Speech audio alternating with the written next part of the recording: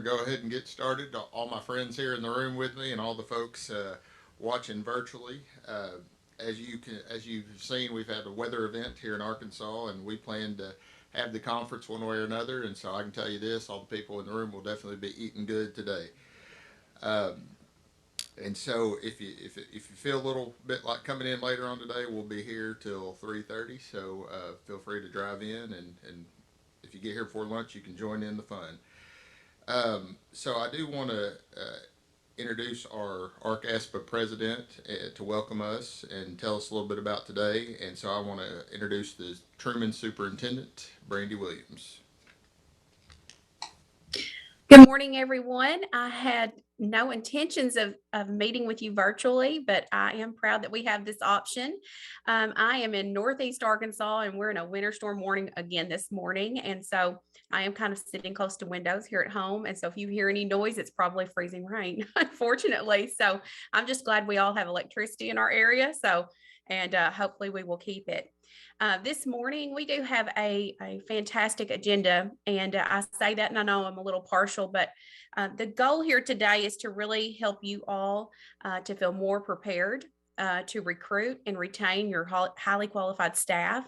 And we've been working with the ArkASPA board and AAEA and DESE to really make sure that we're educating everyone on all these different options that we have to strengthen that teacher pipeline that we all are concerned about. And it seems like each year that just we have to be more and more creative about how to staff and how to staff with highly qualified staff. And so today, I think you will leave with a lot of tools, reminders, information that will help you feel more confident going into this spring hiring season. So I really do. For those of you who traveled on site, I'm so sorry we can't be there with you, but I hope this is worth your time and you feel like you left with some great tools at the end of the day. And those of you who are meeting virtually, you may be in a situation like me at home, or you may be at work, but we're so glad you're joining us. And I too hope that you leave with a lot of tools and information that you need.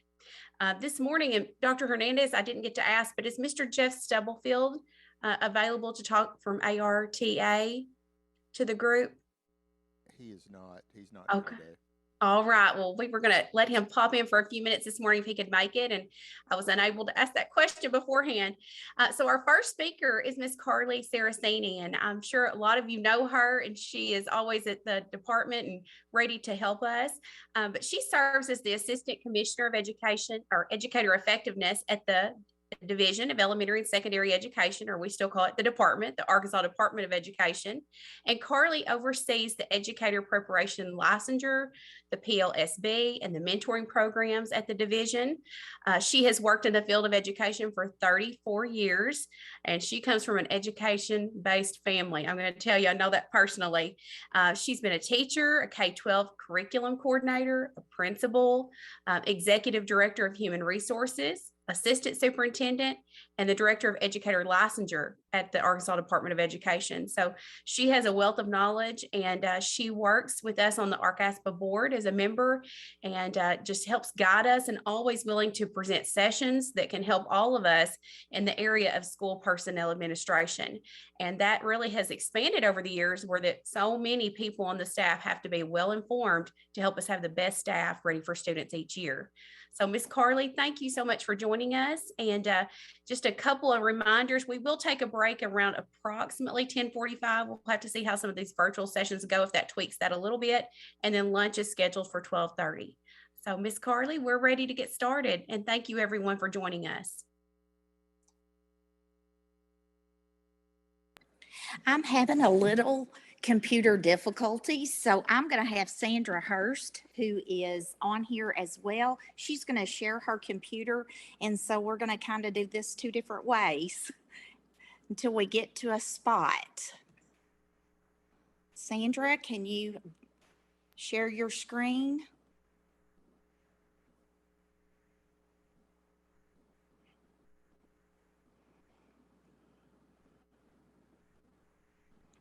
Okay. I love the way that Dr. Hernandez and Lynette and uh, Brandy and all the ArkASPA board came up with this uh, a new hope for the teacher pipeline.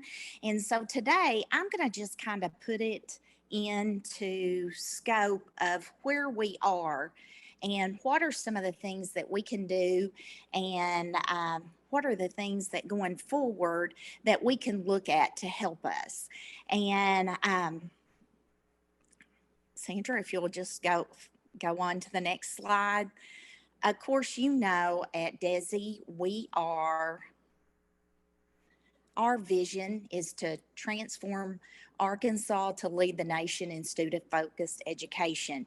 And my particular division, we are focused on making sure you have high quality teachers and leaders, and that it's accessible to all students across the state of Arkansas. And I have a wonderful team that helps me with that. About a couple of weeks ago, I took a group down to the National Teacher Shortage Summit hosted by NASDAQ and the National AASPA. And I just wanted to share a couple of slides some great information that we gathered, because I know in Arkansas, we know that we have teacher shortages, but it's also nice to know what's the national statistics, because teacher shortages are making the headlines. And if you see that first bullet, it's in every single state in 2021. Not just certain states, but we're talking about all states. And 2/3 of our school districts across the United States are experiencing teacher shortages. We all know that we have those particular shortages, but it's a good reminder for us that when we see it nationally, that we are seeing what our trends here in Arkansas are the trends all over. And so we know that we're always going to have special ed as a difficult position to fill, because that's a lot of burnout, a lot of paperwork, and it seems like it's always turnover in special ed. But also we are really looking at those STEM positions, that math, that science. And so it's just nice to see that others are struggling just like us, that we're not in this ship alone as we try to fill our pipeline. I'm not going to read every bullet. I know that Miss Lynette's going to share this with everyone, but this just really gives you some great statistics. Another that we need to look at is the teacher preparation enrollment. It was down by 1/3 from 2010 to 2017, by 1/3. That means that many less are going into the field of education. So that lessens our pipeline as well. And a lot of times with this COVID, people are leaving the classroom, but we'll get to our statistics a little bit later. But 55% of teachers are planning to leave because of COVID, and we know that we're still going to struggle. Sandra, next slide. Also, there's a long history of teacher shortages. So it's interesting to see. This was just a great fact that I thought was very interesting, that even back in 1537, there was lack of sufficient masters or teachers. So looking at teacher salaries across the United States, that 1 in 5 teachers have to work second jobs. These are just some really glaring statistics that, as we participated in that conference nationally, these were just things that stuck out for me. The other big takeaway after they talked about salaries and then just the teacher shortages, that the takeaway for me is there is less and less going into the profession. There are more and more that's having to work 2 jobs and other things to make it and provide for their families. So we really need to take a look at what we currently have And we really need to work on retaining what we have, supporting them, developing them, and giving them the tools to be those effective teachers. Because just looking at the statistics, um, it's a little frightening that um, we may not have people to replace who we're losing. So we need to do everything we can to keep who we currently have. So now let's take a look at that that supply side of the teacher shortage. Let's look at some national long-term trends. So if we're looking at our long-term trends, and this is nationally, you can see that the production of the teachers since the 70s up until 2018-19. So, and it even breaks it down into men and women, because as we look and we try to recruit, we know that we don't have enough males in the profession.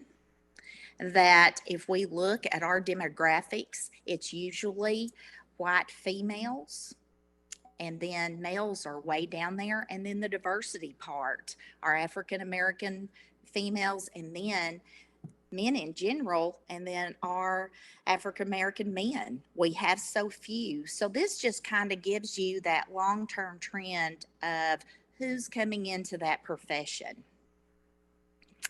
On the next slide, you can see that the master's degree are trending, especially starting in 2010. So I really started looking in this statistics and then looking at our statistics. And I was like, okay, why is the master's trending so much? Is because nowadays we have so many going through the non-traditional routes. And that main traditional route is the Masters of Arts in Teaching. And so that's why you are seeing such a spike in a master's degree in education, because most of the times they're not going to have a bachelor's degree in education. We're getting so many that are coming in as career changers, and they're going through those master degrees that lead to an educator license. Currently, we have 10 MAT programs in the state of Arkansas. And so that just kind of shows you how that master's is really developing and producing more, unfortunately, than our traditional bachelor's degree, not only in Arkansas, but across the United States. I thought these were some interesting facts as well, the trends. This is universities in general across the United States. Look at education. It is down by 22% from 2005-06 to 18-19. I thought that was very interesting. If you look at the others that are on this page, they have all increased. But in education, we are down 22%. And that also shows the trend in our state.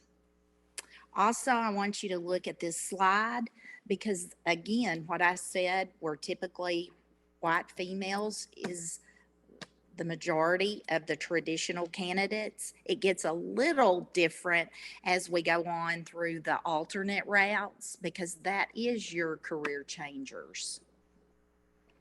But we still see that we have a lot of work on our Hispanic population and our African American. As we have been launching our Arkansas residency model for teacher pipeline, I thought this was also another statistic that was interesting. This is what high school students cited as the number one reasons for disinterest into going into education. And this was off the ACT survey. So the number one reason was not paying well. But I want you to look at the other ones. You know, teachers do not get enough respect. I wouldn't be good at it. And I thought these were just very interesting statistics to look at to kind of give us where are we on our, where are we in the state of Arkansas considered and compared to nationally. So now let's look at Arkansas statistics, because right now I'm just kind of setting the stage for you, because we all know that we're here today because we've got to have some possible solutions of how we can increase our teacher pipeline. So currently in 2022, we have 34,000, a little over 34,000 teachers teaching in Arkansas. So we have more teaching now than we did last year. A lot of that is due to how districts are using ESSER funds and they are hiring more staff, but it's still down considerably from 2015. Here is our demographics by race. Of course, we know that our demographics do not represent our student population, but we are trying hard and trying to put in initiatives in place to help with this. And then the next slide just really breaks it down by sub-pops, and I kind of like this graphic a little bit better than some of the other graphics, because this kind of, the pie graph just kind of shows us where we are. And I really like this because if we look into our insights, which I'm going to get to a little bit later, that pie graph, you can pull a pie graph up on your demographics of your student population, and then you can pull that pie graph up on your educator population in your district, and you can really see the difference and compare that we do not match our population. And that's why it's so important as we write these recruitment and retention plans that we're looking at these pieces of data. Also, I want you to take a look at of experience by teacher subpopulation currently. Now, according to Facebook, everyone retired, but they may be retiring, but it's the same amount of people that are retiring every year. It was just a little over 1% more this year than in years past. But if you really look, we are losing our teachers. This graph just really tells us we're losing our teachers between that 3 and 5 year. And teachers are leaving because of leadership, support, and yes, pay is part of it. And then also during this pandemic, so many people were working from home and teachers went in and they've been working face to face. And so I think we're really seeing it. Also, I wanted to give you this because this is from our My School Info. I'm trying to really make my PowerPoint today so that when you can take it back with you and use a lot of these data points in your recruitment and retention plan, and you will not have to look far to find the data. This was pulled out of our My School Info, and this kind of talks about what is our teacher versus our student population. And so I think this goes back to, Sandra, if you will go back to slide 19, when we're looking, go forward. Our experience of teacher subpopulations, you're seeing that we really need to work on keeping those teachers between that 3 and 5 year. And what can we do to help that? I know our division, we do have our mentoring and we have it out year 1, year 2, and year 3. And we're really going to develop a task force this year and really see what we can do to provide better support during those first 3 years. We also know that this experience by teacher subpopulation, we have a lot of teachers across the state on Act 1240 waivers. We know there's barriers between those Act 1240 teachers and getting a license. But again, how can we support them? And it's almost like to help these novice teachers stay in the profession, it's almost like we have to think of them like we think of our students. They almost need their own IEP so that we can help them through this process. And everyone is different along the way, because when you think about novice teachers, we have teachers that have gone through the traditional program, which they have had both the content and the pedagogy. And they've had that internship. They've had that field 1 and field 2 experiences out in the profession.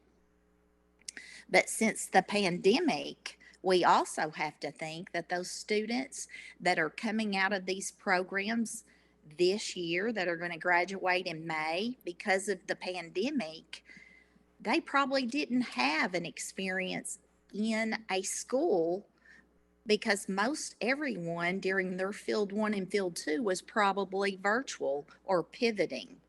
So they may not have gotten the same experiences as candidates in the past. So we also have to think about that. And then how much were they face to face with students versus virtual? And so I think we have some really things to look at as we go forward, and then how do we support them? So Sandra, if you will just click through. Now let's talk about the supply side in Arkansas. And what we're going to look at here is if you'll go to slide 22, Sandra.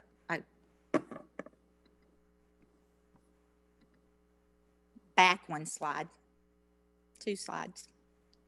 Sorry about the difficulty. Sandra's being a great Vanna White. Thank you, Sandra. This is what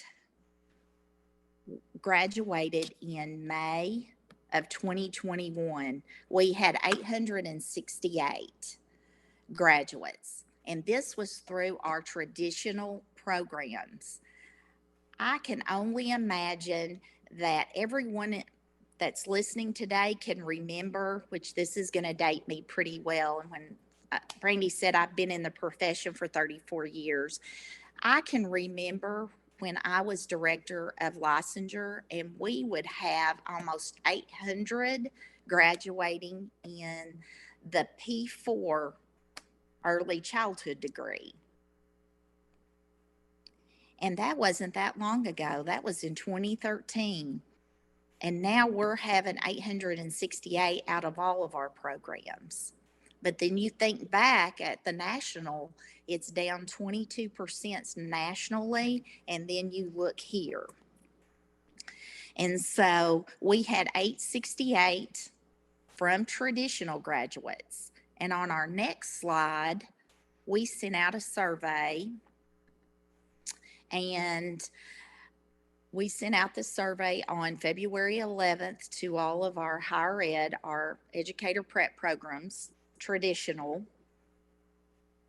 And it looks like we'll have 838.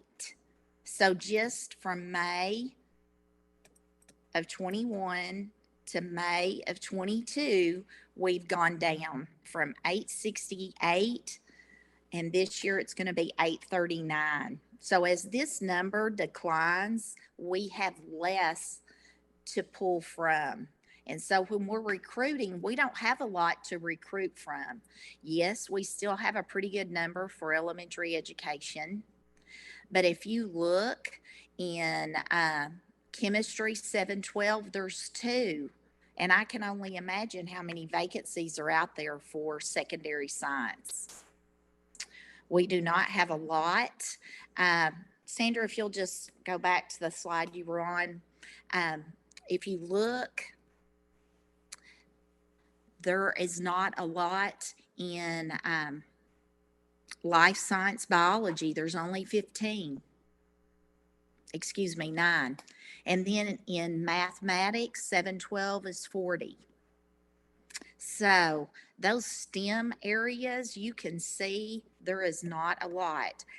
What really got me was the physics. We only have 4 graduating in May across the state. And in Spanish, K-12 is 3. And then, of course, the special ed, there's only 36. So these numbers, because if you're looking at that and you turn around and you look at our shortage areas, the numbers that have those low numbers are those shortage areas for the state of Arkansas. Okay, Sandra. Our next slide is just the trend coming out of our educator prep programs. And I know we have an acronym for everything. And so here is our educator prep program enrollment. And our educator prep programs have to submit to Title II. And this data is about 1.5 years behind, because they submit to the federal Title II portal, and then they have a window just like K-12 does. If there's any mistakes, they can go in and correct, and then it becomes published. So if you're looking, we're getting them enrolled in our educator prep programs. But look on the right-hand side of how many are completing the programs. And that's the concern. So if we're completing around 1,800 a year, and when you think about it, we probably have roughly 3 to 4,000 novice teachers. So when I say novice teachers, first year teachers, so we're not producing enough to replace and fill those vacancies. And so this is really kind of hard to do when we have those traditionals are only producing 1,800. Now, this is not producing both traditional and non-traditional. On the next slide, we'll break that down. This is what it looks like broken down into your traditional routes and your non-traditional routes. So it looks like about 1,250 are coming out of our traditional, and about 600 are coming out and being completers out of our non-traditional routes. And so a completer is when they get licensure. So we may have some people that are in programs. Sandra, if you'll go back to the slide before that, way before that. We're on slide 25. I apologize. I'm not seeing the numbers at the bottom. Sorry. Okay. We're still back on the Arkansas EPP enrollment. I'm kind of going slow. There you go. Thanks. When we're looking at this program completers, that's getting to a license. So we have 10 MAT programs, and those the Masters of Arts in Teaching, and those are at higher ed, and they end with a master's degree in education, the art of teaching. Then we have roughly, this past year, we have around 600 that are in our Apple program. But those aren't completers yet. So that is going to be, as we go through over the next couple of years, we will see how many completers we have of that, of coming out of our Apple and coming out of our MAT programs, because they are becoming considerably larger than our traditional routes. And a lot of people think that it's just our MATs and it's our Apple program that we've renamed RPEP. We also have the PPTL, which is a professional provisional licensure. And it is for someone that may have had a career. I can think of my best example is when I was at North Little Rock, and we hired a retired veterinarian to come back and teach our one of our science classes. What better person?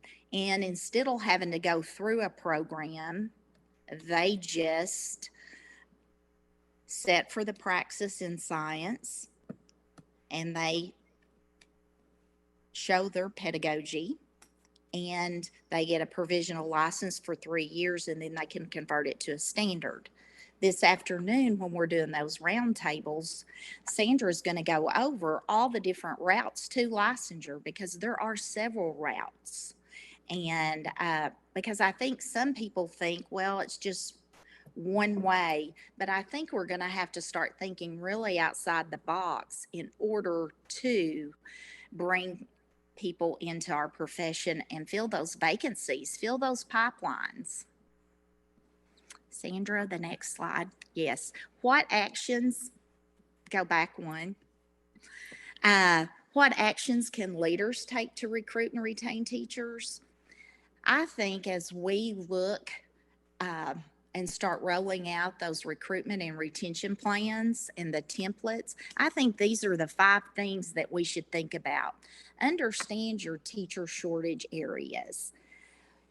You may not have a shortage in all areas, but really talk about it with your stakeholders. Talk about it with leadership, that maybe it's in your STEM areas and your special education area that you really have your shortage areas, and really plan intentionally how you can address your particular shortage areas. Because I think sometimes we just say we have a teacher shortage everywhere, and you might have it in all areas in some parts of the state, but I think it's really understanding your teacher shortage areas within your own district, and it may be a school within your district, because that is also sometimes for our larger districts, you may have that,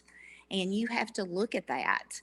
And so I think the first thing is understanding your teacher shortage at the district level and at the building level, and then also know and share your data and engage those stakeholders. This is a we thing. If we do it an I thing, it's not going to go far. We really have to really reach out and bring in the people, engage them. It's a community. Our schools are our community. And then also learn from other states and districts and countries. If another state or another district is doing something great, don't reinvent the wheel. Look at what they're doing. Make contact. If you don't know someone in that district, please get some, contact my division. I'm sure someone in my division, with Sandra Hurst and Andy Sullivan and the different ones that I have in my division, I can guarantee you we probably know someone in almost any of the districts. And then we have Raven Harris, who is out there leading our Educator Rising. She's going to know that, know those people as well. So please, if other districts are doing something great or you've heard them do something great, if you don't know someone in that district, please reach out to my division and we will try to help you make contact with them. And then the other thing is set a vision or a goal and be bold. Go after it. See what you can do.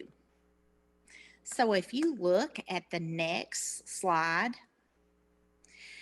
understanding your shortages, this is a link. The first in green is a link to our critical teacher shortage areas. And I wanted to have everything, so on this PowerPoint, you could link when you could take this PowerPoint and get to the data you needed.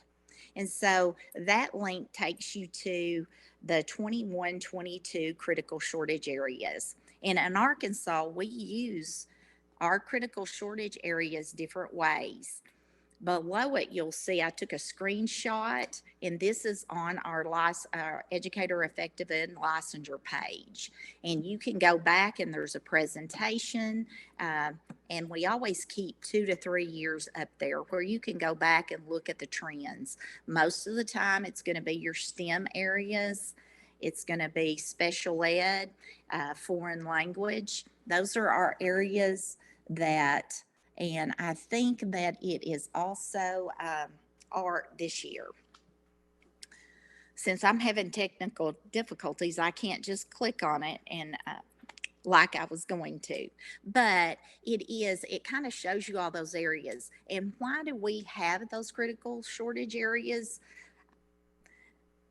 We need those critical shortage areas because we use those for various things. We do this for loan forgiveness at the national and state level.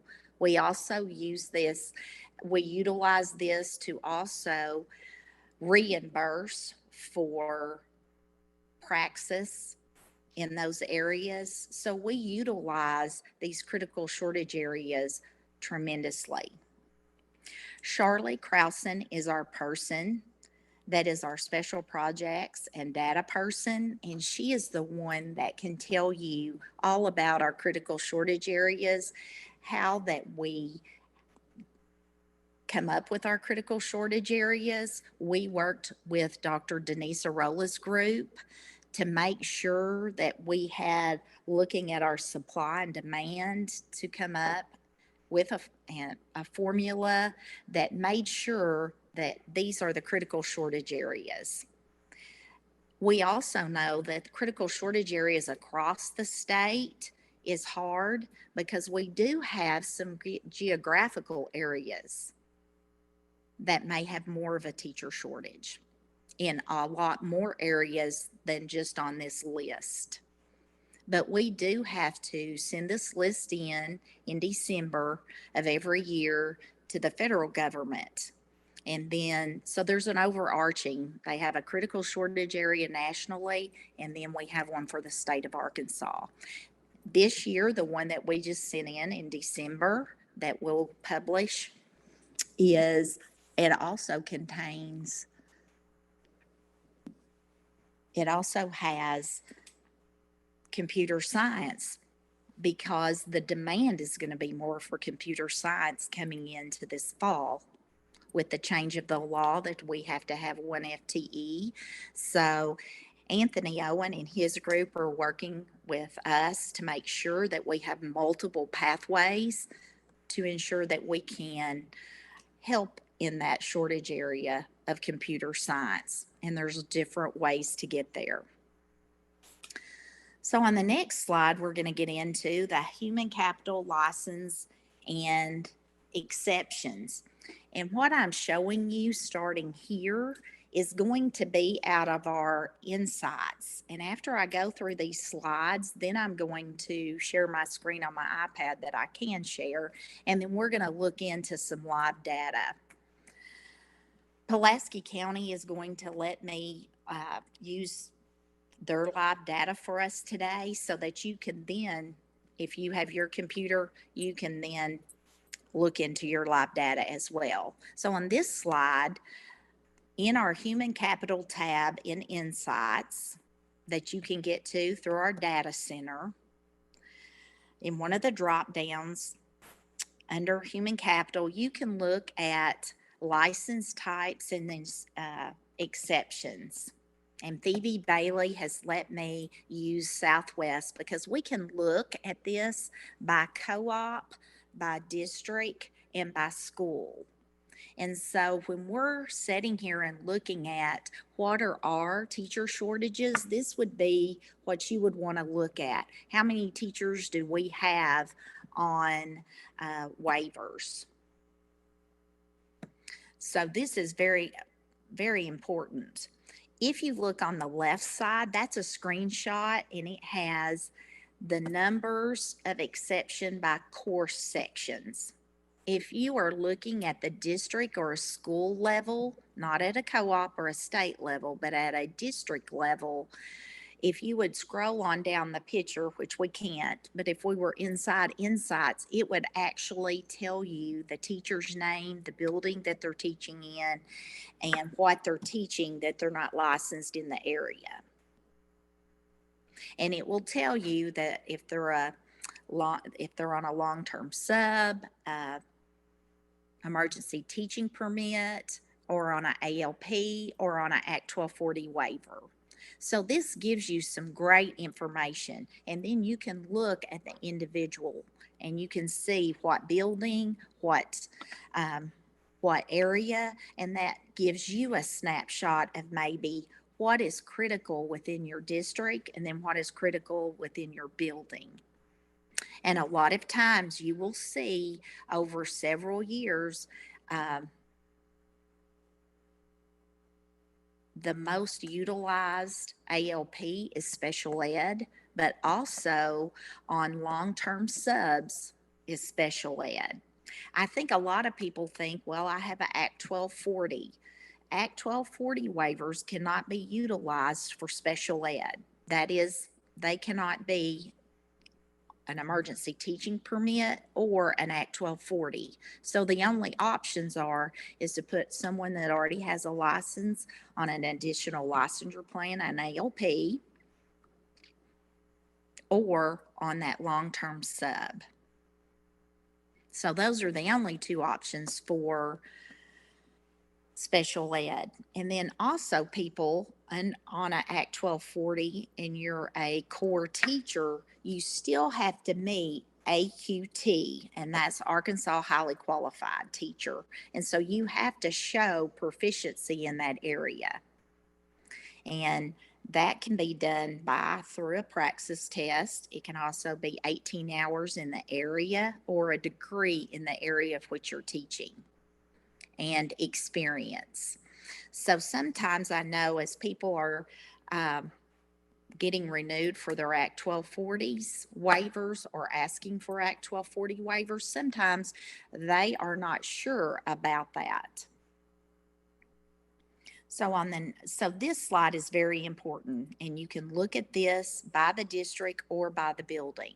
On our next slide, under the Human Capital tab, it also has shortage reports, and you can look at them. If you can see the blue banner, it gives you the areas by district. You can look at it by building, and then you can even look at it by educator details. So, and it gives you great information. It will tell you the number of educators you have. It will also tell you the average number of years that educator has. So it gives you some great information. And so as you are looking at what do I need for my recruitment and retention plan, this is some great information, some great data. On our next slide, this is not in Insights, but this is actually in the teacher quality section of the report card. It's going to tell you the percentage of teachers that are certified in their areas. It's going to give you a percentage. It's also going to give you a percentage of teachers having bachelor's degree, master's degree, and advanced degrees. So that's another place that you can go and search for your data.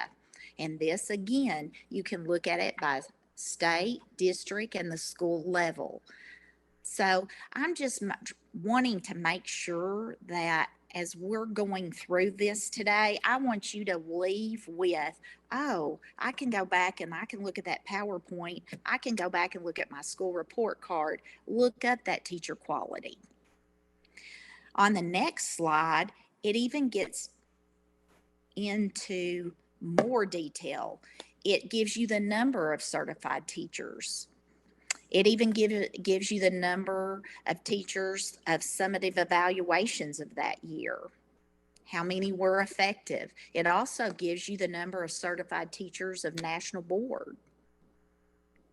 It also gives you a percent of teachers teaching on a provisional license.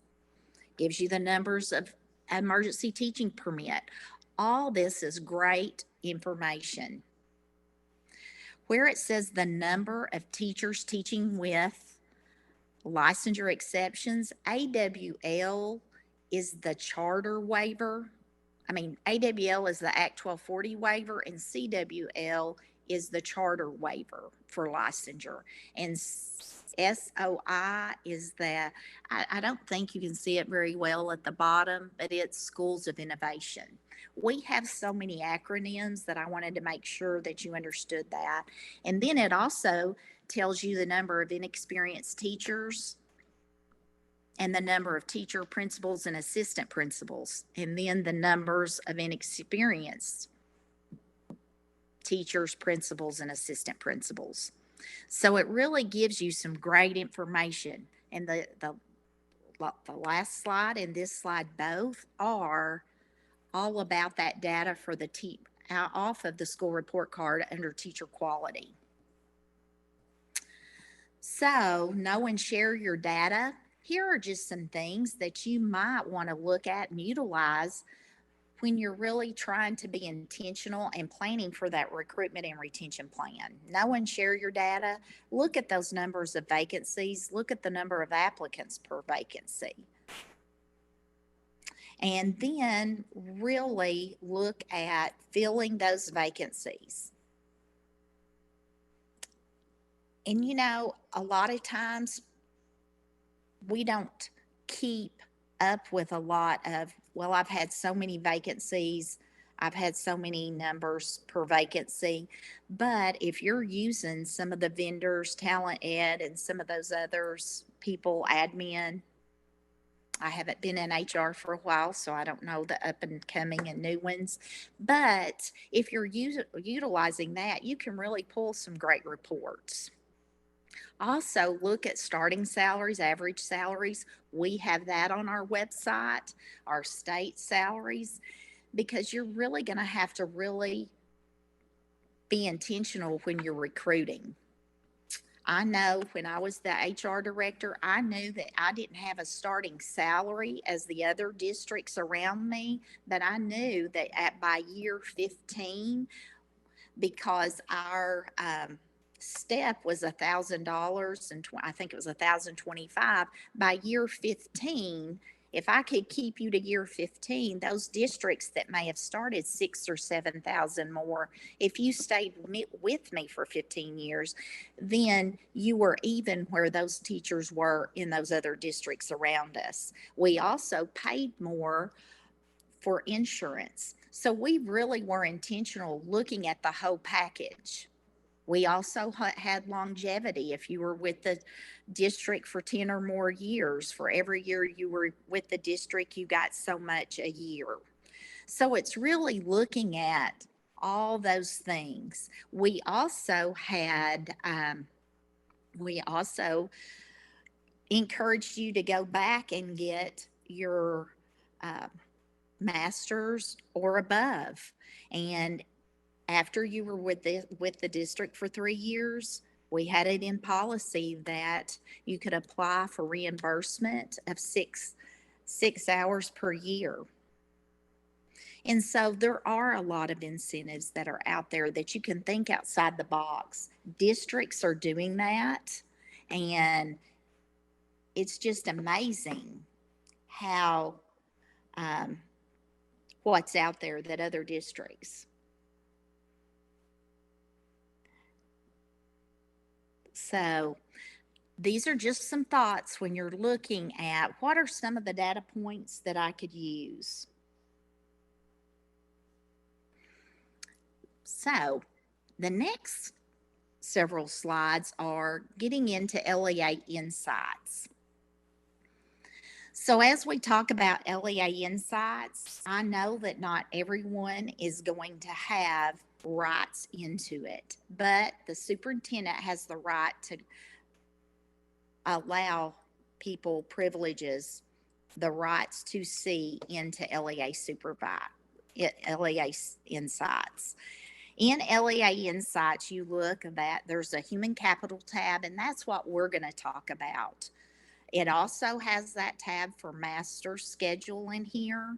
Once master schedules are in the system, the human capital tab becomes, a lot of information is in there. A lot of your districts, your superintendents, they utilize this because under surveys, they put in when they're pivoting or using an AMI day, all that information comes in here. But today we're really going to focus on this human capital tab. And on the next slide, here is what's in that human capital tab. As an assistant commissioner, I have access to all of this. So you may not have access to everything in your particular district. But I do know, as I was presenting to the directors of the co-ops and the TCCs, they both had access to a lot of it, but the director had to grant the TCCs. Then we have those recruitment and retention people at all the co-ops. They did not have access to it. So I had to work with a regent who is our director of our information and technology, and we just had to write and put the RNR's access in the SIS handbook. So as we go forward and you're working in this tab and maybe you do not have access to certain things, please give me an email and I will try to work with the regent and his team and get as many the right access that's needed. Again, it's going to be that superintendent who gives access, because everybody doesn't need access. But the wonderful thing about this, it can all be exported into to an Excel spreadsheet or a PDF. And so then it can be shared that way. But today, look at all the things that's under this human capital tab. You've got your overview, you've got your public educators, expiring licenses. Remember, as HR, we would have to keep up with expiring licenses. Guess what? It's right here and you just click on it. I was so excited to see that button. And I'm sure some of my HR friends out there that's on today will like that too, or some of that central office staff that has to keep up with that. It is right there. License types and exceptions. It also is the National Board Certified Teachers. You can go here and, of course, we now send our national board money straight to the districts, and then you send it to the teachers. And this is where we confirm. And on the National Board Certified Teachers, it actually takes what is in SIS and it takes what is in our L system, our Arkansas Educator Licensure System, and it cross-references them. And so that's why we send you out something and we say, please verify. It's wonderful that this is all in one shop. I mean, at your fingertips. It also has employee leave. It's got our workforce stability index. It also has our staff data integrity. It's got your attrition rates. And we'll look at that. It's got our attrition rates by state, by co-op, by district, by school. It's got it by superintendent, principal, and by teacher.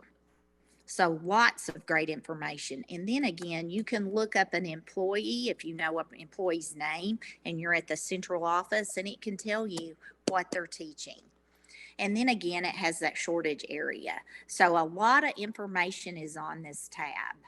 So the first thing that we're going to look at is on the right-hand side on the next screen. On the far right-hand side, it says select an LEA. You can look at the state, or you can click on a co-op and look at the co-op data. Then you can delve on down and look at the district. And then you can look at the school. but I wanted you to have a screenshot so that when you start working in Insights, you will have something to reference back to, because this is a lot of information, but it's a lot of information that you can utilize for your recruitment and retention plan and not have to go everywhere to find something. It's right here for you. And what I like, on the next screen, it will show you that it's already in a graph form. You can look at it in a graph, a chart, or you can look at it, if we were to click on the blue where it says the data, it would give you the actual numbers. Because this is a screenshot, not live, I can't hover over it. But if you hover over those points, it will tell you the actual numbers. So under the Human Capital Overview tab, you can look at your certified teaching staff. And this is your teaching staff that have students attached to them. The next tab, you can see it says certified non-teaching staff. That is your administrators. It could be your instructional facilitators, your specialists, anyone that's staff that does not have students attached. It would include your counselor. It would include your library media if nobody's attached to them, but it's just really good, quick data. Also, it gives you your classified staff. So you can see the breakdown of your staff by race, by gender. There's all different types of demographics that you can look at, and you can look at it in the certified teaching staff. That staff is your actual teachers that have students attached to them. And then on the other side, it has new teacher count. And we're looking at a co-op. So if I were to hover over, it would give me the number. So this is great information. And that's under the Human Capital tab of the overview. When we go live in a few minutes, you can see what all is there. But I just wanted to make sure that in the PowerPoint, you had some screenshots that you could go back to reference. On the next slide, under the Human Capital tab, is the public educators. And if you're looking at the co-op level, you can look at total teachers and those subpopulations. But if you are looking at the district or at a building, if you would scroll down the page when we go live, it will actually have the teacher, the educator's name. It's going to have, if they're a novice teacher, number of years experienced. It's also going to give you the degree, whether it's a bachelor's or a master's degree. It's also going to give you, if they have a license, it's going to give you all the information that's on the license. And I find it very useful because you can, again, export it into an Excel spreadsheet. And if you're looking at FTEs at the district level or an FTE at the building level, that's a great tool to utilize. Okay, here's my staff and here's what they're certified to teach. And so it really gives you that look at when you're really trying to staff some vacancies. But I will go into detail on that when we are live in it. On the next slide is the attrition rate. And again, you can look at it by state, by co-op, by district, or by school. You can look at it by percents, or you can look at it numbers. And so and you can look at it, this screenshot just happens to be superintendent, but you can look at it by principal and by teacher. And this attrition rate, you can really look at, maybe you have several buildings in your district. It can tell you something. It may tell you that you put in a new principal and they're doing a great job because people have left, or it can tell you other things. And so it gives you a chance to really delve into the data and look what's going on in this building and what's happening, especially looking at giving you some information about turnover. On the next slide you can look again at your expiring license. And I took a screenshot because on the expiring license tab, it will actually give you the educator's name and the date that it's going to expire. It also tells you if you have some teachers that have already expired license, but that's a wonderful tab. On the next screenshot is the National Board Certified Teachers. And again, we have several across the state, but this looks at it by this particular co-op or building, and it will tell you how many you have and what's your percent. On the next slide is our workforce stability index, and that's looking at taking into account your novice teachers, the number of novice teachers.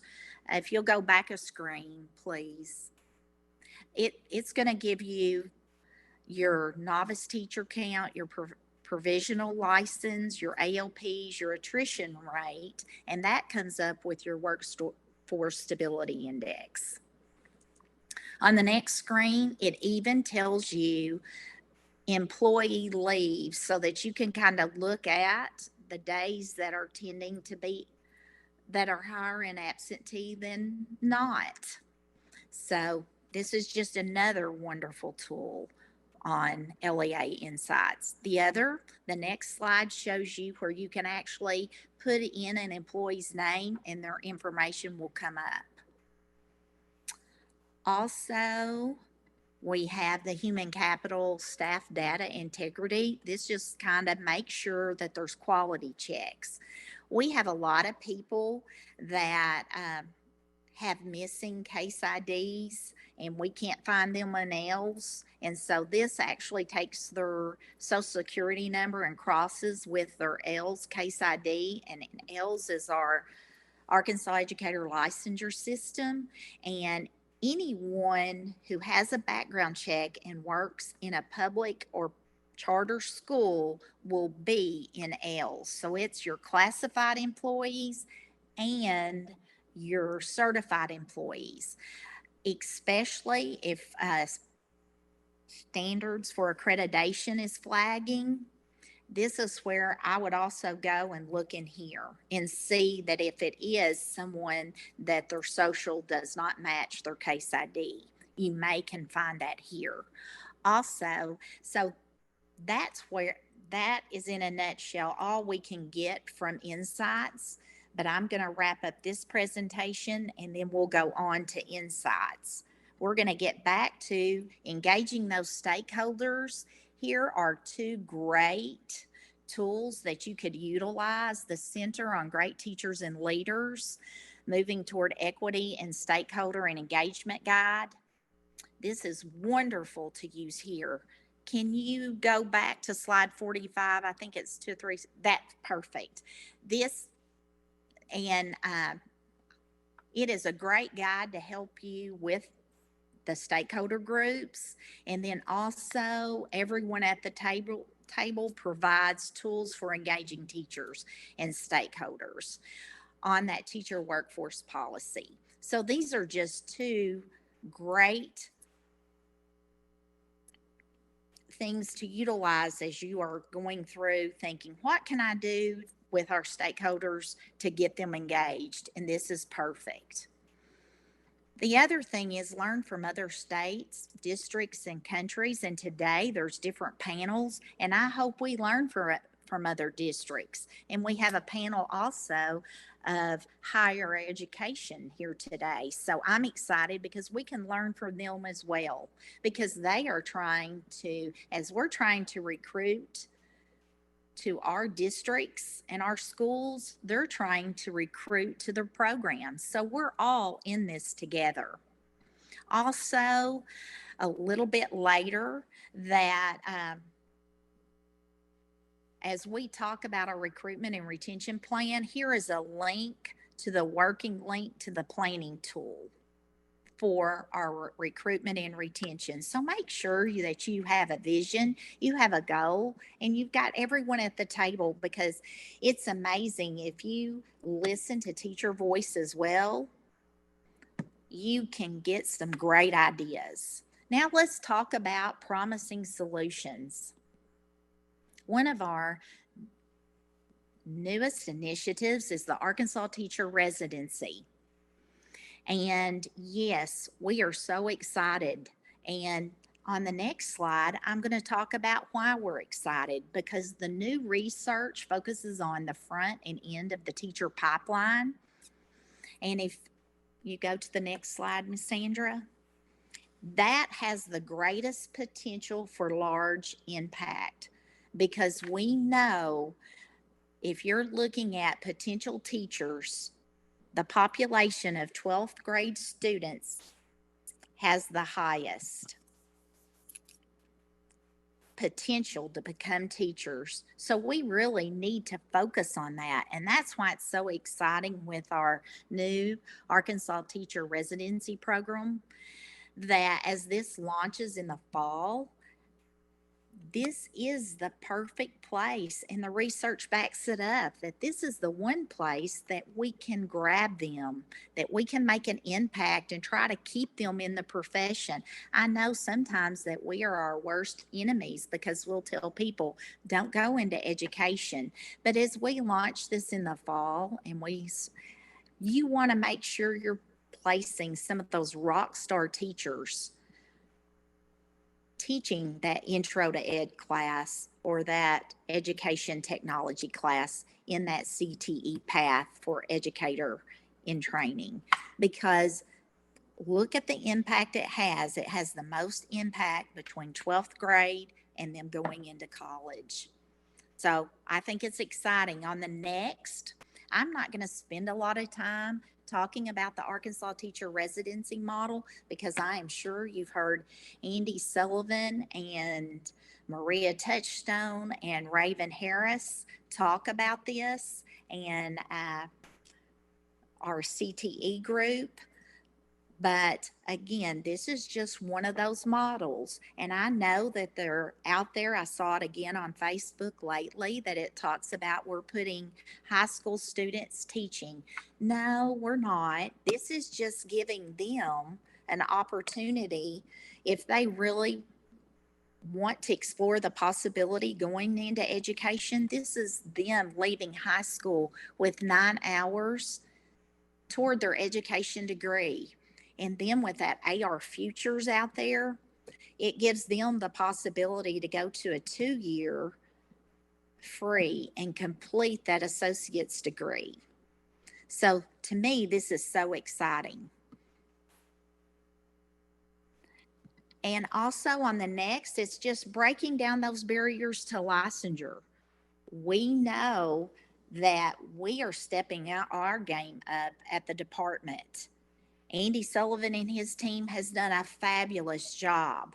He and Michael Rowland on this licensure assessment ready. This is making a difference.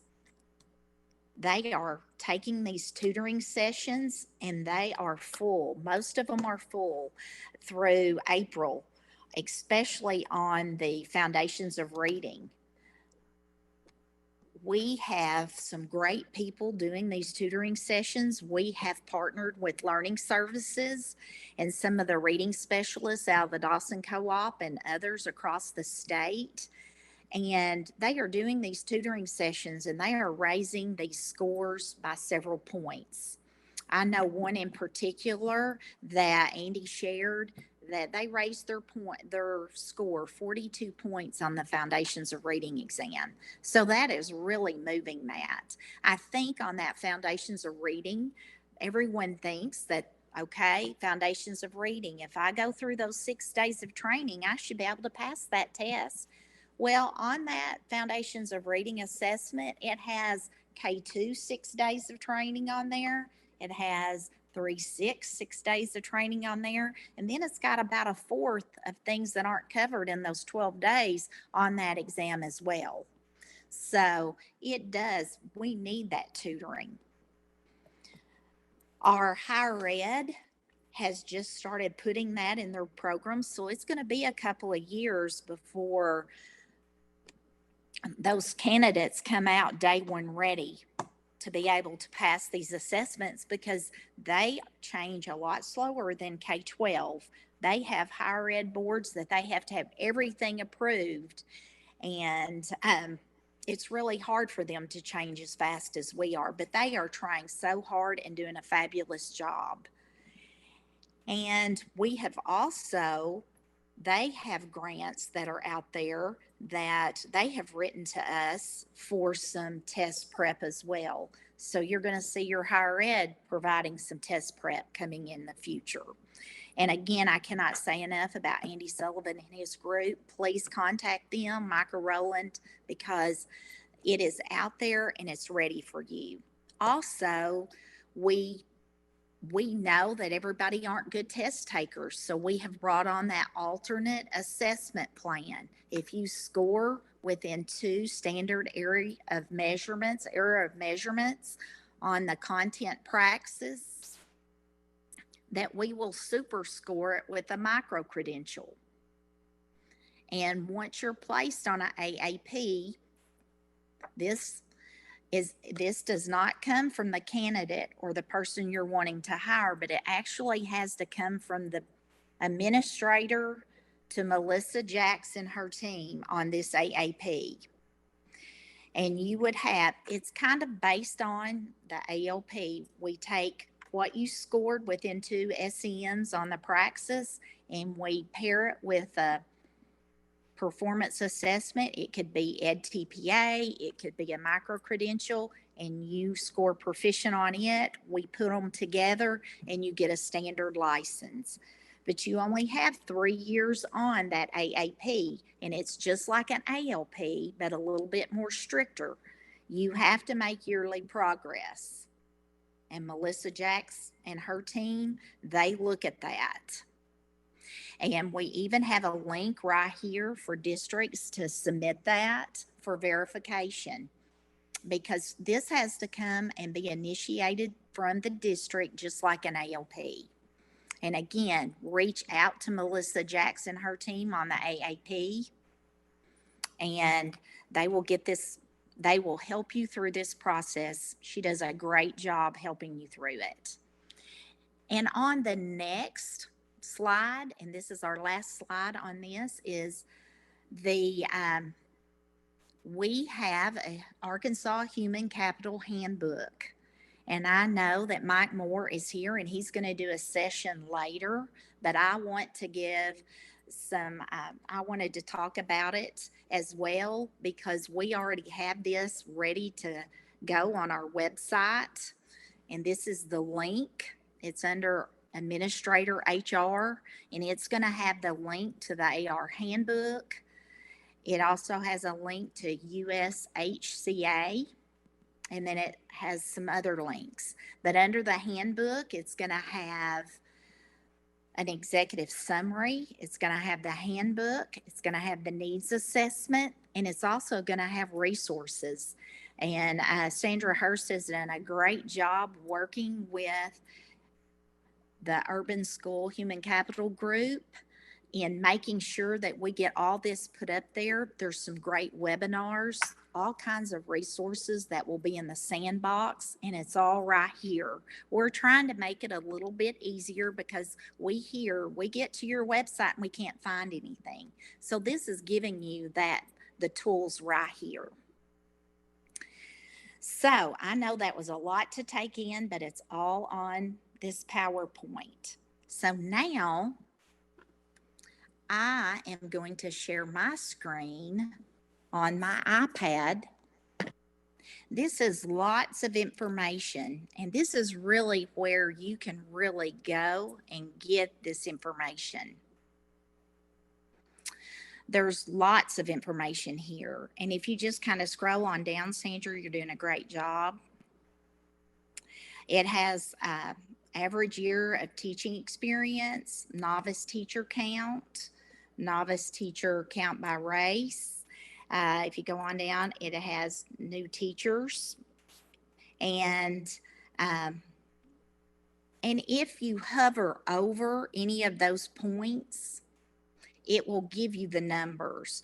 Or if you are the one above it, if it's in the bar graph and you hover over it, it will give you the numbers.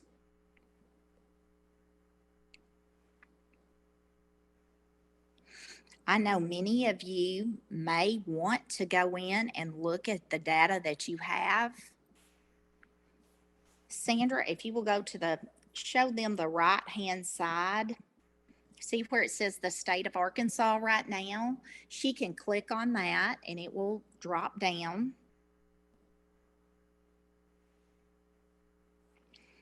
And if you go to Pulaski County School District, Sean Burgess has been very nice to let us use Pulaski County School District.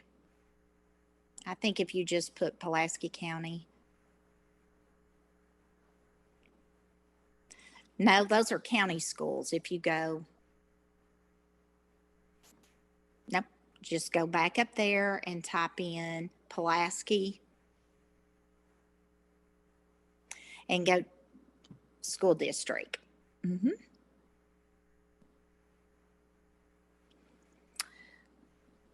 This really lets you see the information at a district level. And if you hover over, it gives you all that information. You can also, if you scroll back up at the top, Sandra, in the right-hand corner, you see the Excel button and you see the PDF. So you can export it using PDF, or you can export it in Excel, and that information is in Excel. And so it really is very helpful. If you would like to go back to the Human Capital tab and look at public educators,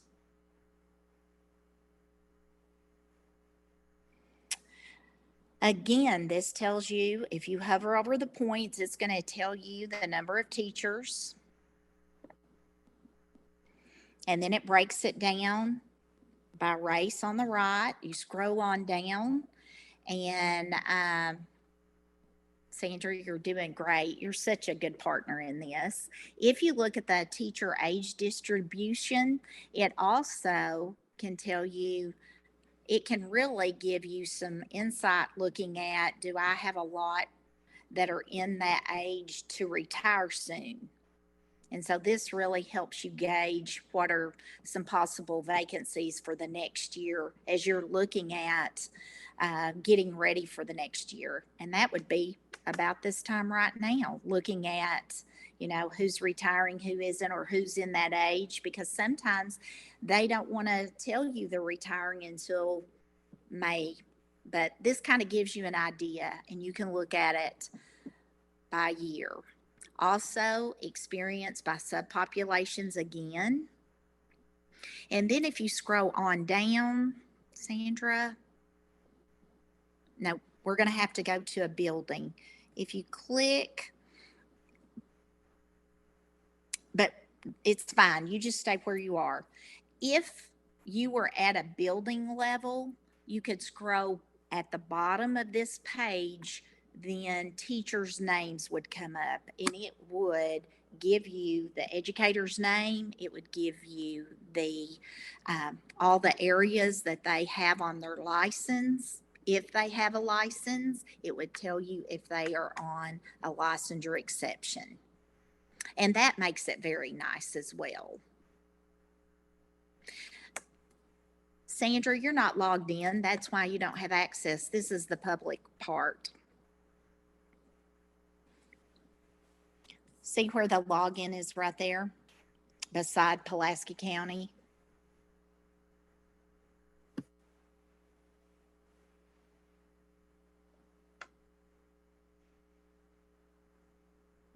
Now go back to the Human Capital tab. Yes, you have it all. That's what I was hoping. And now if you will go to Pulaski County. So anyone can get to the public without signing in. But if you want to get to specifics, then you have to get into a school. And so Sandra, you've got it. You're right. You're right. No, don't go to school. You're good. Go over to the human capital tab and go to the educator again, and then we can see names.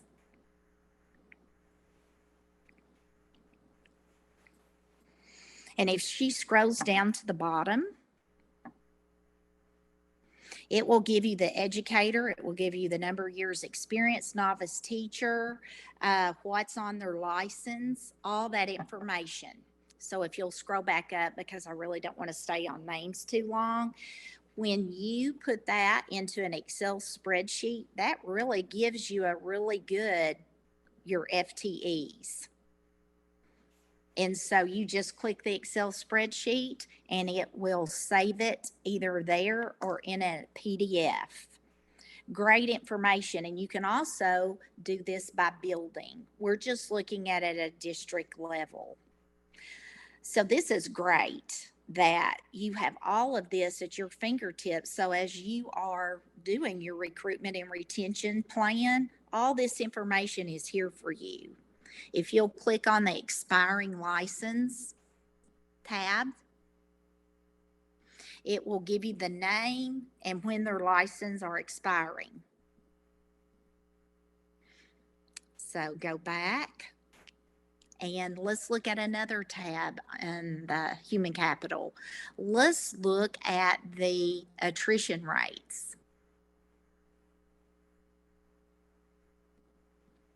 This is great information.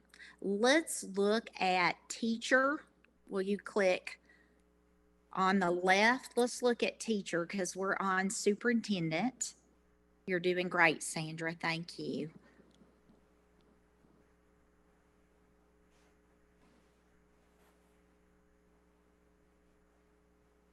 This is great information because you can look at the attrition rate.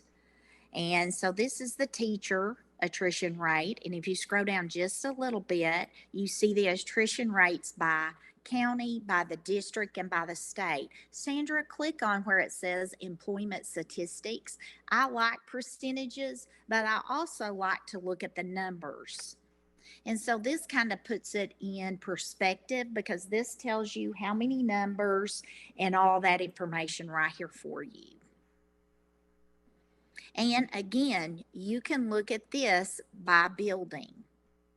So if Sandra were to go up and click by trend by school,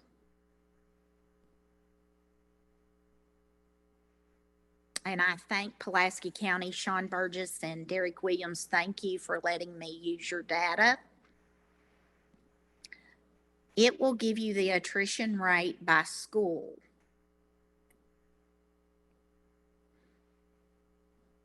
And it goes back several years, all the way back to 12-13. So if you scroll down, you can also put this in Excel spreadsheet. It's a great way to look at your FTEs, look at your trends over time, and then looking at that age distribution, you can kind of look at who's in that realm that could retire in the next few years. And it really gives you that look on forecasting what you're going to be having to replace and have vacancies after.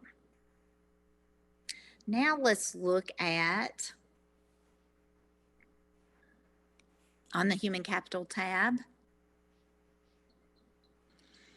We just saw the attrition, and then if you look at the license types and exceptions,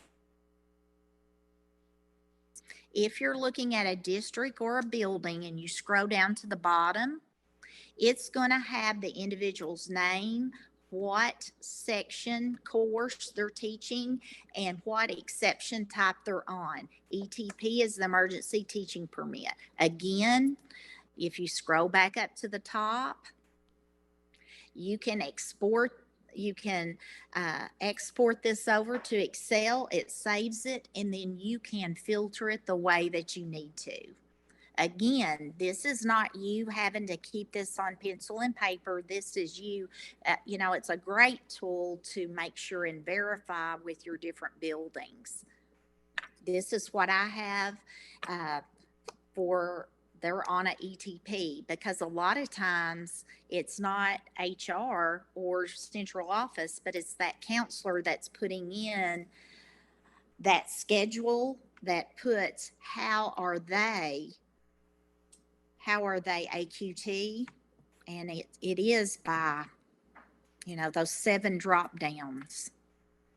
Again, this looks like a lot of exceptions, but when you're looking here, it's by course section. So you may have a teacher that's teaching 6 sections, and each section may be they're on some kind of exception, licensure exception. So remember, that number is by course, it's not by person.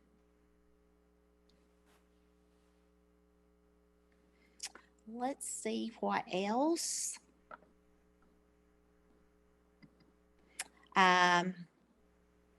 You can click on the National Board Certified Teachers. We are going to be sending this out pretty soon for verification.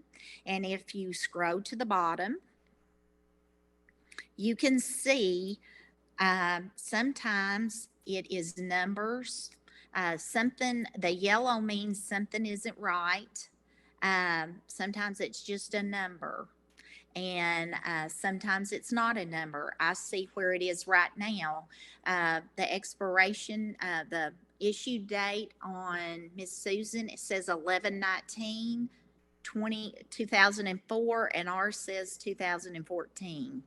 So that means that whoever put that in SIS didn't put the 1. Easy fix. This is wonderful because it lets us know when we have something wrong. Also, if you look down at Sherry Cates, she is coming from a different district, first year in the Pulaski County district. She said, she sent me an email and said, will I get my national board? I said, well, let me look in Insights. I got to look in Insights, and she had not provided her certificate to the district. Because now that we send this money directly to the district, we have to verify, and we send this to the district and say, please verify. We send this out to the superintendents before that we send the money out in May. So if you scroll back up, this also gives the district has 44 certified national board teachers. Your national board teachers, it's easy for national board teachers to get right on in and become a master teacher. Is all they have to do is fill out information. And I know Sandra's going to talk about that in the panel this afternoon, because we want you using your master and lead teachers as those mentors for those novice teachers or for those candidates that are doing their internship in your school. Okay, I think if we go back up and you just click down on the down arrow, you can see what is all there. You've got your overview, you've got your public educators, you've got your expiring license tab, you've got your license and type exceptions, you've got your national board, you got your workforce stability index. We're not going to look at employee leave because I don't want to show that tab, but you can look at that as well, because that can kind of give you some projecting on, okay, Tuesdays is a day we have a lot of absences, or Fridays or Mondays. That's just a look into absenteeism as a district. Then you've got your attrition rate. Then you can look up your employee lookup. And then you have your shortage reports. So let's click on shortage reports. This can kind of help you look and give you some data on it. This is just no grouping. It's just how many of educators that you have for each one of these areas. but you can look at it by building, and you can look at it, but it also tells you how many's on a ALP, how many have a new license, and then their average of teaching experience. So this is just a snapshot of your staff. Sandra, thank you for scrolling over that. And then you can also look at it by building area. If you click on that, on the blue ribbon, it's the second blue ribbon banner.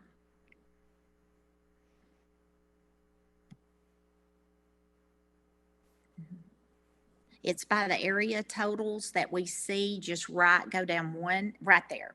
Then you can look at the actual building. So it gives you great information. I know that I have spoken a lot.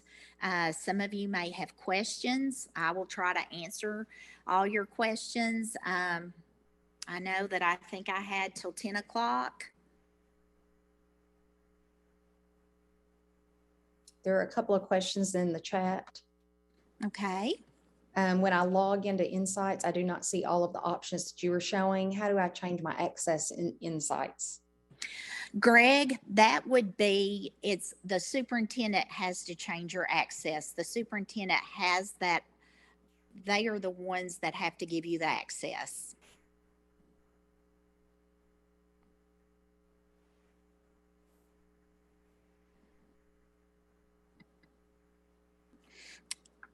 See where, Sandra, click on the admin button at the top. See where human capital, go on over to the right where it says admin in the red. Greg, see where that says LEA assignment? Your superintendent would go there and give you access. Great question.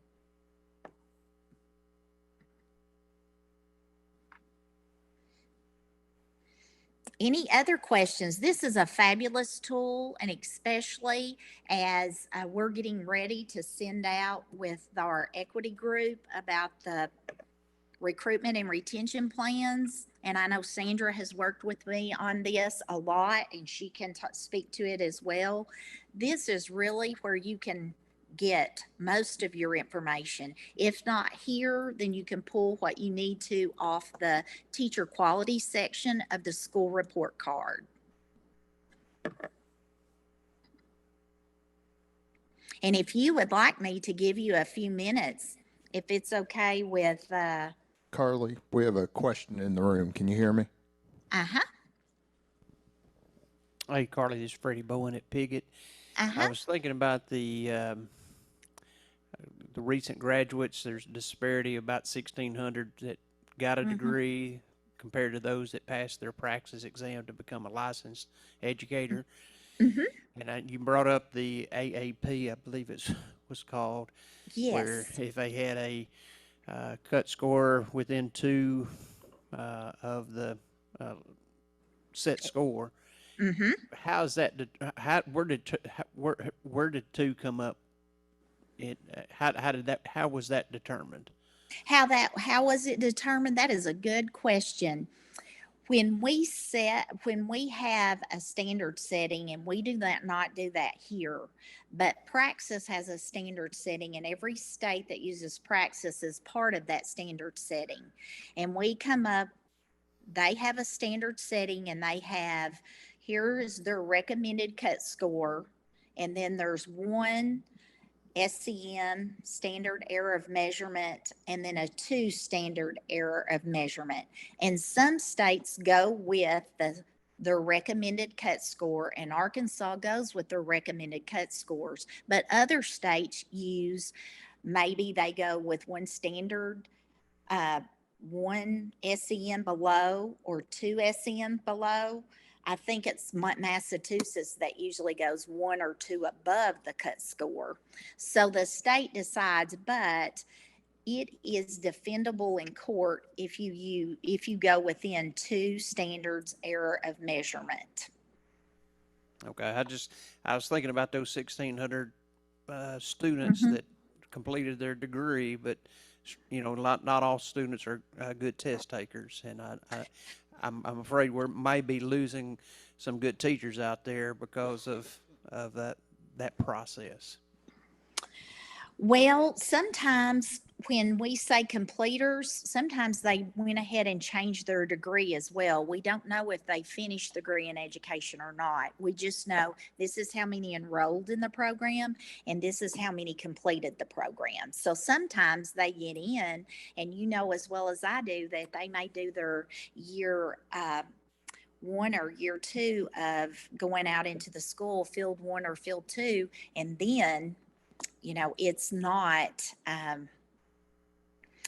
for them. So I can't say that that's, we do know that they don't complete, and a lot is the barriers of the praxis. But I think with our tutoring, and I think with my division, and Andy Sullivan is just rocking it with this, and he's adding more areas all the time.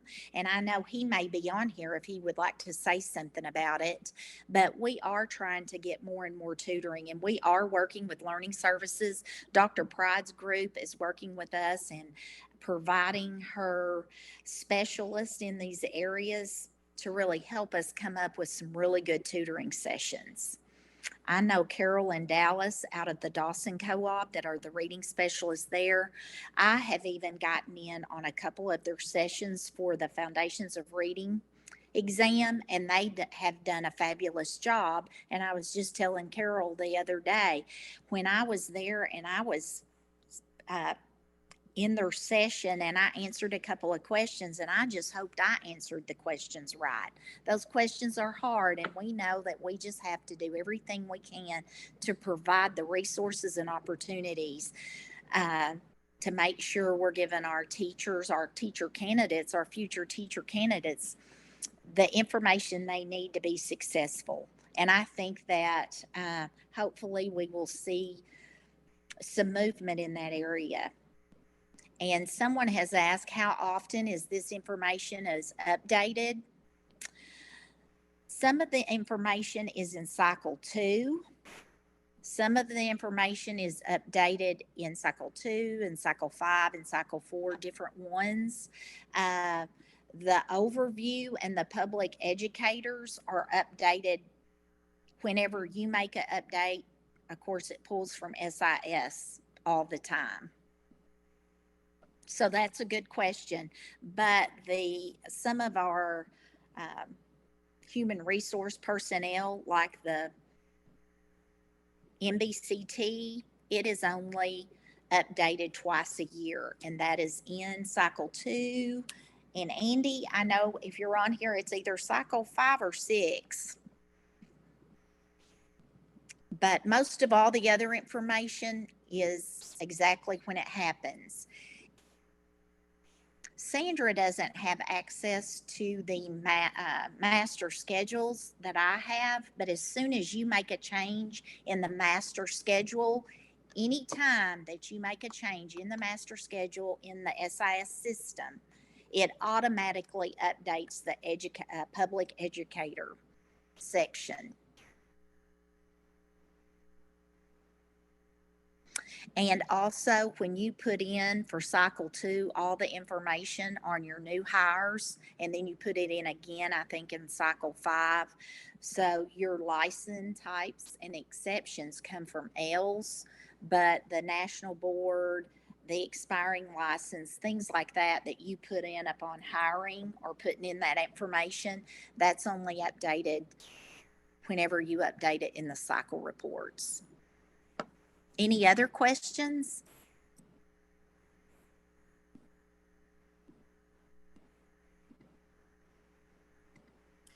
All right, Ms. Carly, thank you so much for presenting to us this morning. And I'm going to say there's several takeaways I think many of us have had. And one is just to continue to increase our own awareness. And I think you guys at the department are doing such a great job of giving us those tools. I don't know that it's something we all are accepting fully yet, but we're trying to, and it's like one bite at a time. And I think it's being open to new ideas. I know for myself, it's just being that acceptance and then a whole different direction than what it looked like in hiring just 3 or 4 years ago. It's just so completely different. And something for me locally, it's getting it past myself and the central office, really informing our principals and now our teachers as well, just that reality. So it's been hard for me to accept some of the changes, and it is for them as well. But when we're all in that mindset, we're all trying to staff ourselves, and they're, even teachers trying to find those colleagues in their hallways that they want to work with every day. So it's definitely a team effort. And to be proactive. That's something in Truman that we've learned is don't sit there and wait. Be proactive, educate, get out there and talk about it, and start recruiting those teachers and taking care of the ones that you have. So I appreciate the tools and all the information. It's a little overwhelming sometimes, but it's so wonderful to have when you really, take a step back and just spend an hour in that information, and that data helps you be better as you're recruiting and retaining.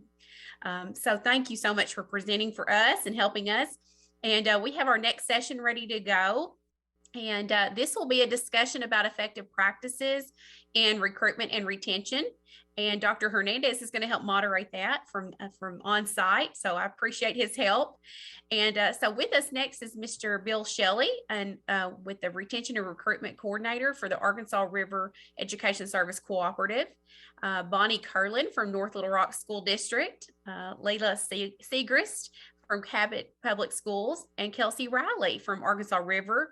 And they're going to share about districts who are doing the right work, and hopefully give us some more ideas about how we can also all be trying to do the right work in our districts. And so this session will go until 10:45, and then we'll have a short break until 11. So welcome, and we're ready to get started. All right. Thank you, Ms. Williams. Can you hear us okay? Yes, I can hear great. So I hope everyone else can too. All right. Well, we're going to get started. We're really excited to be here on site. So it's going to be a little different because we've got some folks here in the audience. We have a panel member here on site, and we have some that were iced in, and so they're going to be joining us on the Zoom. So we're going to go through this, but we're really excited about this group. So we'll start off with just whoever wants to answer this, and just please introduce yourself and tell us what your role is, whether you're in a district or co-op, and how you engage in recruitment and retention.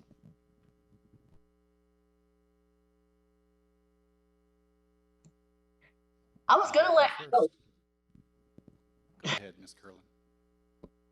Yeah, I was going to go ahead and let Kelsey go because I saw she was unmuted and I wasn't unmuted. Bill, that microphone is not real loud, so Mike's is better than yours.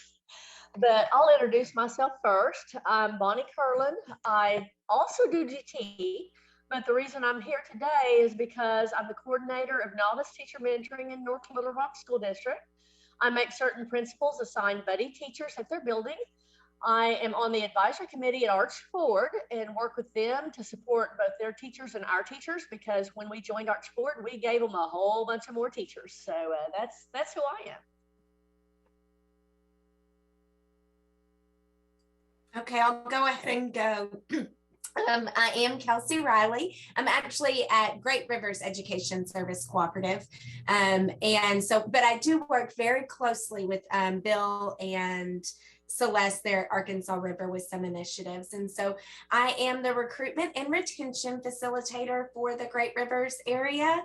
I also serve as an Apple site facilitator and the Educators Rising Region 4 co-coordinator with Celeste Alexander out of Arkansas River. So I work to support current and future educators in our area through Educators Rising, licensure support, coordinating mentors for our novice teachers, providing the professional development for novice teachers, and coordinating and supporting career educators through those licensure designations with the career continuum.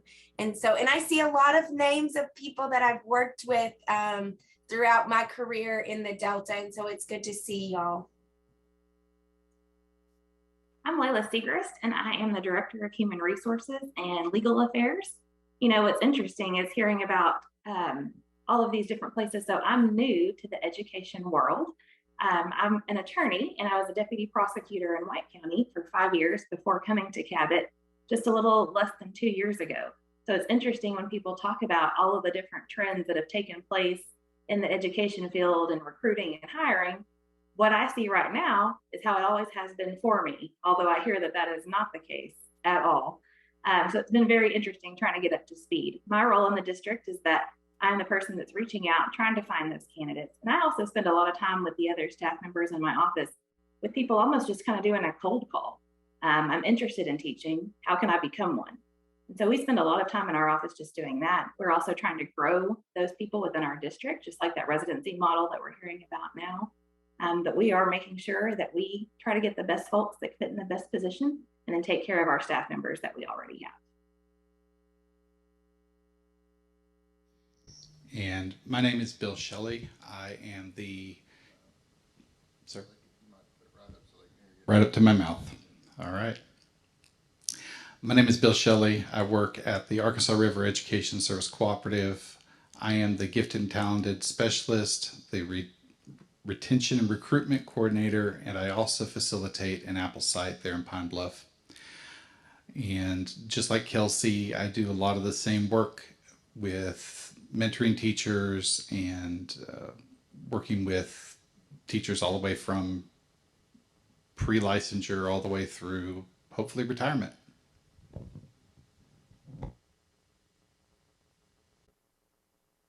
Okay, so one of the first questions we have here is just tell us a little bit about any characteristics or factors that you see within individuals that are entering the workforce, whether in your district or co-op region. If there was a few things that stood out to you, anything that you'd like to share.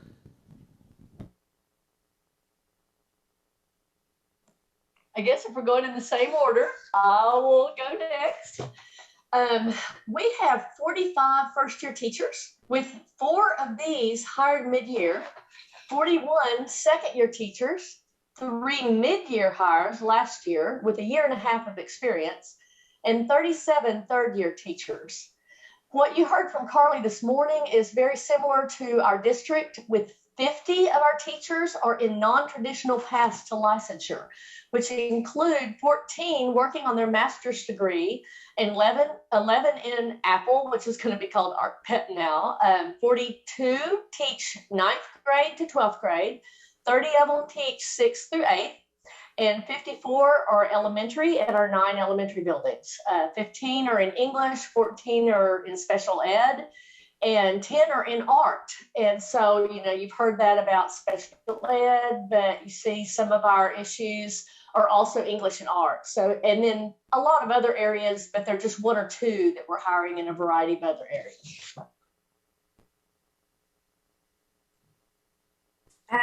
I cannot speak to the exacts like Bonnie just did. We have a very wide variety of what we see coming in, but characteristics of the individuals that I see, they're all passionate individuals. The people that I'm working with in our schools are invested in their students and they understand the value of education. The overwhelming majority are those that have been able to come into the classroom because of the non-traditional pathways, including those Act 1240 waivers that allow for districts to have non-licensed, not even provisionally licensed or emergency teaching permit teachers. So that's what we see mostly in the Great Rivers area. Not to sound like there's an echo in the room, but that seems to be the case in Cabot as well. You know, a lot of our people will get a lot of questions. Are y'all taking someone who doesn't have a standard license? Are y'all even considering those people? Yes, absolutely. There are some of those non-traditional routes that I don't think Cabot has ever even used in long history that we are now looking at to make sure that we get those people who really want to be in a classroom, who have that potential to make such a big impact on the lives of students, on the lives and culture of our district that wouldn't have had the opportunity before. So we're definitely opening up to that. And then another thing that I've heard from our newest group of folks that we're hiring is they're not coming into it with the idealistic mindset that it's perfect. You know, I think that we're all probably pretty aware of kind of, for lack of a better word, that attack on the education field right now. So these people are coming in passionate and ready to take that on. They know of those difficulties. And so I think I'm seeing a little bit of a renewed resilience in people that they wouldn't have had before. And that's promising.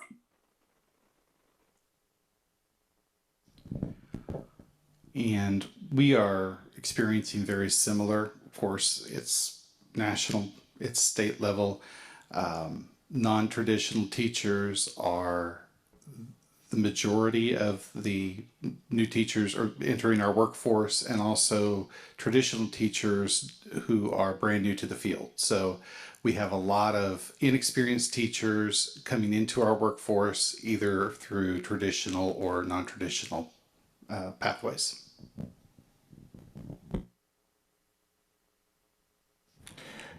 Okay. I know that's loud in the room, but we're trying to make sure it's loud for them and they can hear back in the virtual audience. And so there are, a lot of folks that are leaving the workforce, especially in that 3 to 5 year range that we heard about earlier. And so a question is, of the people that are staying within your districts or co-op regions, what difference do you see, or what have you been able to tease out of data or just anecdotal type things, that reasons for why people may be leaving? Okay, here I go again. So for us, I don't know if they have left teaching entirely or just our district, but we had 8 second-year teachers leave in June and 2 third-year teachers. I did do a survey. So on the survey for second and third year teachers, 100% indicated that they might leave the district, but remain a teacher. 53.7% staying in the profession because of the students. And the second reason they would stay in teaching, that was 35%, is the love of the subject or content of what they teach. First year teachers had 5 not want to stay in the district, and 1 did not plan on staying in the profession. So again, this is from the survey of them telling me about this. 27 of 44 first year teachers, which is 61%, will stay in the profession because of the students. And the second 2 reasons, just 12 of them, but 27%, love the subject, and 12 actually indicated, and this is like the little quote from my survey, they love every aspect of teaching. So I also looked at their stress level, and I'm going to share, hopefully share a little pie chart, because I'm very visual and like looking at an image. And so these are my little pie charts about stress. And what you'll see from that is that first year teachers had more stress over behavior issues. And that seems to be common for first year teachers. Archford looked at some data as well, and stress over behavior management is the big one for first years. And then all teachers stressed over online teaching and learning. And so we found that that's also an issue right now for my teachers.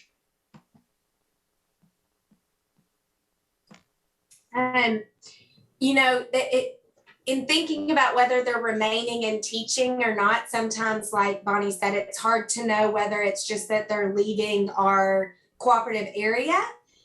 We see a big shift from years 2 to 3. And I don't know if it's exactly this, but if you look at a lot of your licensure programs, that are non-traditional, they're 2 years just about. And so then we see a big shift in people moving either out of the classroom once they finish that program or to another area. Another big indicator that we see is the ones who start with the initial intention of staying long-term are more likely to stay and remain in teaching beyond those first 3 years. There are some people who enter into it knowing that it's temporary for them. And so our districts that we work with in the Great Rivers area have a very unique situation to process through, because some of them know that every 2 years they're going to be recruiting new teachers for their classrooms. And then knowing that the way that you support them looks different. So most of the time, the teachers that we have that stay in our districts in the teaching role have some sort of connection to the community that those who leave may not necessarily have.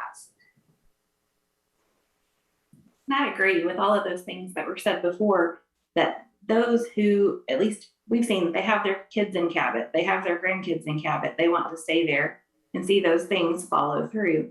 Now, the one thing that I thought was interesting is some of these people who came into teaching just as we came back to school, from COVID, or that left the year in the middle when we all shut down, those people, they think we don't have anything to compare this to before. If this is what teaching is, then oh my goodness, this is not what I bargained for, when I was a 10th grader in school and knew this is the profession that I want to have. This looks completely different than when I was in school.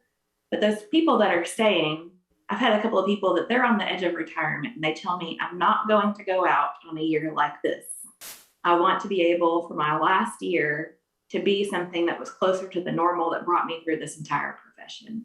So I think the things that are keeping people there, or just that hunger for things to go back to normal. And they know that it will, and they say that there are hiccups in education all the time, and this has been a big hiccup these last couple of years, but they're willing to wait it out and see things go back to normal before they make any permanent decisions about the future. Yeah, it's interesting to pull data about this. I've got feedback. Trying to keep the information clean with the COVID issues going on, but for us, our districts are so different, and it was really hard to come up with a generalization for our region. So I'm going to pick on one of my districts. I was looking at data for Pine Bluff, and in general, and this is just a trend, of course, it's not for every single teacher, but in general, it seems like the established teachers, the ones who have the most experience, tend to stay. They're vested in the school, they're vested in the community. And in general, the newer teachers are coming in, getting their training, getting their licensure, and then moving to other opportunities. They're more mobile, and they have other options that they're exploring. So we do have brand new teachers who stay, and they're fantastic. But in general, that seems to be the trend there, just for that district, Pine Bluff.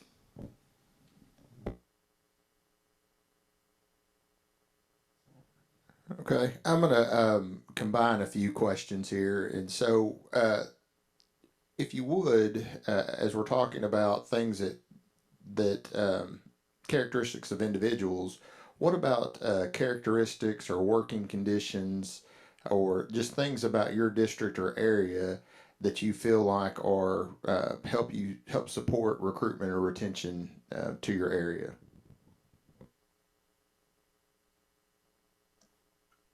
You said you're combining questions. I've got them all listed one at a time, so I don't know if we need 4, 5, and 6 at the moment. But for the idea of traits in our district, as far as recruiting and retaining, several of the questions that Mike sent us to say here, let's discuss these things.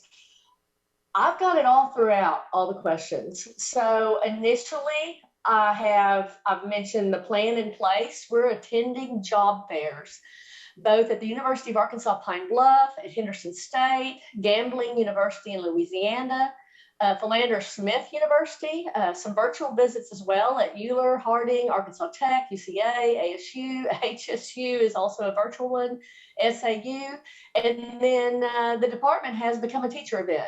So we're attending all of those. That's in the plan. So we have a plan, we're doing this. Some of those you may or may not have noticed are because of our demographics. And Carly pointed out those lovely details about demographics. And we are aware that we also have that discrepancy of the number of teachers matching the demographics of our students. So some of those places that we're attending job fairs are very intentional. And then I feel, if we're going on to a couple of other questions, that as far as conditions in our district that are supporting that ability to recruit, I really think the best working conditions seem to be when teachers feel supported by their principals. They have a good working relationship with their colleagues. And then we've talked about compensation with recruitment and retention that, Carly mentioned the money. Some of them, I gave you some information about the statistics. Some of them are staying because of pay. That wasn't the big one. We know students and their content areas, the big one for me, at least on my surveys, but we do have competitive salaries for Central Arkansas. So we're trying to compete with at least the schools in our area. I hope that answers some. I'm ready to answer some more in a bit. I won't repeat really what Bonnie was saying, looking at the idea of compensation and how that can compete and your students seeing themselves in their educators. And so that is definitely something that is important. We see a lot of what happens in our communities is that they're so small. And because they're so small, there's a unique aspect about each of them that they can advertise for people to come to them. We can't compete really with a lot of the larger districts across the state. But at the cooperative level, we aim to provide that comprehensive support system so that our teachers feel supported in the social emotional aspects of their life as professionals, and then also in their practice and in their pedagogy with what they're doing. We also are doing a pilot program this year. Bill and I collaborated on this for our 2 different cooperative areas, but in looking at helping with career educators in the micro-credentialing process to add designations onto their license. And I think that has been something that has helped with that retention because a barrier of the cost of the process is no longer there. We're able to remove that barrier in paying for those micro-credentials and providing incentive pay for those teachers. So we're opening opportunities for growth within our area where people don't have to leave our area to pursue that growth. I think the same thing goes for recruiting and retention, and that is support both from outside of the district and the community, and then also within the district. So when we've gone to job fairs and we've talked to people, we tell them our community rallies around our district. And we show them that we have churches that are kind of sponsoring our schools where they're going to get a Sonic drink on Friday, every staff member in that building. Those little things that serve to be that pat on the back that other when you feel like you're on an island, that you're supported by a community full of people. Businesses that do a lot of things for our teachers and for our staff members, and we appreciate that. And then within our schools, we make sure that our administrators celebrate all of the good things that your teachers do. We do the same thing with our students, right? We don't want to focus necessarily on all of the bad that they do. We want to celebrate the good. And so we make sure that our district administrators, that our building administrators are doing just that. Pat those teachers on the back and make it a very, very big deal when something is going well. Also for those new teachers that are coming in, especially, I think culture-wise right now with COVID is that everybody kind of feels like they're siloed and they're on an island. But to make sure that those PLCs are strong, they have support there for those people. And I know that's kind of being talked about in the chat over here as well. That's a big, big push for us. Making sure that they have someone to come alongside them and say, don't wait until things are bad. And when they're falling apart and you're ready to throw in the towel, let's fix them from the get-go. I'm going to go back and reemphasize something that Bonnie said. That administrative piece is extremely important, and general support is critical. We've seen 2 different buildings in the exact same district. They're receiving the same district level support. They're receiving equivalent support from us, and yet the attrition rate is vastly different between those two buildings. And so it has to be a culture piece there at the building itself. I also know that from experience with the teachers, there are some teachers in buildings in general, of course, who rely heavily on the co-op for support in a variety of different ways. There are other novice teachers, when I contact them, they say, I don't really need a whole lot from you guys. My principal is fantastic. My collaborative team is fantastic in giving me all this support. My buddy teacher's great, and they just are surrounded with support, and they have a great culture of helping each other. And so, of course, we continue to support them, but they don't need us as much because that capacity is being built by an effective administrator in the school. So I think that culture that's being created by the teachers, but also being facilitated by the administrator, is vital to retention and recruitment. And obviously in our region, but I would say everywhere.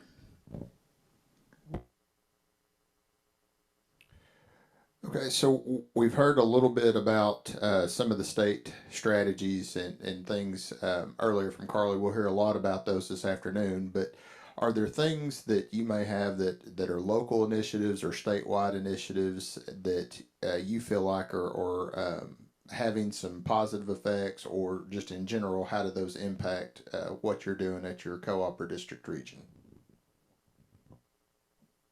So I want to put a plug in for 240 tutoring. My teachers adore it. We did it as a district, and then Archford now offers it. So when my teachers ask, hey, are we still doing 240 tutoring? I say yes. Archford's supporting us with that. 240 tutoring helps them prepare for their praxis. And the ones who have requested it and are using it are finding it very helpful and successful. So that really is a big initiative that is out there for people. We have many universities in our area. So, we're Central Arkansas, and there's a wide range of students who are moving to the area for a college. And so they're moving here for Euler, they're moving here for even UCA, they're in the area.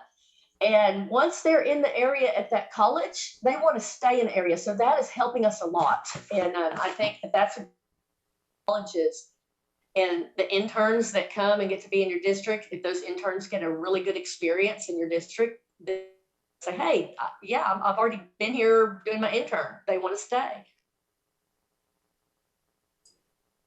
On the opposite end of that, in the Great Rivers area, we do not have people moving to the area.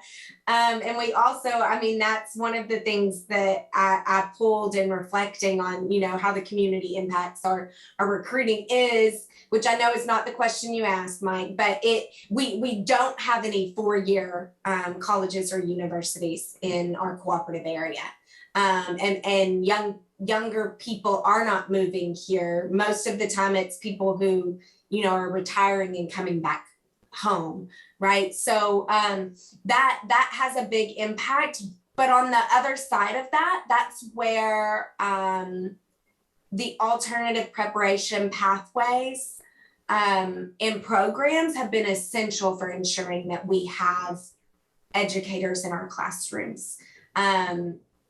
We have a population of career educators who a lot of them were traditionally trained. So they have their bachelor's of education or their master's of education, but the majority of our younger population of teachers and younger teachers are coming through, and our novice teachers are coming through, or early career educators. Sorry, Carly and Sandra, early career educators are coming through those alternative preparation pathways. And so, we have Clarendon Holly Grove has been really keen on the grow your own and taking paraprofessionals who are within their communities and are completing their degrees and working to get them licensed. Helena West Helena and Marvel Elaine have been working extensively to take their Act 1240 waiver teachers and, support them through enrolling in licensure pathways and programs. Lee County has done the same as well. Forest City is utilizing the Opportunity Culture Schools model, which has been incredible for their strategies in recruiting and retaining teachers. So our districts are doing the work. It is just an extremely steep hill. And so those are just some of the strategies that we're seeing within our districts, and we at the co-op level work to try and support them in that. The alternative assessment plan or pathway has also been a huge support for a lot of our teachers. I think that, you know, we're doing that same thing. We're trying to grow teachers, even starting with those who we can identify as a great substitute teacher in a classroom. You know, let's get them in more often. Let's see what we can do, and just really encouraging those people that we know already have an eye for this, that already just kind of have that bent that's going to be able to make them successful in a classroom. Growing those interns as well. I think that a big thing that we want to do is to make sure that our retention is what also supports recruitment. So if we have our own staff members that are happy where they are, that they say wonderful things about the district and know that they want others to work here, if they have a friend that's considering a career change, we want our staff members to be the one that says, you know what, I know something that you can do, and I know where you can do it. Those great teachers that we already have, we want them to also be our recruiters. When they have a spouse that's ready to throw in the towel at their job, well, you know what, I know where you can go. So we're using retention as a way to recruit, if that makes any sense. Our co-op is very lucky because we have several supports. We have access to four-year universities, two-year universities. We have a traditional teaching program at University of Arkansas Pine Bluff, at Monticello, even at Little Rock, that we can pull teachers from, as well as the Masters of Arts and Teaching programs at those schools as well. We also have, like I said before, we have an Apple program, and the incredible work that Kelsey and Dr. Alexander have done in the greater region on Ed Rising has really encouraged some kids to pursue that teaching career. And I'm really excited about the Arkansas residency program because I can see that foundational work now having a place to go specifically. When you hear about that this afternoon, I think it'll be beneficial. You've all heard about it before. One of the things that we're doing there at the co-op, because we do have so many different options for teachers, is Dr. Alexander and I have really pushed this year to create individual teacher success plans, kind of like what Ms. Saraceni said earlier about a teacher IEP. And we have literally just boots on the ground gotten with individual teachers, had the conversation, made sure they had a pathway, made sure that they had all the supports they need to get through that pathway, whether it's praxis support, whether it's help with the AAP, a micro-credential, whatever it is that they need. And because we have all those different options, it's been very easy for us to put teachers on pathways. So that's been helpful to us. All right, so I know we've got so many questions and so little time, but just want to hit a little bit on diversity. And so just overall within your area, if you had one, really effective recruitment strategy, what would you have that's really working for you and that's targeted to special populations and look with an eye on diversity? Okay, so this question, I'm not really sure where it fits in my list, but the thing that I have done recently, just personally, is that idea that we've already heard from the other ladies of the paraprofessionals that are in the building. And I see a paraprofessional working with students and doing an amazing job. And at the end of this, if we get to the final question, I'm going to tell you about my happy notes. But I write her a happy note and I say, thank you for all your support. Have you considered getting your teacher license? And I've been able to talk to a few, and depending on their stage in life, how old their children are, and I have one that is interested in a career change from para to teacher. And so the one-to-one individual contact with very specific people that you know, I think, that personal relationship is the best way to recruit a diverse population. Now, we have the whole plan. We've got the plan, use the community. We've got Ses Puentes, we've got the Latino Job Fair, we go to St. Mark Baptist. So we have things in place to help with that, to work on that. But again, the better you have a relationship with people I think you can recruit, which includes the residency model and the students. Have the relationships with people through all of those different ideas and different programs that we have.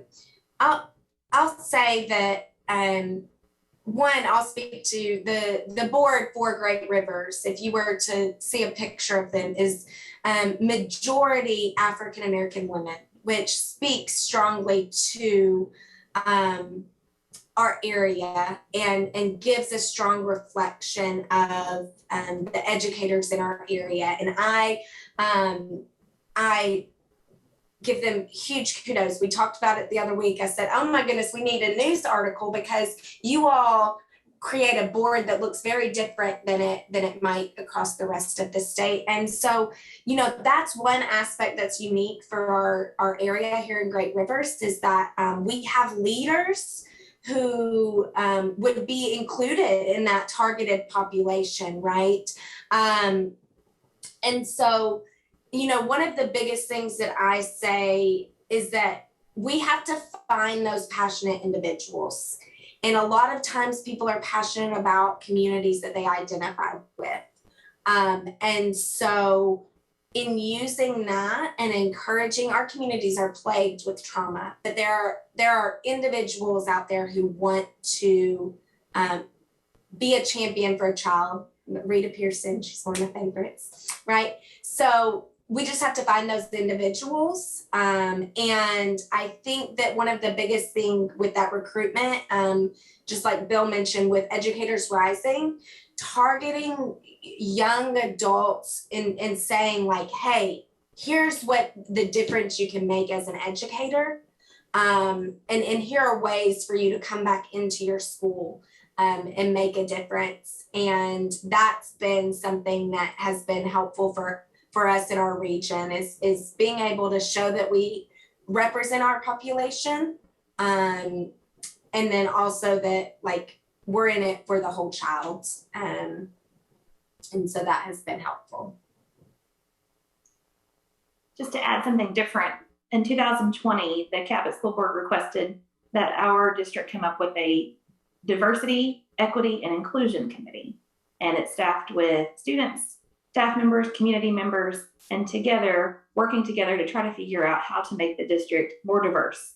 Students and our staff across the board. And so just some things that they've been able to come up with and some ideas that they've been able to generate has been a really great tool for us, and it's been very eye-opening. And we're just excited to share that, number one, that committee exists here, and that number two, it's working.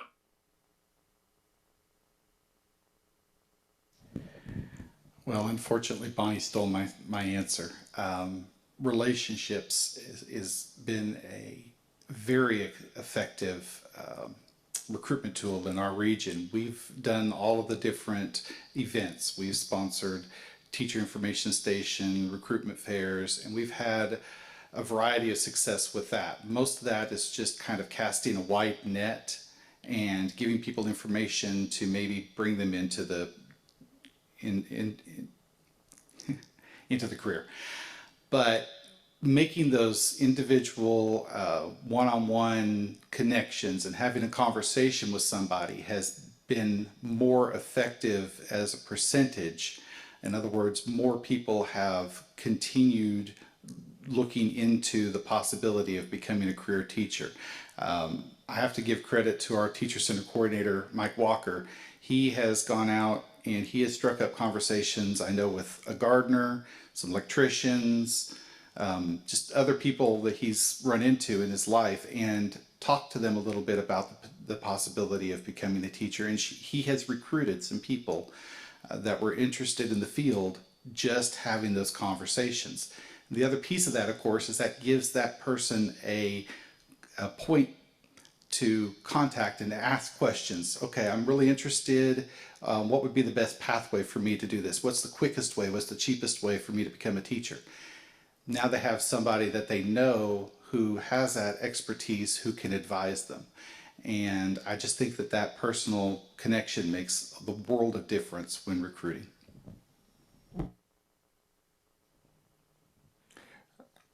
All right, so I know we didn't get to all the questions, and there may be something else that you want to share or hit on. So I'll give you the opportunity for kind of a last word of what you would like the audience to know about any efforts or things that you see that may be issues related to recruitment or retention, but anything you want to share in closing.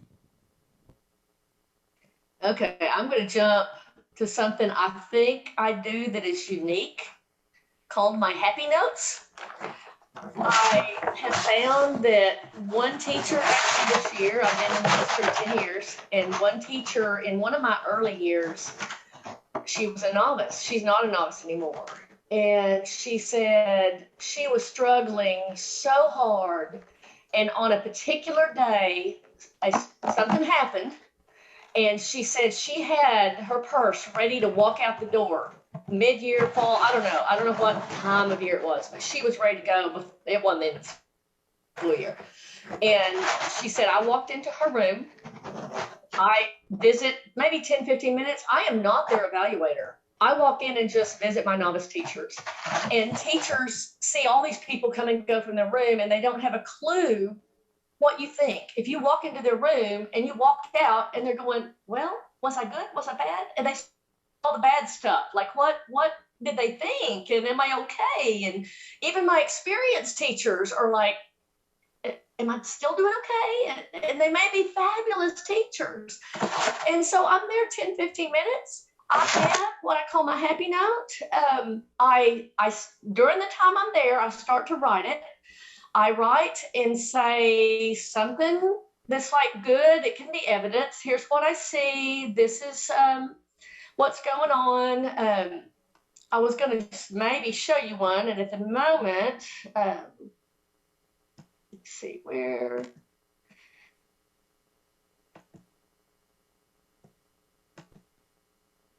I think about it. I write something happy down.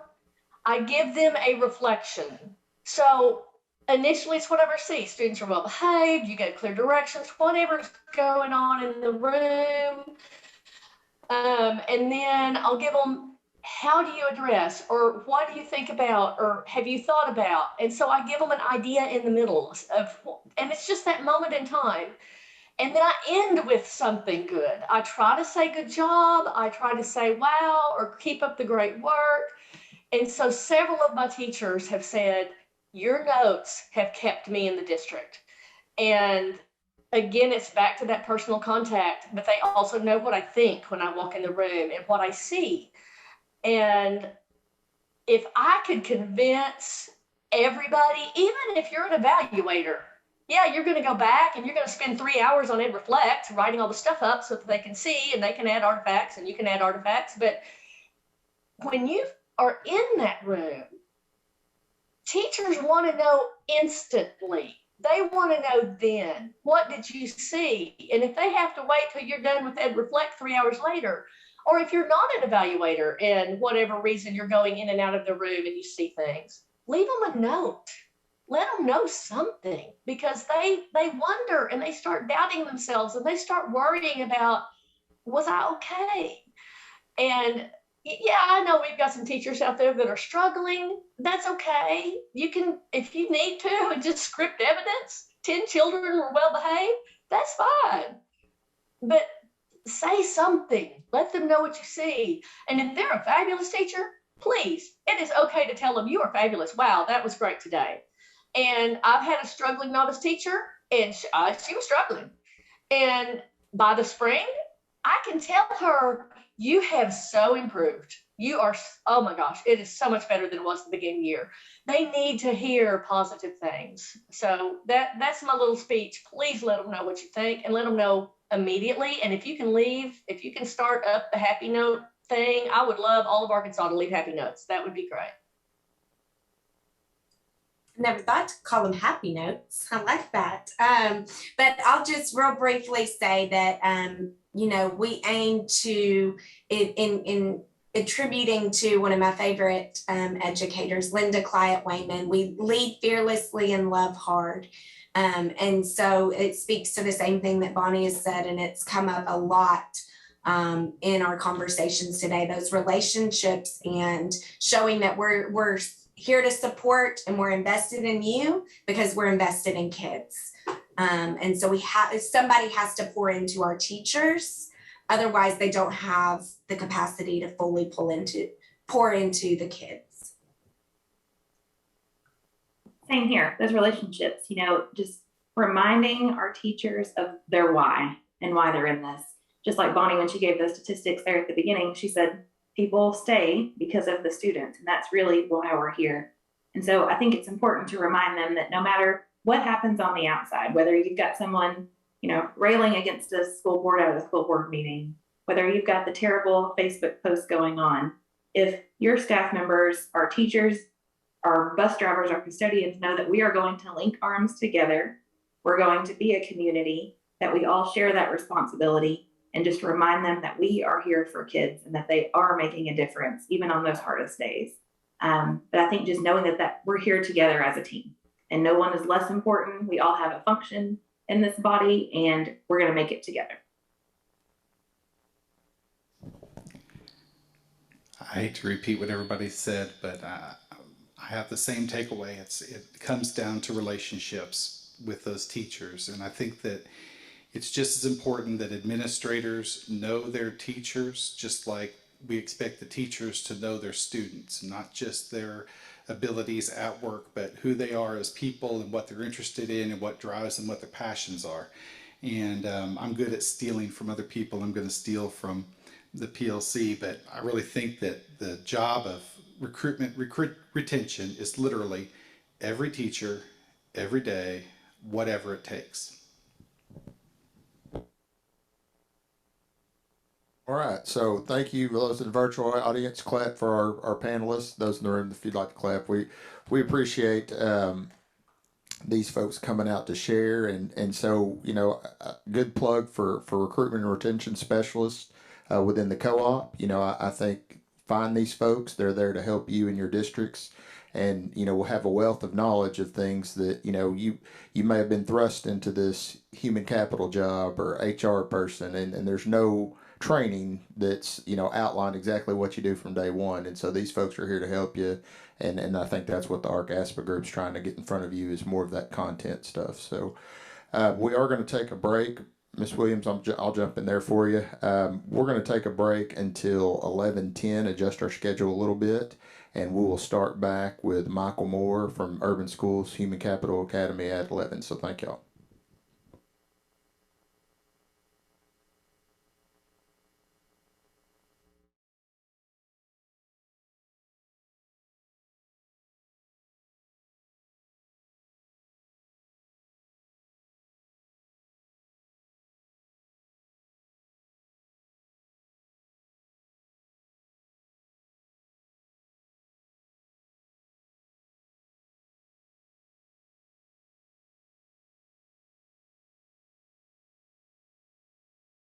Ms. Williams, I think we're ready to start back when you are. All right, welcome back everyone from the break. Those morning sessions full of information, so helpful. I took lots of notes. I hope it's helping all of you out there as well. As we're coming back, we have Mr. Michael Moore here, and Dr. Hernandez has done a lot of work with the Urban Schools Human Capital Academy and that organization. And it's been fairly new to the ArkASPA board, but we're becoming more and more familiar with some of their work over the last few years. And so Mr. Michael Moore has more than 40 years of experience in K-12 public education, served as a teacher, high school principal, and superintendent of schools. And since 2004 has been working nationally on the talent and leadership development projects.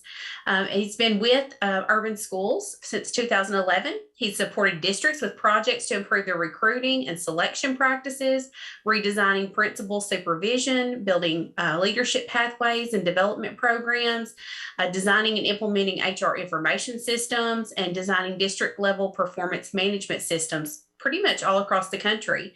He also serves as state technical assistance manager in Colorado, Massachusetts, New Mexico, and Utah, and coaches in the Emerging Human Capital Leaders Program. Michael's specialties include designing frameworks and tools, assessing leaders, supporting principals as HC managers, creating structures for social learning, and coaching senior teams and leaders.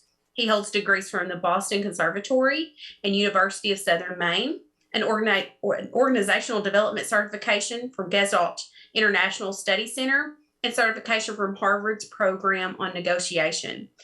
He's going to be explaining to us how to use ADE's and urban schools HR handbook, which will be very new to a lot of us. And so Mr. Michael Moore is about to present on HR 101 at your fingertips. And so I think these will be some tools that we may not have even thought about before that he's going to help us be equipped with and be prepared for that hiring season this spring. So Mr. Michael Moore, welcome and thank you. Thank you. It's great to be here. Thank you, Brandy. So I'm going to share my screen and I want you all to start right here. So if you don't know about Bitly, one of the problems with Bitly is that it wants it to be exactly the way that it wants it. So if you could type this into your browser window exactly the way you see it, and if someone can put in chat, like as soon as you've successfully opened that folder, just type in chat, I'm all set or something so that we know that the link is working. It was working a moment ago. It should open a folder.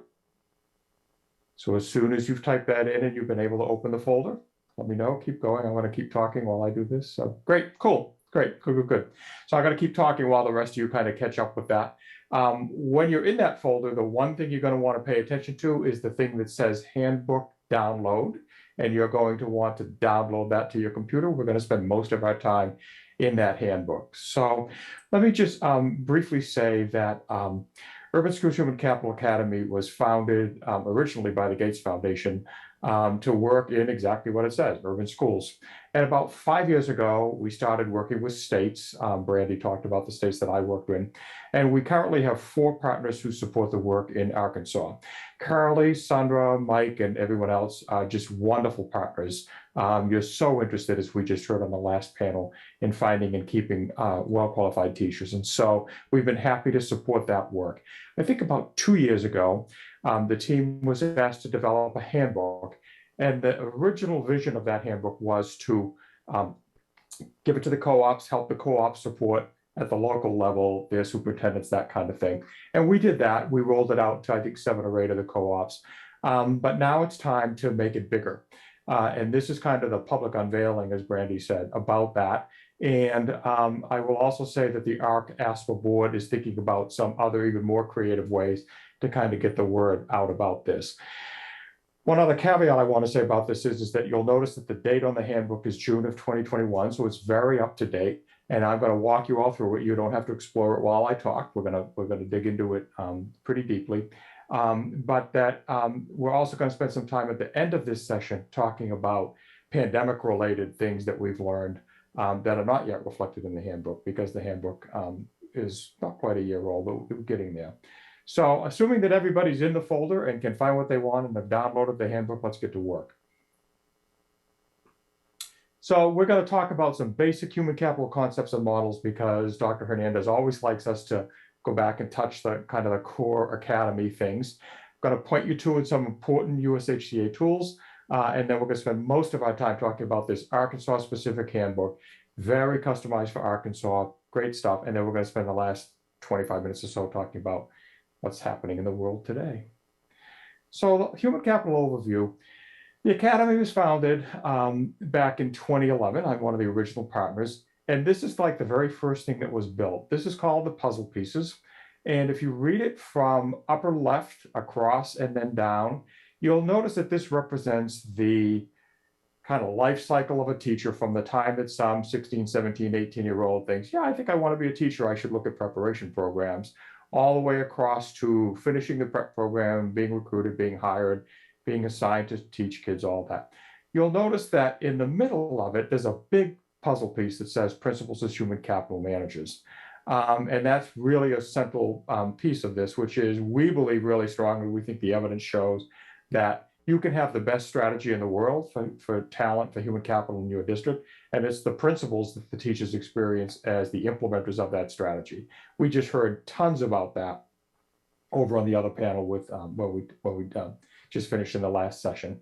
So we also recognize that, you know, you're surrounded by other things. You have policies, you have state board, you have labor contracts and agreements. So this doesn't happen in a vacuum, but the puzzle pieces are a good summary of how a district and a school can go about working on its talent and human capital challenges. So several years ago, we built out some modules around principals human capital manager. We're going to talk about that a little bit, but every once in a while, we ran into resistance from superintendents who said, I want my principals to be instructional leaders. And I understand where that came from because I actually was trained to be a principal back in the day when principals were trained to be managers, to be more operational people. And I lived through, in the tail end of my career, the transition to instructional leadership. The argument that I want to make about this, and any of you who have been principals know this, and most of you know it because of your work with principals, is that you can only do instructional leadership with the workforce that you have. So take a look at the variables on the slide here and think about all the ways that workforces vary from school to school.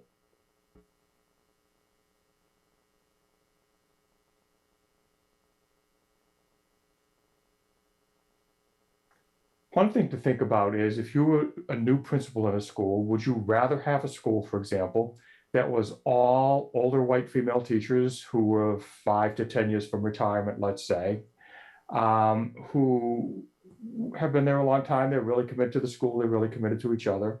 Or would you rather have a school with a 30% attrition rate, let's say, where there's a whole bunch of young people coming in all the time, they're excited, enthusiastic, they may not know completely what they're doing, but they're very energetic about their approach? There's no one right answer to those two questions, but I think thinking about those differences in workforces is something that we see in districts often. When we talk to principals, whenever the academy goes into a new district, one of the things we do is we do at least one principal focus group. And so at this point, we have talked to thousands and thousands of principals. And these are the things that they always talk about in terms of their pain points.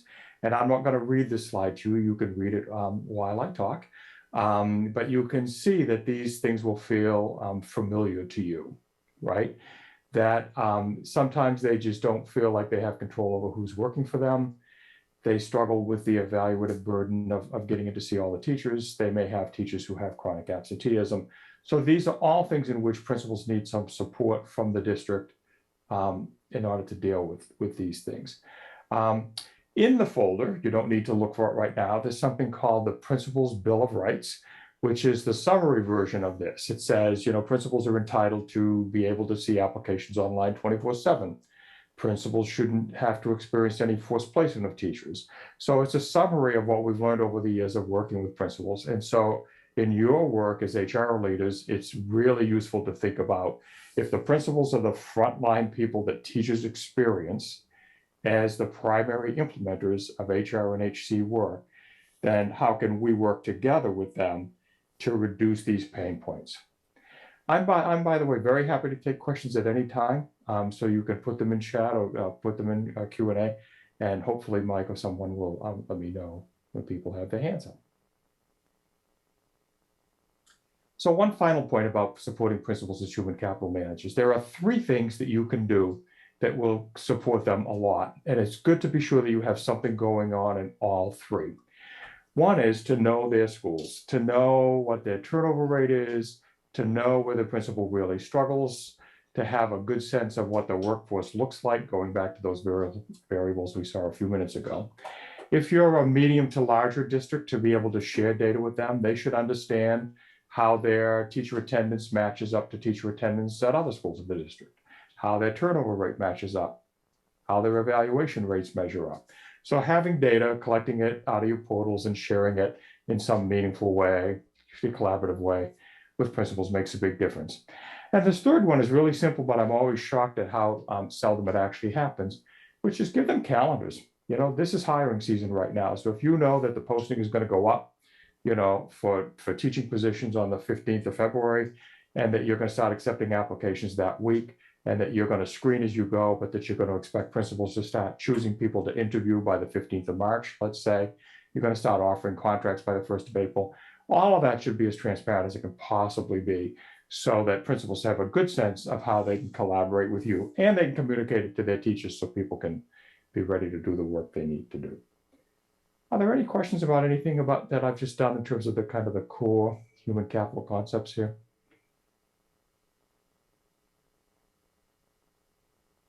Okay. So one of the other fundamental principles about the academy work is that you can't really do anything without data. And also in the folder that I had you open, you will find 2 data-driven tools. And there's lots of things you can do with these tools, but I just wanted to differentiate them for you so that you would know the difference. So the original data tool was something called the Teacher ABC tool. There are 48 indicators, a cluster of indicators for each of those puzzle pieces as you go across. This is a sample of the ABC tool for the hiring and selection one. And you can see what happens here is that it's meant to have someone like me come in, or someone who's somewhat expert, and talk about the row. So I would say to you, you know, do you have a hiring timeline? You know, and then you would answer in one of these 3 buckets here. Yeah, I do a calendar. Yes, I have significant timelines and I share it. And then the highly functional would be everybody knows what's going on. And in each row, there's a metric. So the metric in this case is what's the percentage of vacancies filled May 1, July 1, August 1. And then you set a benchmark for that. So when you do this 48 times, it's actually quite a lot. And it's difficult for folks to manage sometimes.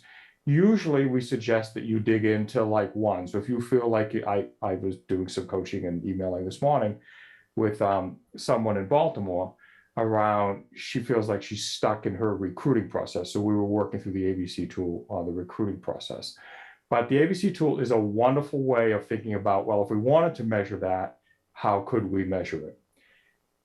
The ABC tool is available in that folder. There's a simplified version of the ABC tools, the same 48 indicators, but it's called the Small District Assessment. And instead of having the red, yellow, green, and the metrics and the benchmarks, all it asks you to do is to look at the highly functional description that you find back over here, so the green row, and rate that as, well, if I look at that as a highly functional thing, how close am I to that? And you put a number in there from 0 to 3. When you do that, it then generates a couple of charts and tables. This is one of them. So you can see in the way that the system rolls up that this is a district in which there's pretty good work being done on hiring and selection and induction and new teacher assignment, maybe career management, but they have a comp and benefits problem, let's say. They have a teacher preparation and recruitment problem. So the small district assessment lends itself to you by yourself sitting in your office, or you and a small team of people just kind of chunking down through the 48 items and just putting a number on them. I mean, it's a lot easier to do than the big ABC tool. It's one of the things we often do at the academy, particularly when we were in person, would be to have district teams come together and to complete some subset of these ratings. And it's always interesting to see the different perspectives. You know, like, you know, I would tell you that I have a timeline in place and that everybody understands the timeline, but you have a principal on the team who says, well, I don't know that you have a timeline, I've never seen it. So it's always interesting to just see the differences in opinion within a district or within a co-op around how people think the work is being done. One final thing. The Academy's tool portal, which is completely free, is hrined.org. See it up there in the upper left-hand column. And all the tools that are in your folder, except for the handbook, which belongs to Arkansas, and a whole bunch of other tools are available in the tool portal. And there are really two ways to navigate the tool portal. One is the search bar that you see kind of in the upper right-hand corner of this screen cap. And the other one is Guide My Learning down below. Now, there's some things that I'm not giving you because it's outside the scope of my talk today, but that would be really important to you based on the last conversation that you had in your last session. For example, there is a teacher stay survey in the tool portal that you can pull down and use it as interview prompts or use it as a survey to ask teachers why they're staying at their school. There's a Gallup retention of teachers survey. There's an exit survey. So those are all things that you can find in the tool portal, pull down, and adapt for your use. And as long as you give us credit, you can do whatever you want to do with them. So this is a screen cap of, if you go to HR and Ed, you will see a screen that looks like this, and you can navigate it from the top right, where I'm moving my arrow right now, or from down below. If you don't know much about it, it's probably better to start with Guide My Learning. But if you have any idea what the name of the tool is, you can go to the search bar up here in the upper right. Now we're going to dig into the handbook. I've asked you to download the handbook. You're going to want to open its PDF file. I believe that Sandra is working on getting you a link that actually will take you to a place where the chapters are all broken down. But the version that we're going to work from today is one big, I think it's 118 pages or something, of a handbook with everything in one place, which I actually think is the most convenient way to do it. So here's the way the handbook is laid out. Yep, Carly says you just put the link to the ArkASPA hosting of it online. So the handbook has 11 chapters. They're listed here. The titles are listed here. The black ones, so 4 through 8, the bolded ones here, they tie to the puzzle pieces directly. You can see that they're exactly the same language. The red ones, so number 3 and number 9, are really Arkansas specific. ArkASPA has a wonderful HC improvement planning model. It's one of the best in the country. And it's a chapter about how to make good use of that. And then there's something in number 9 about co-ops and taking a regional approach to human capital improvement. The green ones, so number 2 and number 10, are about data and how you would figure out what's working and not working and where you might want to start working. So there are 11 chapters. They all have something to do with human capital, but they all have something to do at different levels about that. So more or less, every handbook chapter and every PowerPoint deck that accompanies that chapter is laid out this way. So I'm going to give you a minute to just take a look at this. They all have the same flow to them.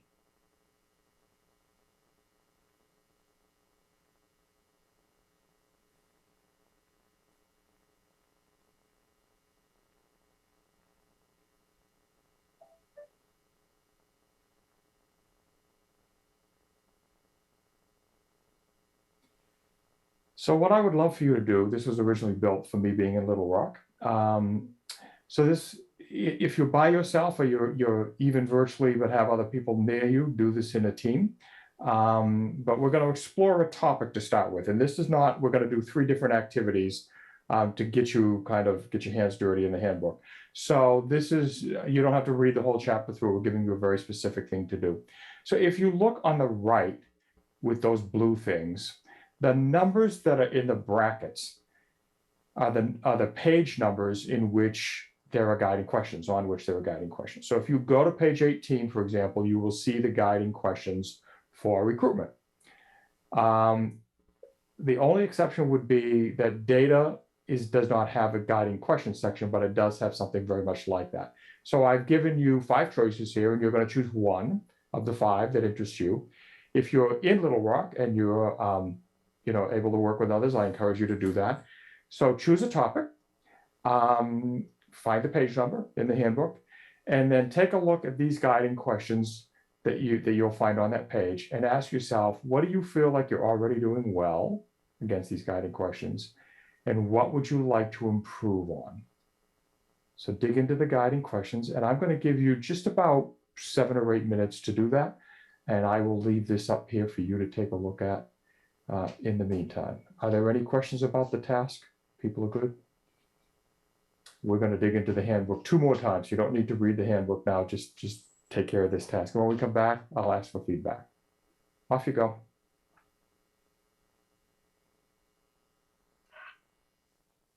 Great. So finish your thought and then come back into the virtual space. What did you notice when you did that? Who had a good conversation with someone else, or who had a good reflection when they watched those guiding questions?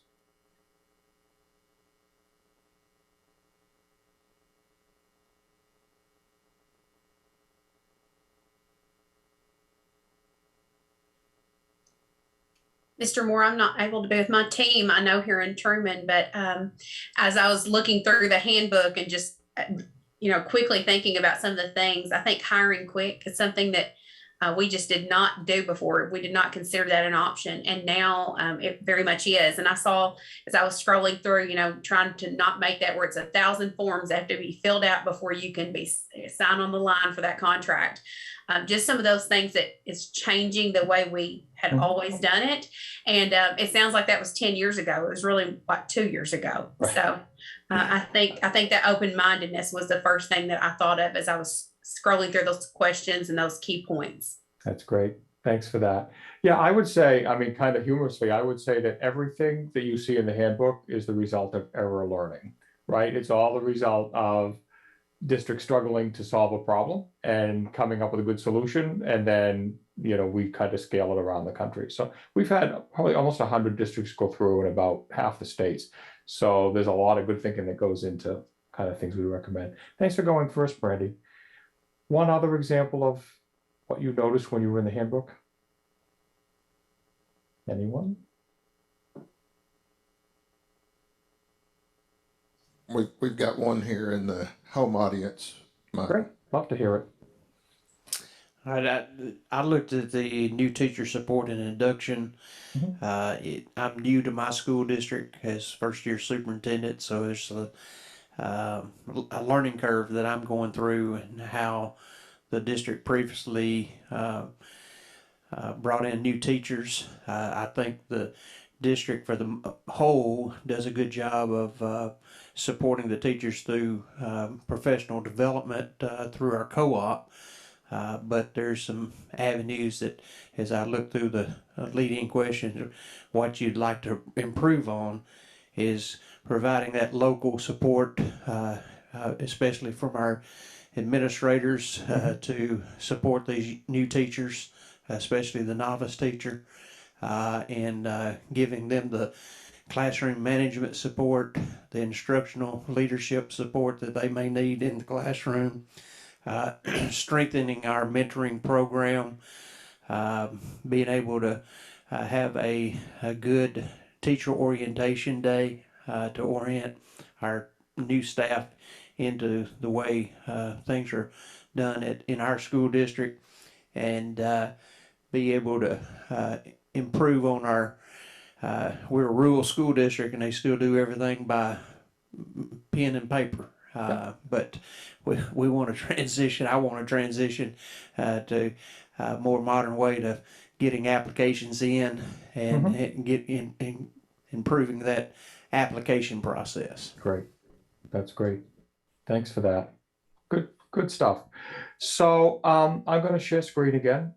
And as I share screen, I just want to comment on what we just heard, which is that with new teachers in particular, and if you read the chapter that's relevant to this, some of the tools are listed in the chapter, but 2 places to look in the tool pool. So in that HR and Ed thing that I talked about a minute ago, if you type in starting strong, we have wonderful new teacher support models in there, the PowerPoint deck. You can use it to work with principals on. And if you just type in new teacher experience, we also have a lot of other things that, about supporting new teachers.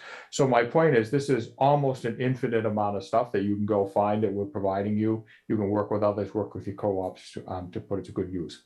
So take a look at this. This is the next task. If you're in person, you can make new friends. If you're virtually, you can pat your dog and get to work by yourself on this. But if you go to the handbook and go to page 2, which is the table of contents, just choose one of the topics or chapters from headings A to D, not E, A to D, and spend literally just 5 minutes walking through the chapter and finding 2 or 3 things that are new learning for you.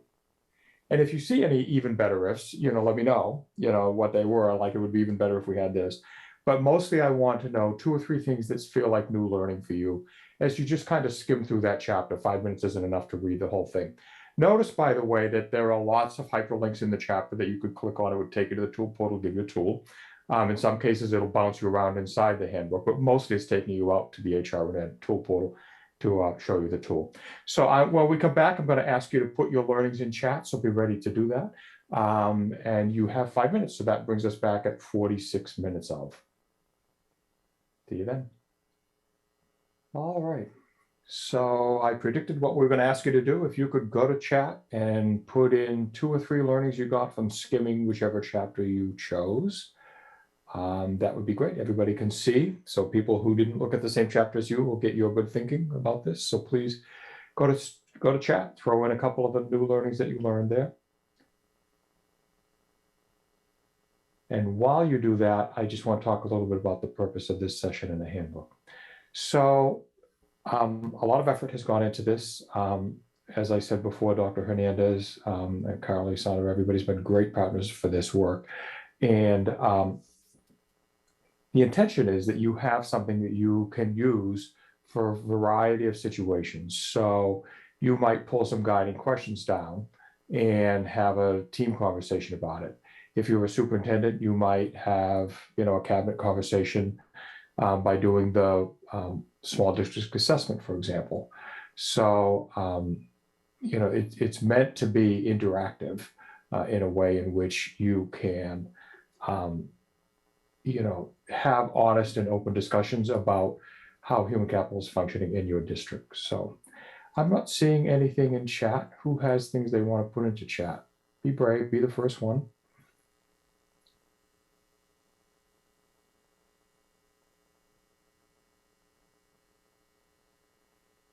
There we go.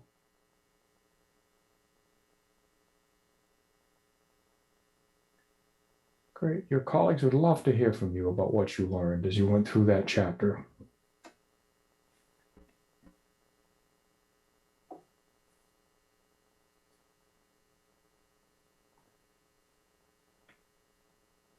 Yeah, Bonnie makes a good point, which is you're going to see stuff in there that feels familiar. It's stuff you're already doing, right? But at the same time, hopefully there are new ideas in there for you to think about too. And again, conversation is everything.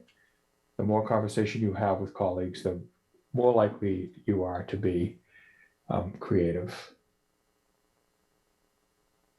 Great. Keep typing in your ideas. Your colleagues would love to hear from you.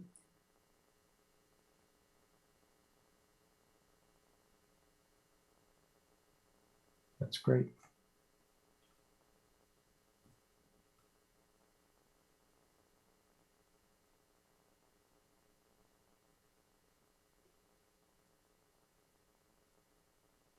So this next topic, this next activity we're going to do sets up a little bit more awkwardly than what we've been doing. So if you can go down to page 90 in the handbook,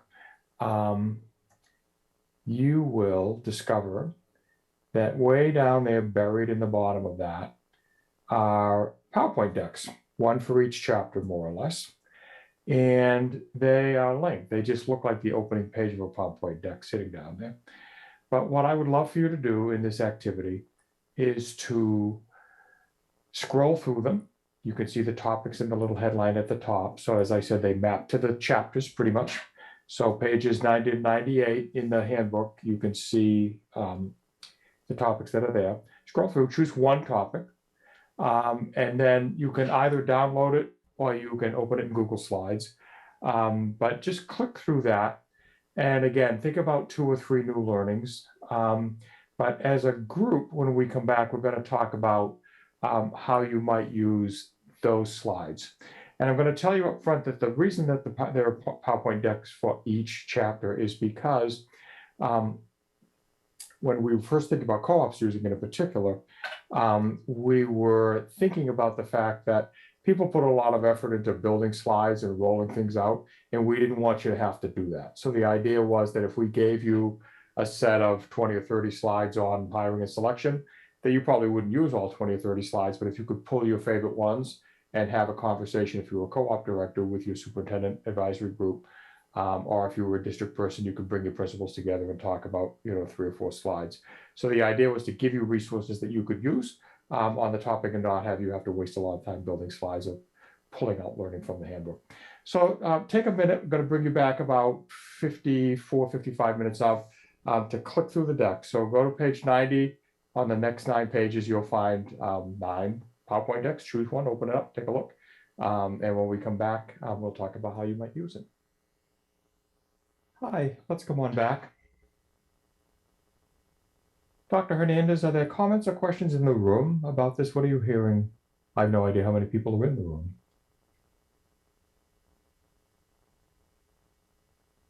So we don't have any questions right now, but one of the ones I was looking at was the presentation about the induction and new teacher support, and was going through that. And one of the things that I noticed was the key metrics that that you should be looking at within your district. And so the one that's always that I know I didn't do a good job of is just laying out and looking at in buildings, grade levels, or specific disciplines, what are my percentage of novice teachers in those? And so I know I've been through this a lot, but one of the charts I remember seeing that was eye-opening was that, if you're not careful, you may put not 3 novice teachers in 3rd grade side by side. And so obviously they're going to need different kinds of support. And if you can help it on the front end, I think it's important to look at that. So that was kind of a good takeaway from my chart. Yeah, that's great. Thanks for that. Yeah. That the chart that Dr. Hernandez is referring to was originally done by Educational Resource Strategies up in Boston, and we use it a lot. And it basically draws little kind of paper doll things, and they're colored and they're circled depending on how many years of experience they have, whether they're effective or not, what grade level that they're in, and all that. And it's a one-page way of looking at your workforce.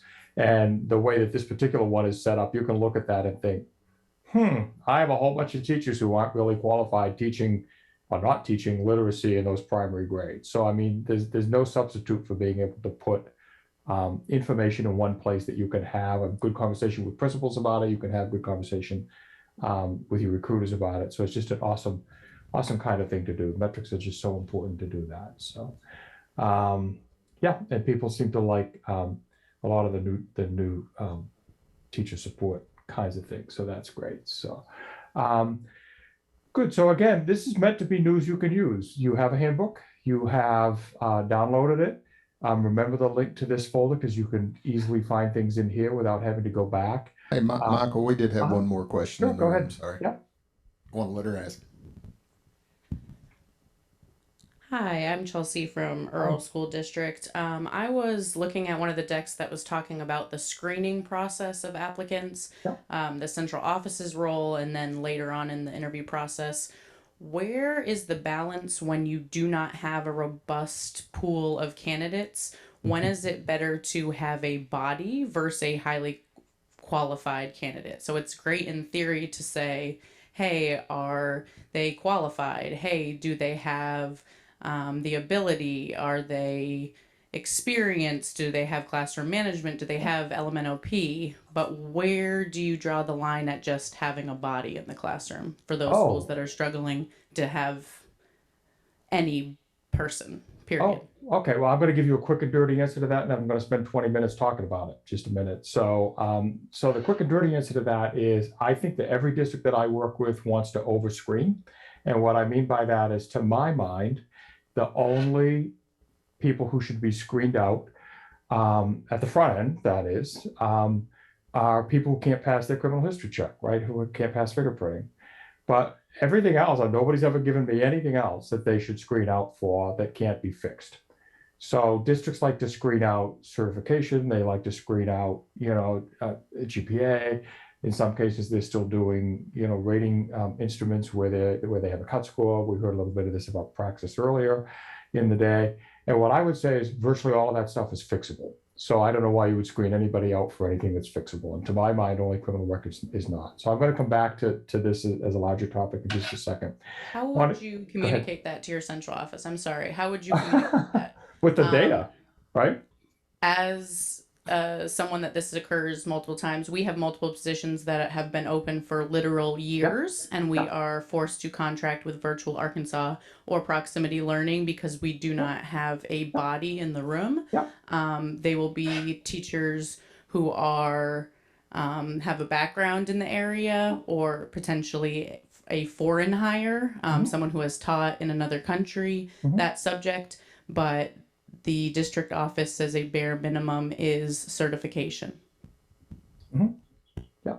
So these are strategic decisions, right? So I think the question for the district, for the superintendent, the cabinet, and that, involving the principal's voice is, to what degree is that the best solution that's available to us, right? And there are districts in which they would say that's an awesome solution. And then there are districts in which they would say, no, I think we can find someone who's not yet fully certified, fully qualified. We can develop that person.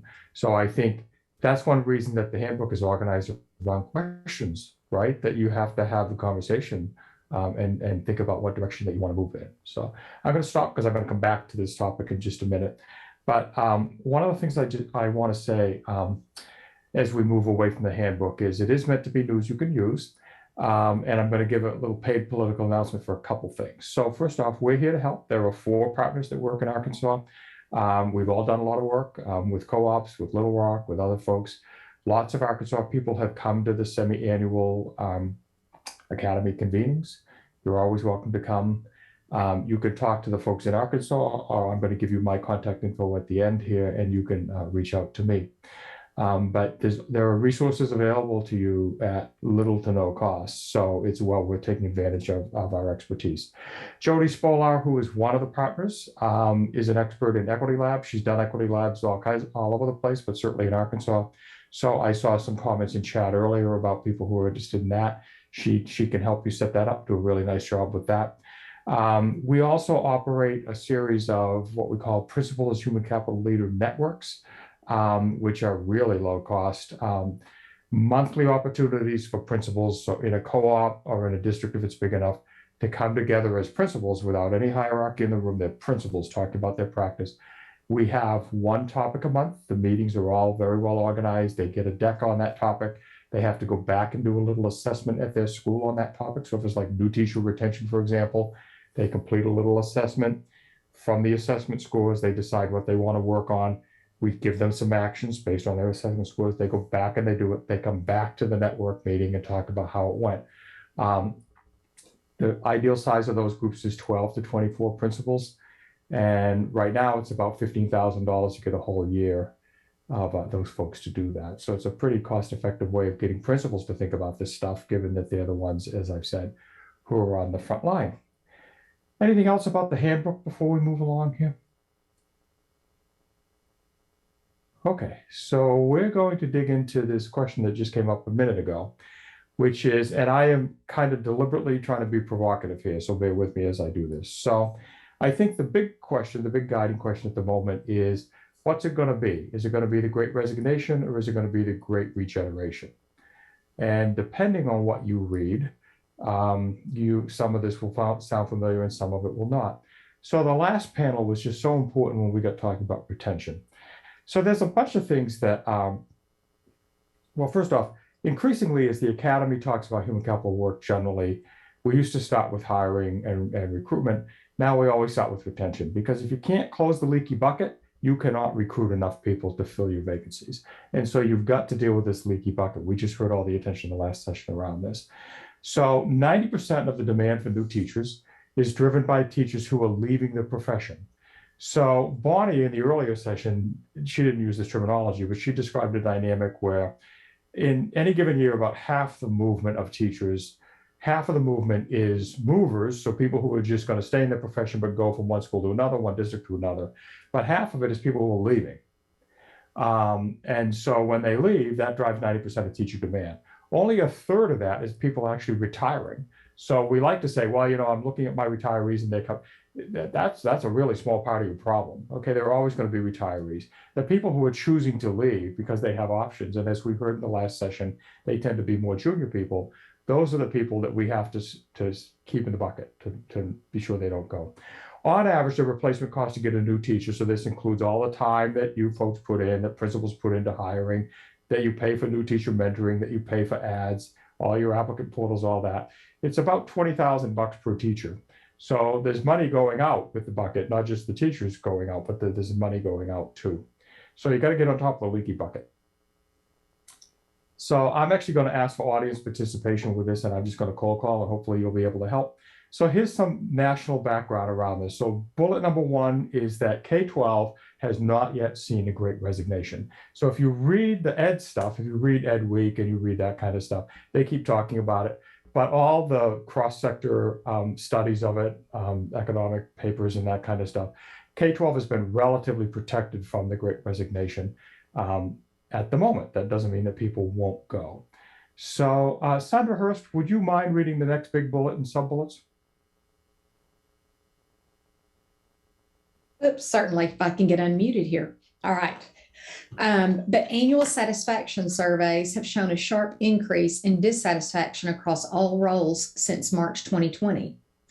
This seems most acute at the top, then for principals, and then for teachers. 74% of district leaders say the politics around COVID are inhibiting their ability to educate students. 43% said the same about CRT race.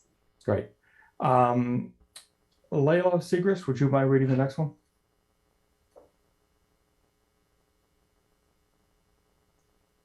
Yes, sir. Across industry sectors, the two biggest reasons people are quitting or staying out of the job market are they want flexibility and they want a sense of agency. Terrific. Brandy Williams, would you read the rest of it? Thanks. Teachers understood the need to be flexible, but they feel strongly that their voice was not heard as decisions were made. Single biggest complaint, hybrid instruction, staffing shortages, and lack of sub coverage. Many experienced some changes they love, such as 4-day weeks and how planning was done, but now question mark. Great. So we ran a big principal network, a national principal network, as I was describing a few minutes ago, last year, from 2020 into 2021. And the principals were awesome. And one of the things they loved was how creative they were in providing 4-day weeks so people had a whole day to plan, how the planning was streamlined. I mean, there was just a whole bunch of things that they did around the way that teachers were treated that they loved and that teachers loved. And only about half the districts that I work in have kept any of that. So as you've all come back to in-person instruction, an awful lot of the districts have simply said, "Oh no, I know we know you like it. We know we used to do it, but we're not going to do it anymore." So generationally, I'm going to quickly run through this slide. So generationally, about half of our current educators are already millennials, so 24 to 41-year-olds, and we're starting to see some Gen Z folks come in behind them, so 22 to 25. And you know what doesn't work for them? Almost everything that's a current structure in the current system. So seniority, defined benefit pension plans, the way the comp structure is set up, a lack of ability to just like walk down the hall and talk to a colleague because you've got custodial responsibility for kids, a lack of leadership opportunities, both formal and informal. Earlier today, we heard some nice references to opportunity culture. Opportunity culture is awesome. It's a marvelous thing to do. So this is the kind of thing that the younger people, and I don't mean that in any way pejoratively, want to see if they're going to stay in teaching. So politically, we all know this, and I'm probably the only person on the call old enough to remember that before we had IDEA, it would be very, very unusual for a parent, certainly my parents, but any parent, to walk into school and tell a teacher what to do. And culturally, when IDEA was adopted back in the 70s, it became okay for teachers to say, "Oh, I have to listen to you because we're at an IEP meeting and you understand your child. There's a professional here giving us some guidance about what we should do." And so the contract with families changed at that moment. The next time the contract changed, quite honestly, was in 2020 and 2021. And we've seen that, right? We've seen that with parents seeing what kids are being taught, parents watching how teachers interact with kids. And then the consequences of that were that coming out of the pandemic, when we came back to full-time in-person instruction this year, we watched students misbehaving because they've been told to pay attention to their screen, and all of a sudden the screen they were paying attention to was TikTok, and they were ripping things out of bathrooms. Parents have gotten all cranked up about CRT, racial justice, book burning, and all that. There's a big push nationally, as many of you know, to get curriculum materials lessons online for parent inspection. That may or may not be a good thing, but it's going to take a lot of effort on teachers' part to do that. So teachers are like, maybe I don't want to stay with this, right? And then right now there's a lot of ESSER and ARC money flowing in. Very creative things being done with that. That money's going to dry up in 2024. And we're going to have to think about what we want to do about that. And in some places, I don't know about Arkansas, but in some places, particularly places with ADA driving state funding, daily attendance driving state funding, declining attendance, declining enrollment is pushing down state funding. There was hold harmless in most states for that, but that hold harmless is drying out. So here's some food for thought.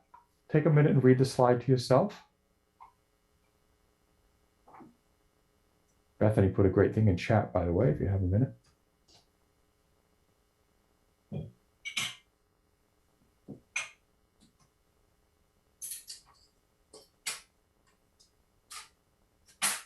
So the bottom line here in terms of this particular food for thought is that while I think people were well-intended, and I was still a practitioner when No Child Left Behind and Raise the Top and all that stuff was happening, so we said, we need better teacher evaluation, we need to have higher barriers to entry. The fact of the matter is that has not raised the status of the profession. And there's some consequences for that, which I'll get to in a minute. But the reason that it hasn't is that you can say we should exit struggling teachers who haven't improved to effectiveness. You can say that, but who do you have to replace them? So if you don't have a pool, you can't swap one teacher out for another. I mean, you remember the report called the widget effect. I mean, it just doesn't work like that. And so it doesn't do any good to emphasize just evaluation, student growth measures, stuff like that, unless we're going to develop people. So this goes back to the question that transitioned us into this, which is we have to take a developmental approach to the people that we have.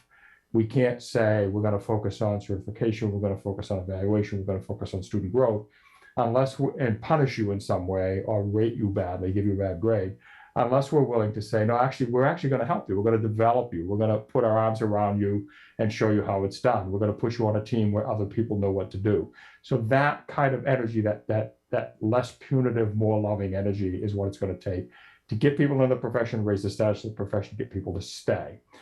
And so I heard this earlier today, I forget who said it, but I was on a statewide planning call a couple of weeks ago, and they were carrying on about this same kind of stuff more positively than I'm saying it. And I said, well, where do teachers traditionally get their rewards from? And to my mind, the only answer to that is they get it from the kids, right? And so, if they're in a situation where they don't feel like they can have kids have authentic interaction with them, or they're always focused on getting the kids in front of the computers to be tested, that kind of thing, then there's no rewards the teachers are getting that are going to keep them in the profession. So that's meant to be food for thought. So this is really food for thought. So the Economic Policy Institute at the end of 2021 came out with a report that said that the current weekly teacher pay gap is the biggest it's ever been. It got down, last decade it got down to about 13%, but it's gone up again to 21.4. And when people start to pick this number apart, I can tell you, go back and read the report. It's actually in the notes of the slide deck if you want to click on it and read it. It is controlled for everything. So it is controlled for how many days people work. It's controlled for which profession it is. It simply is looking at everybody who has a 4-year college degree, no matter what they majored in, and how teachers get paid relative to any of those people who have a 4-year college degree. And the answer is they get paid almost a quarter less than anybody, really. And so that's a real problem in terms of getting people to come and stay in the profession.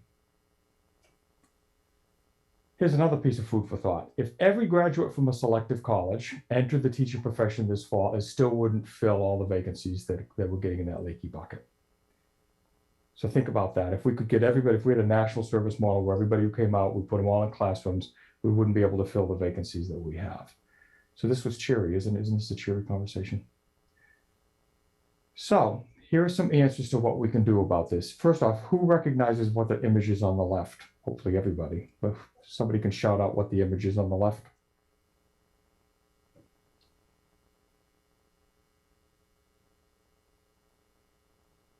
Ladders. Oh yeah, what is it? Chutes and ladders, right? Remember that? You have to move your little marker up and down until you get to 100, right? And so all of this is going to be about a chutes and ladders approach. And you can get to 100, but here are the things that I'm proposing you can think about doing. And you can find good information about all of this in the handbook. So who do I have to ask here? Mike Hernandez, would you mind reading this slide? Sure. So people you can ask young young teachers, ask families, ask students, ask employers. What would make this better for you? What would make it more rewarding, more collaborative, and more sustainable? That's lovely. Thank you. Yes. So the more asking you do and the more that you respond to that information that you get, the better the idea you're going to have about what will attract people to your district and your schools and what will keep them in those roles. So you cannot possibly ask too much. Brandy Williams, I'm going to put you on the spot again. Would you mind reading this one? Revisit equity and satisfaction, looking at master schedules, teacher student assignment, teacher leadership, ESD or ESY intervention, teacher planning, teacher PD and training, educator roles top to bottom. Yeah, so thank you. So first off, a problem statement about this is that right now in most districts, there are some edgy kinds of things, but pretty much most districts are organized around you're a para, you're a teacher, you're an admin. Those are the three things. And there tend to be pretty significant barriers between those things. And the more that you can have super paras and less experienced teachers and super teachers like an opportunity culture who are master teachers leaning in on some admin work, leadership work, and then, the more that it can be a continuum, the more attractive it's going to be to everybody and the more bang for the buck you're going to get from everybody. All right, so that's thing number one. The extended school day, extended school year thing. One of the most elegant solutions I've seen to this past year was that when the ESSER money came out, I was working in a really small district in Kentucky, really small. And he had pretty high turnover. He was losing about 40% of his teachers every year. And what he did was he gave very early contracts, March contracts, to 22 novice teachers that he yanked out of the prep programs around him. And the teachers took it because they were early contracts, right? They knew they had a job for next year. And he said to them, here, I'm going to give you a summer school contract over and above your regular teaching contract. And what I'm going to say to you is that if you do well in summer school, I will guarantee you a job for next year. And, you will be like a half-year service credit up on getting everything done. So he used his ESSER money to pay for that. And I think 20 of the 22 did an awesome job in summer school, learned a lot about the kids, learned a lot about how to do intervention for learning loss. And then they took permanent full-time roles in that school system that year in a district that has very high attrition. So grow your own. We heard a lot about grow your own earlier. I love grow your own. I can't say enough positive stuff about it. The problem with traditional grow your own, so any of these university partnerships, Educators Rising, all that, is they have long timelines and they have relatively low yields. So you want to make proportional investments in things like that, things that take a while to come to fruition, things that are going to provide people 3, 4, 5 years from now, that are going to provide, people with different skill sets, increase your equity and all that. But at the meantime, you can go to church and you can find some people who are willing to work in your schools and didn't know they could. You can find some paras and secretaries in your schools who maybe need a year's tuition assistance and some time off to go get their 4-year degree and be ready to work for you. You can find some folks who are, standing at the soccer field who maybe have a sibling who wants to return it back to their hometown and teach. So there's a lot to be done with looking right in front of you for resources that will get you to the right place. And go back to the $20,000 a year it takes to fill every vacant position. What I would say is that if you can afford to pay some of these folks some of that money, if you don't have to fill the position just with recruiting efforts. So tuition match, time off to go back to school, praxis, academic support so they're ready to take the test, pass the test, pay for the test. All of those things, money that right now is going out into regular recruitment and selection, but will give you an opportunity to grow your own right there at your school site in your district. So I'm going to turn screen share off in a minute. I want to put the link here again so you can remember it. You can download the deck out of the folder while you have it open, so don't lose it. Here's my name, here's my contact info. And with that, I am very happy to take any questions that you have. We see the early adopters in chat yelling chutes and ladders. I missed that. That's good. Brandy, would you mind just facilitating this, seeing if there's anybody who have questions or things they need? I think it's probably one of those things too that they need time to sit down with their team. This weather's not really allowed for that today, but there's a lot of meat even on 1 or 2 pages in this handbook. And that is something that ArkASPA is exploring, as you mentioned, and maybe some more help with that in districts across the state. So if you don't have that link, make sure and save it out of the chat and download that handbook so that you have that for your districts to use. And then I see Miss Carly saying there's going to be a session at the summit in July about this handbook. So I think this is really just that first exposure. It's going to come back up over and over again as a tool to use. And as you said, it's brand new. It's not really dated at all. And I think the all 4 partners right now are planning on being at summits, so you'll have lots of help. So start spreading the word, everyone. Dr. Hernandez, do you want us to just take a little bit longer lunch today and give people a little break to regroup and come back for this afternoon session? Yeah, I think that's going to be good for us. We may just cut the lunch break about 10 minutes short and come back. I think we're supposed to go at 1:30. Is that right? 12:30 to 1:30. So we'll come back at 1:20 and keep it moving today, if that works.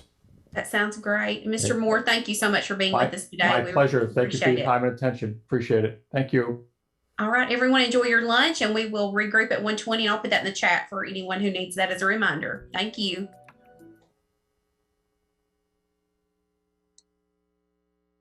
All right, welcome back, everyone. I hope you enjoyed your lunch. I heard it was pretty great there on site, and for those of us off site, just be able to take care of some business and get ready for this afternoon that is filled with more tips and tricks for us and information.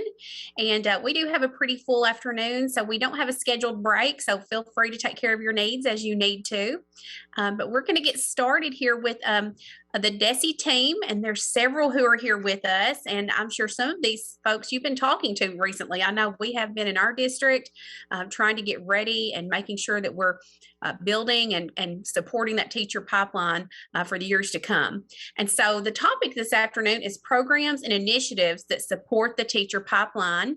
And there is a whole panel of folks here today, and that will be, I think, virtually. I don't know if anyone's on site or not, but Ms. Carly Saraceni is back with us as Assistant Commissioner of Educator Effectiveness. Mr. Andy Sullivan, Director of Educator Effectiveness and Licensure, Dr. Missy Wally, Director of Special Projects, Ms. Raven Harris, Educator Recruitment Advisor, and Ms. Maria Touchstone, Recruitment and Retention Program Advisor. And so we're excited to hear all that you have to share with us, and I hope this session is another great one for all of us. Thank you. I'm going to just kick it off, and we're going to kind of just do our little round robins of what are our initiatives going on. And we're so glad you're back with us this afternoon. And Sandra Hurst is going to start it off, and then they're going to just start their batons going. Sandra?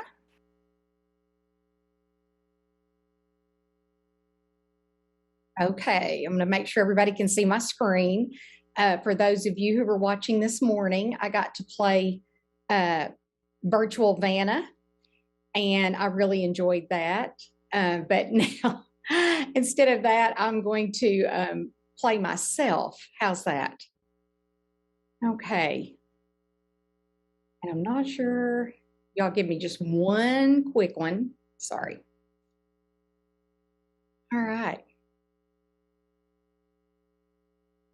Well,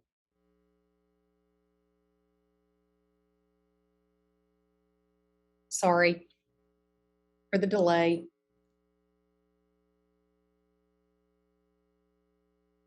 Okay, that was not the right slideshow. I actually, Carly, I think I sent it to you and I must have not saved the right one. But you know what? That's okay, because we're going to make this work. I had a cuter slide than this, and I'll share it with you later. But what we want to talk about today is about recruitment and how that all roads lead to licensure, but it's not a one size fits all. We have in the department like many pathways. We always used to say we had 13 or 14, which we were including all of those Masters of Arts in teaching. But we basically have 6 that we recognize and work with. One of those is ArkASPA. And ArkASPA is our new Apple program. We've made some changes to that. So if you haven't heard about that, you're going to be hearing more and more about it as we move along through the year. But it's a really exciting change and a lot of accountability to it, and a lot of support to help our teachers become licensed. Another one of those is the Masters of Arts in Teaching, which I'm sure you all are familiar with. I'm going to jump real quick over to this slide. These are some of the MAT programs in the state that we run, and you all have been familiar with those in the past, I'm sure, where they just go back and get their Masters of Teaching. Also, the ABCTE. And I'm really sorry I don't have my original slideshow for some reason, but it's not coming up. This one, an ABCTE, like I will share with you, I just had some highlights in there about how that one is sort of self-paced. You kind of work on your own and take an exam at the end. Then, of course, Carly talked about this morning with the PPTL. That one where you already have work experience or you've already been teaching in a classroom and you can take your exam for that praxis, the content that you're teaching, along with your taking your pedagogy exam or going through that micro-credential. And then we still work with the Arkansas Teacher Corps. They have their own program and Teach for America. The slideshow that I'm going to share with you later, I do have all of those linked in there. And I won't go through all the specifics of that because I know that's going to be something that you're able to read. What we've talked a lot about today, which I kind of think about this like a drip campaign. I learned what a drip campaign was some years ago, about that it takes people 14 times to finally implement something. And so when you hear us talking about pathways to licensure, we do that a lot. And you hear us talk about it a lot simply because we want to make sure that people understand it. We don't want to just take for granted that all of our teachers should go through our PEP or our former Apple program. We want to be able to counsel people through, help those teachers find the right paths for them, because so many of our teachers now, our career changers, are coming in non-traditionally through pathways where they need that time to be able to work while the job embedded work. And also we want to have it very individualized. So it's not a one size fits all. Used to, the traditional route did seem like a very one size fits all, and we didn't have to think about those things. But now they're coming to us from all different environments and directions. And as Carly, I think she mentioned that this morning too, about it's kind of like giving a teacher an IEP. You're really helping them individualize what's best for them, even cost effective. I think about why we went this route. And, it was mainly teacher shortage. And someone wise once told me, and he's actually on here today, he said, during a time of crisis, we are sometimes forced to do out of the box things that we wouldn't normally do. And those things actually work, but otherwise we may not have ever tried them. And now we're finding out that this is really something that has helped us even with our diversity recruitment. So keep in mind the importance of those teacher licensure pathways. And I'm really sorry about that PowerPoint, but I've got a better one, sorry, and I'll send it along. So let me share with you my teacher recruitment, or teacher retention, sorry. All right.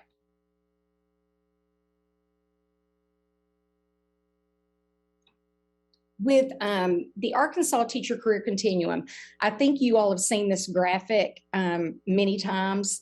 It's probably not anything new to most of you, but again, I'm gonna keep bringing it up because of its importance. I want you to think about why your district might need to really look at the Arkansas Career Continuum. Today, in one of the PowerPoints, it was saying why people are not coming into the profession. One was about money, was one of the top ones, didn't pay enough. And the second one on there that I noticed and stood out to me was that there was no career advancement, no way to improve your skills and actually be recognized for it. And rather than going into administration, that was about your only option. So the career continuum really does help retain your teachers, giving them that career opportunity. The job embedded professional growth is awesome because you don't have to leave your classroom to do that. Effective teachers will remain in classrooms where they have the greatest impact on student achievement. And then teachers with expertise assume additional responsibilities. And so when you look at the career continuum that we have developed by our TLAG group, which was a teacher leader advisory group, so they actually came up with this. And that task force, I think, did a really good job of thinking through why they wanted to see the profession elevated. So when you think about these things, and there is a link to the website to go to it where it's more in detail. But Raven today, she'll talk to you a little bit more about that aspiring professional. And of course, all of you are familiar, and we've talked a lot today about our early career professional, our novice teachers.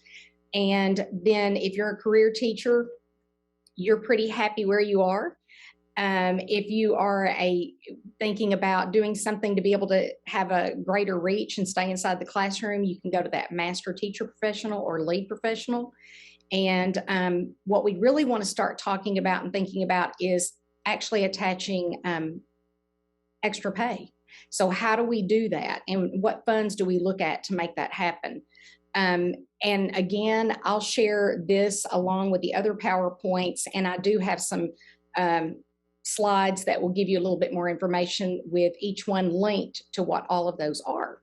But we're going to take one look at something that's on the website. And this was the one that Carly shared with you earlier this morning as well. This button right here that takes you to the Arkansas Human Capital Handbook. And you see where it shows all those pieces. Well, if you'll go back and look to the links, related links or related files, excuse me. And they're not showing up for me.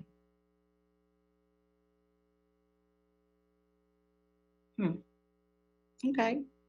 Well, Carly, you're not the only one having difficulty today. Let me see if I can.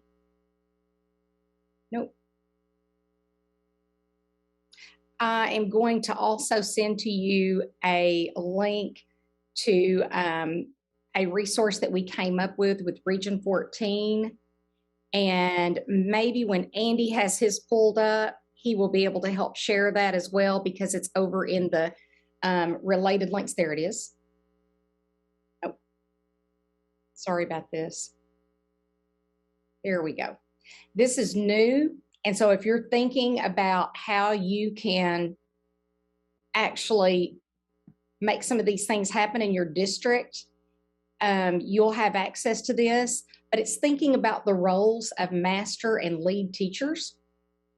And it just breaks them down into those that really fit under the master designation, those that fit under the lead designation, and possibly what their roles and responsibilities could be, and even what their qualifiers are to become those. So this is something that we really, really, really want to push. And if you have more questions about this, Bobette Ray with the department, she will help answer those questions. I can help do that, and anyone on our team. But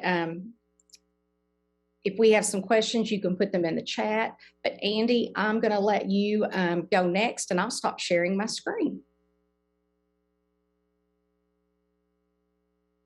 Good afternoon, everyone. Nice to see you virtually today. I've been told I have 10 minutes on setting my clock on my phone for 9 minutes so that I'm sure not to go over. Thanks, Brandy, for the introduction earlier. I am Andy Sullivan. I am Director of Licensure here at the Department of Ed. And there is my screen. So I'm here to talk to you for just a few moments about the residency model. I see some of the names on the attendee list have actually been attending a few of my sessions that we've held this month, but I want to take you through it as if you've never heard of it before from an HR perspective and why you should care about what is going on with the residency model. What you see on your screen is the main page of the department's website. And I was going to put the link in there, but I wanted to show you how you can find it yourself. If you go into the search bar, simply type in residency. It will be the very first option that comes up, Arkansas Teacher Residency Model. And once you click on here, it's going to take you to what I would call the essential elements, not to steal that word from the PLCs and Misty's thunder, but essentially, really those essential elements that you would need to have in place going forward around the residency model. And essentially, the residency model has come around for a few reasons. One, we have heard that there are some real barriers to individuals going into teaching. One of the examples I like to give is that going into teaching can be like taking out an $80,000 loan and only making $36,000 for when you during your first year of teaching. That's a stretch. And I describe that loan payment as having a new car that you don't get to drive. And what we want to do is help our teachers, help our pre-service teachers be able to get over that burden. The other burden has been this. I'd love to be a teacher, but I can't quit my job. A lot of your really skilled paraprofessionals are in that lane. And the residency model is going to be able to help that. You also are going to have some graduating seniors right now. And I know when I was graduating, I couldn't wait to go off somewhere to college. But not every graduating senior has that as their passion. A lot of our seniors want to stay close to their family and their friends and their local churches, and don't want to go off to college. They want to stay close. So how can the residency model help that as well? And so the answer is this model. And you'll notice I keep calling it a model, not a program and not an initiative. It is a model that means your district, in collaboration and partnership with higher education, create a flexible pathway to teaching. All those pathways that Sandra talked about, ABCT, Apple, the traditional programs, those are pathways. This is simply trying to help connect those dots of a non-traditional, traditional pathway into teaching. So what I'll start with real quickly is to show you this, which pathway is right for you button. When you click on this, you're going to see a few things. One will be an overview that we're about to look at of how the model works. The second are our current partnership colleges and universities. And E. Stewart, I think I saw her name on here, is that liaison with higher education. And she's updating this as more partners come on board. But if you're thinking about who should I reach out to, well, there's a great list of people to start with and start having that conversation. And then you also see some different examples of how the residency model could work in your district. So the first topic is, what in the world is a residency? And that is tiny. Let me try to get that a little larger. Essentially, it means this. So a level 1 resident means an individual who has their certified teaching assistant, concurrent credit in high school, or they get that during their associate's degree range, but they have their associates, or they're working on their associates. They have their CTA, and they're working in some form or fashion in your school district. Part-time, full-time, they might be a bus driver, custodian, cafeteria worker, paraprofessional. That doesn't really matter. The goal of the level 1 resident is to be receiving that associate's degree, be able to work with students and other faculty members. So they're gaining that experience. So for example, when you're a bus driver, you're learning how to interact with students. How do you communicate with that mom who's mad at the bus stop because you're 20 minutes late? All skills that ultimately as a teacher are going to come in really handy. So that's level one. Once they receive enrollment into their Ed Prep program, they become a level 2 resident. And what a level 2 resident simply means that they are in a prep program and working in your school district. Where it's important for you is that there may be some different requirements in that prep program around what we would have done as those field placement experiences. Well, if they're if you're not being flexible with them, they're going to have to quit their job to fulfill some of those. But if you're able to get them in the right field in your school, for example, if they're needing secondary work and you have them working as an elementary para, we need you to help them with that. And then finally, the level 3 resident means they're interning and that they've had 2 semesters of residency at level 2. So how does this help you in HR? Here's a couple of things I would do if I were you. I would start identifying those people who would make great teachers, whether they're a paraprofessional or they're in their high school years. If you have a shortages of math teachers, you need to go to your really good math students and say, have you ever thought about being a teacher? If you have a shortage of language, of foreign language, whatever your shortage area is, go to teachers, go to those students now and say, have you ever thought about being a teacher? I can help you pay for your associate's degree at no cost through our AR Futures grant and lots of incentives that you can have. It also helps you because this person has been with you for 4 years. So when it is time for you to be hiring, you already know if you want to hire them or not. They already know and are committed to your school district. So your recruitment, especially in those high needs area, you could be taken care of as part of your residency.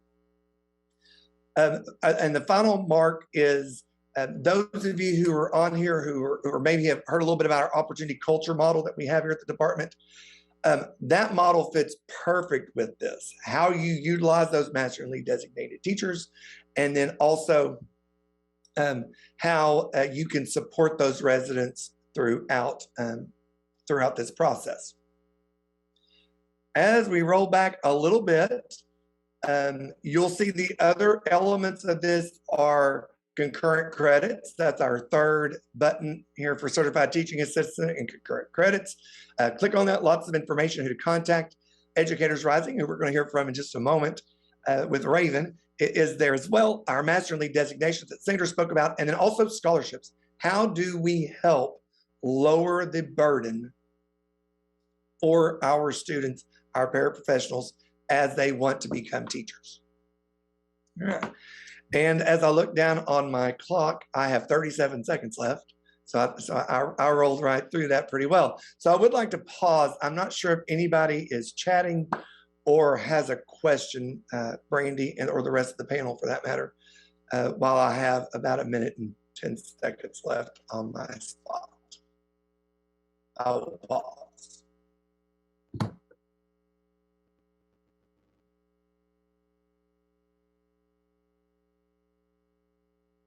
All right. That was my pause, so I will no longer pause. If you have any questions you want to know, let me stop that, any more about, I have my presentation that I normally would do. I also have it videoed that you can see here on the screen. You can watch that. It's about 15 minutes long. And then we have our contact information here at the department if you would like more information about the residency model.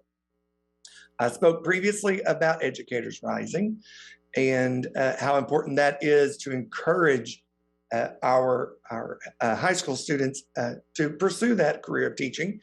And I will pass my baton off to Raven Harris, who is our program advisor for everything recruitment around the high school world. Raven? Thank you so much, Andy. Like Andy said, my name is Raven Harris. I am the state coordinator for Educators Rising. And Educators Rising was formerly known as Future Teachers of America. It was established in 1937.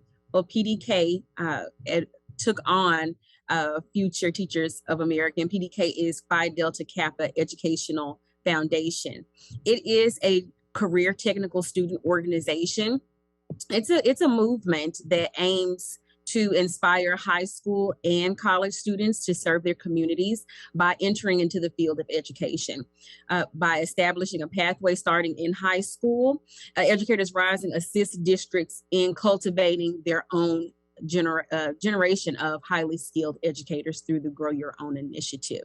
The Educators Rising does strive to diversify the education workforce as future educators explore the necessary skills to teach equitably and to add student voice to national discussions around education. Educators Rising membership network connects peers and experts around the country who are focusing on the same issues and challenges. Participating teachers and students are afforded the opportunity to benefit from professional development, best practices, and expertise. Through a generous grant from the Walton Family Foundation here in Arkansas, we've been able to pilot Educators Rising curriculum and chapters in 31 districts here in Arkansas.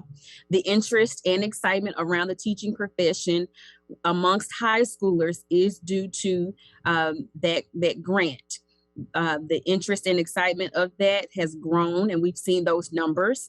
As of June 29, 2001, we had 157 students. As of February the 17th, that number has grown to 686. Of that number, 618 of those students are only members because of that Walton Family Foundation grant. The grant also provides specific support for teacher leaders in a professional learning community setting where they receive curriculum training. It is a set of guided lesson plans that emphasizes on the fundamental teaching practices that are crucial for high school students to develop as they take their first steps on the path to becoming accomplished professionals. Educators Rising engages their students in three main areas through mentorship, scholarship, and student leadership. Rising educators need the opportunity to get up close and personal with life on the teacher side of the equation. They need to test drive teaching, if you will. These learning opportunities for these teenagers transform them into powerful beginner practitioners. When it comes to designing powerful, seamless, clinical experiences for rising educators, there's three essential components that Educators Rising uses that the teacher leaders are charged with.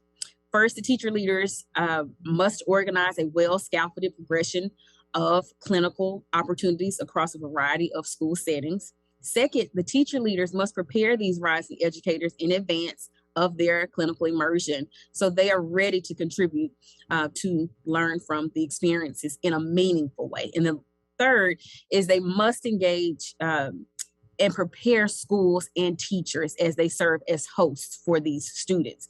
The cooperating teachers that host these students have a significant impact on the quality of the rising educators' clinical experiences. It's important that the cooperative teachers understand the high level at which these rising educators can perform and are willing to provide authentic teaching experiences for their students.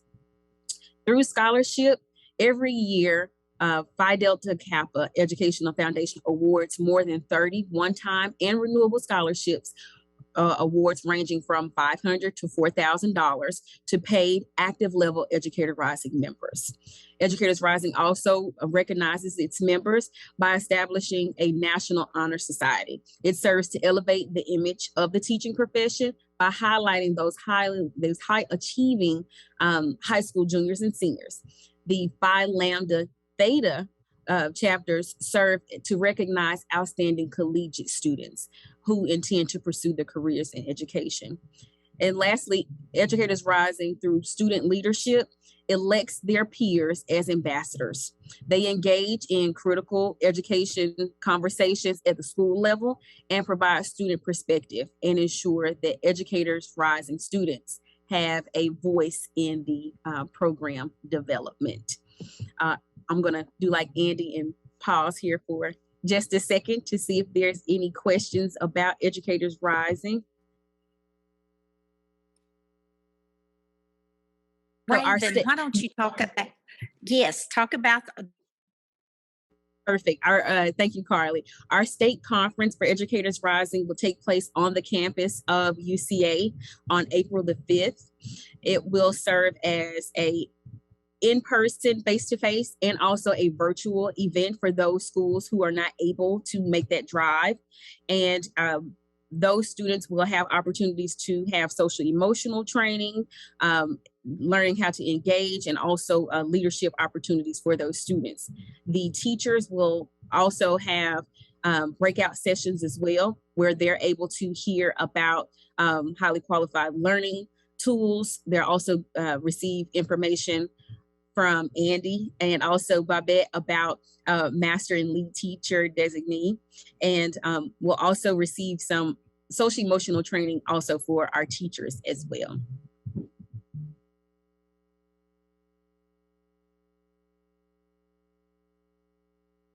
And I'll be happy to send anyone the information for Educators Rising, how to establish an Educators Rising chapter at your school or in your school district. If you're needing assistance with recruiting and recruitment tools for those particular students to be engaged, we start as low as even middle school. So middle school and high school, and also collegiate chapters as well. So I help implement those too.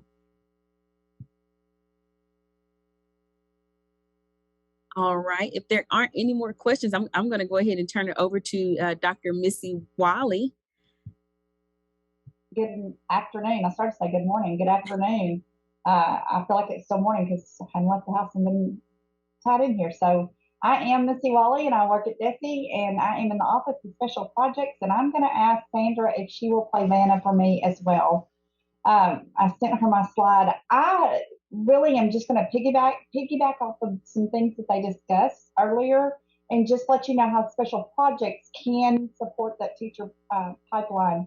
So I'm going to start with what Raven was just talking about, because when we started, if you'll go on to the next slide, when we started, we just recently kicked off the Arkansas Tutoring Corps, and that was probably in September that we started that, and that was based off of an act that was put into session in this last legislative session. So we would like to, so right now when we first started it, we just opened it up. Hey, if you're willing to tutor students, we're trying to address learning loss.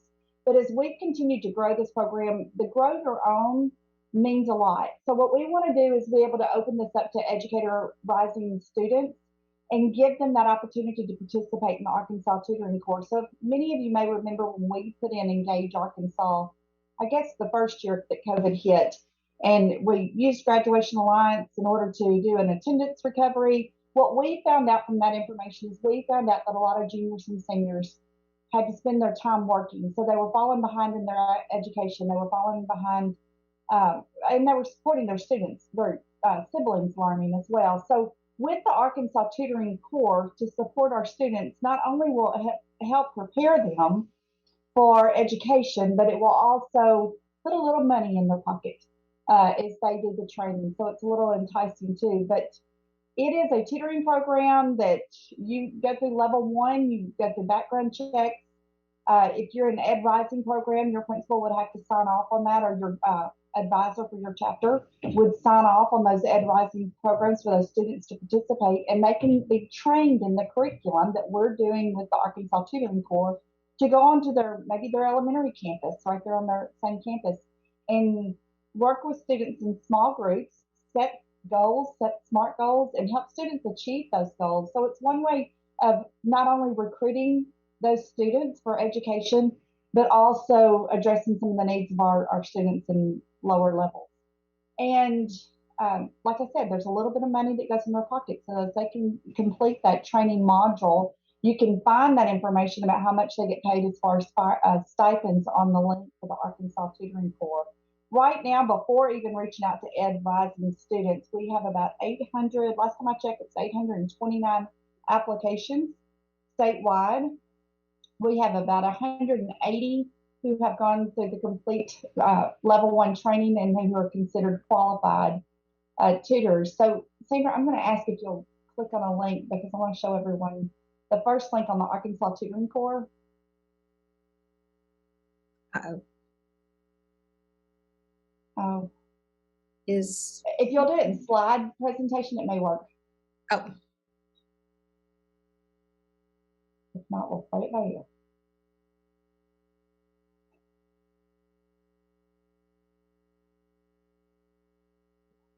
There we go. Okay, so all of the forms and all of the other information that you would need about the Arkansas Tutoring Corps, the reason why it was created in every form, but if you'll scroll down just a little bit, you will also see the level of stipends that they would get after finishing. And the good thing with this too is the curriculum that they're trained in is aligned with Science of Reading and MathQuest.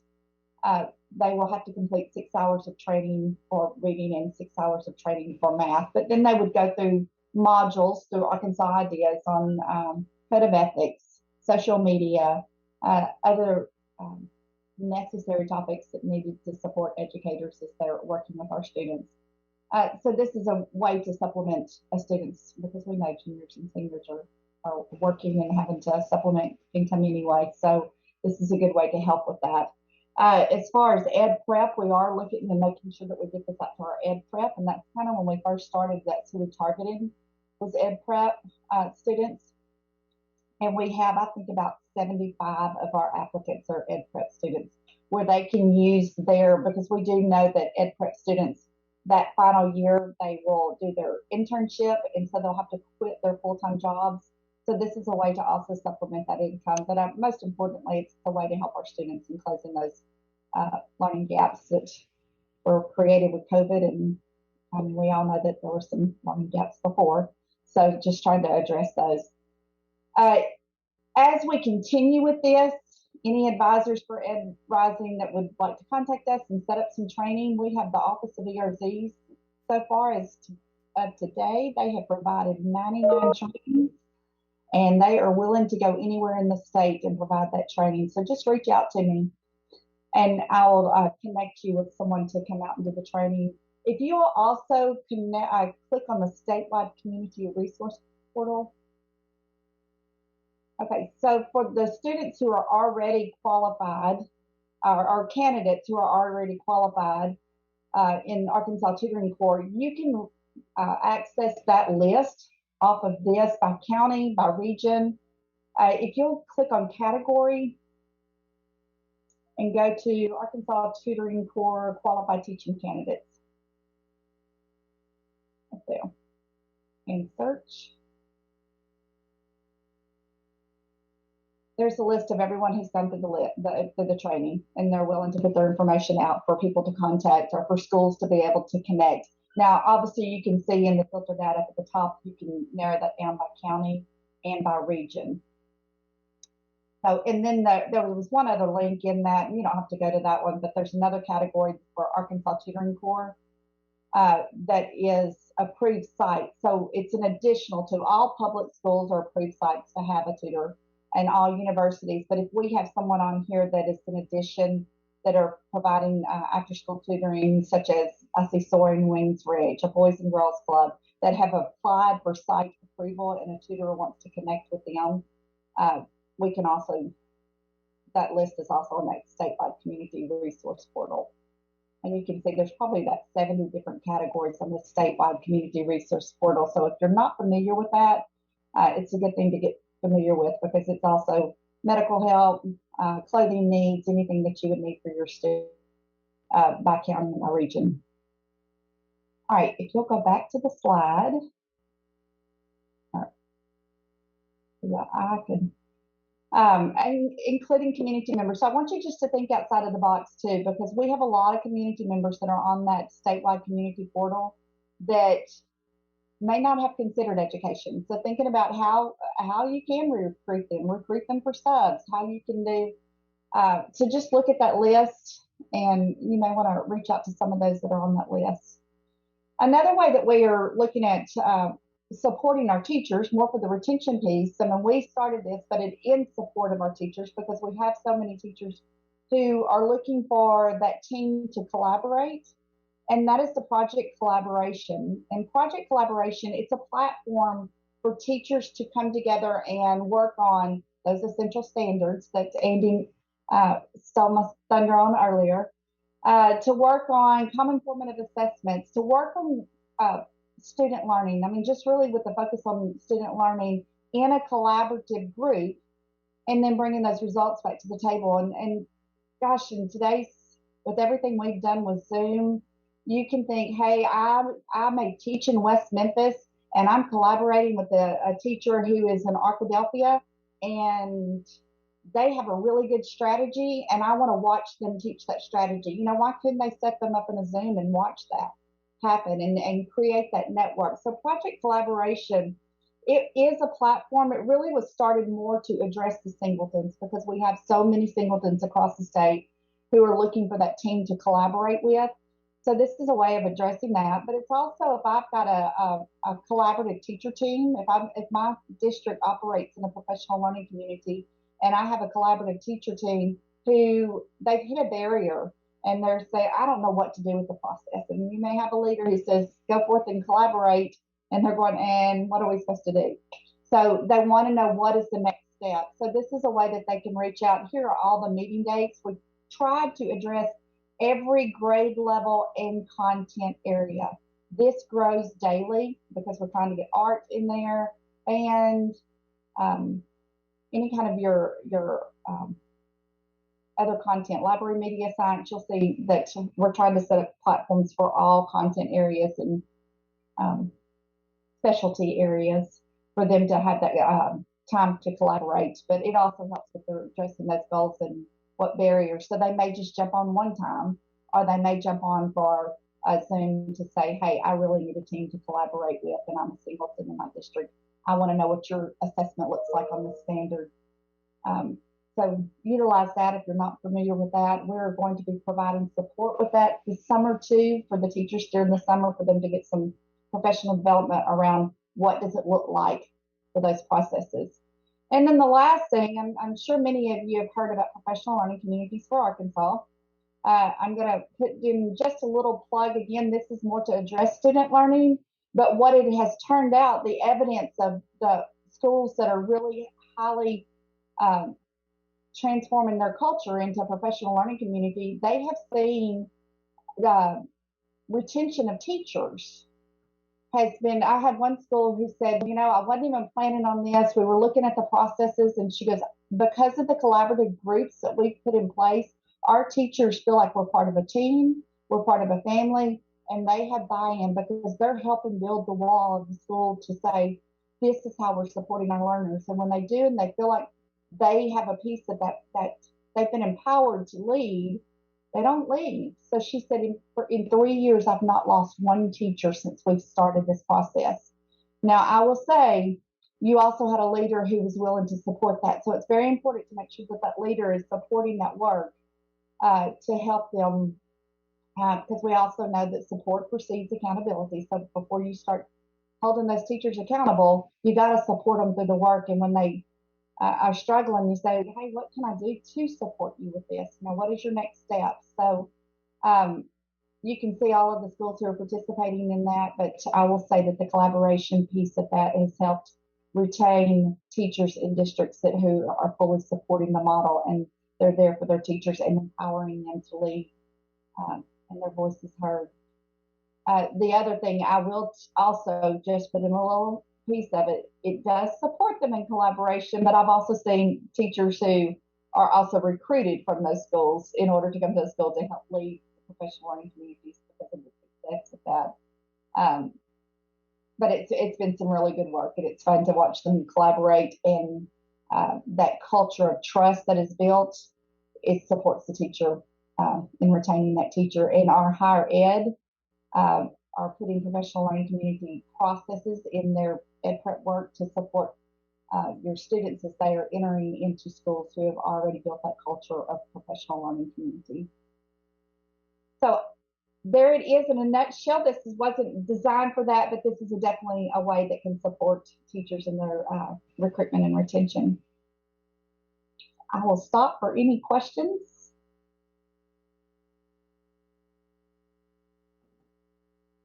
Well, if there's no questions, I'm going to turn it back to Carly. And Carly, you can take it from there.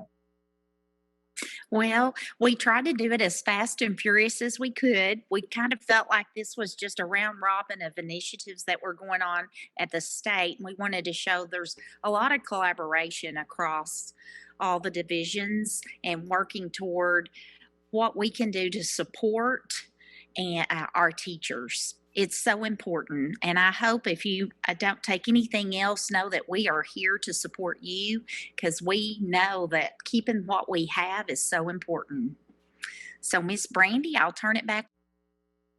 And Carly, I just wanted to mention that Lynette, I will send my updated PowerPoint that got lost in cyberspace somewhere. I'm sure that was user error. But anyway, Lynette mentioned that we'll send all those and they will go in that Google folder, and she'll share that with everyone today. All right, thank you so much to this whole group here. And Miss Sandra Hurst, your name wasn't on my list, but we definitely were glad you were here with us. So thank you so much. And you've been the tech person all day, so we really need to give you a shout out. Now, Brandy, that's scary. I think I told somebody I'm virtual Vanna now. I love it. I think I found my calling. You needed another hat, I'm sure. Yeah. Well, Dr. Hernandez, I know we're a little bit ahead of schedule. Would you like to take a break, or do you know if the panel, the next group, is ready to go? Let's take a 10-minute break. I know I emailed them, told them to get on about 2:15, so we'll take a 10-minute break and we'll come back at 2:15. That sounds fantastic. Thank you. Okay, it's 2:15, and I hope our speakers are ready. And I appreciate everyone just going along with a few of the little kinks we've had with virtual conference today for the most of us, but it seems to be going pretty smoothly overall. So I appreciate everyone hanging in there. Dr. Hernandez, do you think we're about ready, or? I think we're ready to go. I know I don't see one of our presenters, but we do have excited about this panel. We've got kind of a good thing with higher ed teacher prep programs, along with some students that are joining us this afternoon just to talk to us about, the outlook on how educator prep programs and what the future might look like in terms of our teaching staff, the pipeline that we're so very much interested in.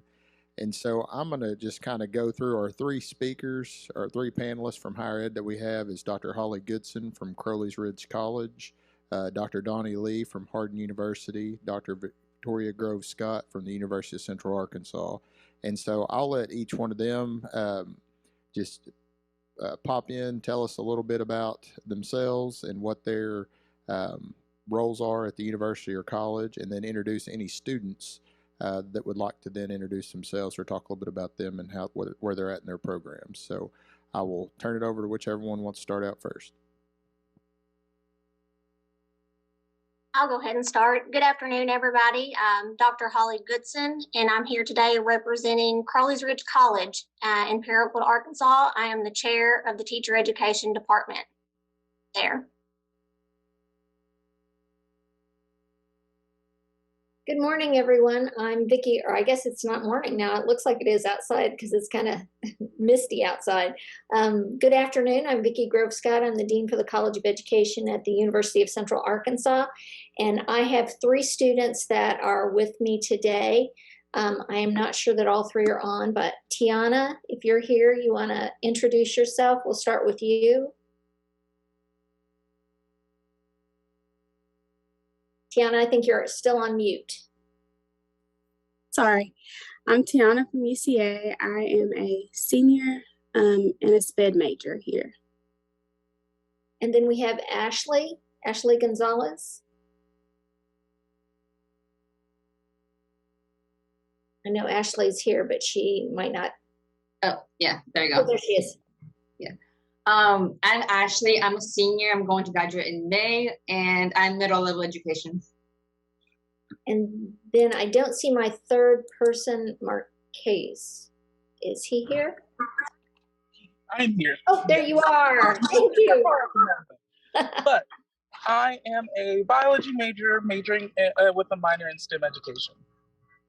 Thank you so much. I'm really excited that we get to bring our students today. They are amazing, incredible young teachers, and we're excited about their futures. I think I see Dr. Lee was able to join us. If you want to introduce yourself.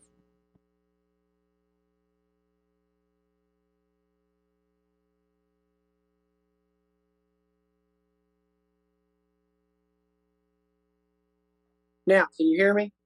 Yes, we can hear you now. Okay, great. Making sure I'm connected. Thank you, Dr. Hernandez. I have one student with me today, I believe, Tamaya Jones, but I'm not sure if she is with us or not yet. Is Tamaya here? I don't see her on yet. I don't see her. She may join in just a few minutes. She may not have gotten the join early message, so hopefully she'll be here in just a few minutes. But thank you for letting us be here today. Yeah, so the first question, and it can students or the professors, either one can answer this, but just in your opinion, what do you think can be done to elevate the teaching profession? I'll start and touch on this subject. I think we could do more evaluation on teacher compensation. In our rural school districts, the salaries are just not comparable to the bigger school districts' pay scale. And I think that's being looked into. So I think that's a starting point. And also maybe teacher salaries could be based more on than just the number of years of service there. Maybe on teacher performance or something more than just a stepping scale of how many years of service that you've been in that career.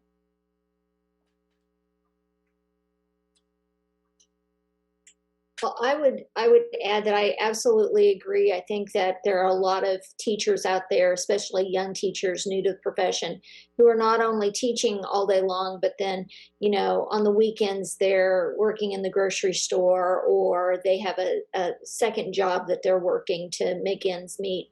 And so I think that that's something that we could definitely address. I'd also add, and I know that Donnie Lee and I have talked about this before, so he can add more to it, but a lot of the research that we've done and a lot of the feedback we get from our new teachers really address the need for a real structured and strong support for early teachers. And, the mentoring programs and coaching programs that we have in place are really good, but I think they need more of that, more consistency in it, and the ability to get help with all kinds of things like, practical things like how do you file this insurance form and how do you sign up for insurance? And then what do you do if a student in your classroom is acting out or disruptive, and how do you handle recess, or what do you do with a student who has a discipline issue? How do you hold teacher parent conferences? So it's just an array of support that they need in their first year. And although we're doing a good job, I definitely think that we could do better at that. I believe Tamaya Jones has joined us too, if you want to give her an opportunity to introduce herself. Tamaya, go ahead and introduce yourself. Hello, I'm Tamaya Jones. I attend Harding University and I am a sophomore. I'm an elementary education major and I also have a business minor as well.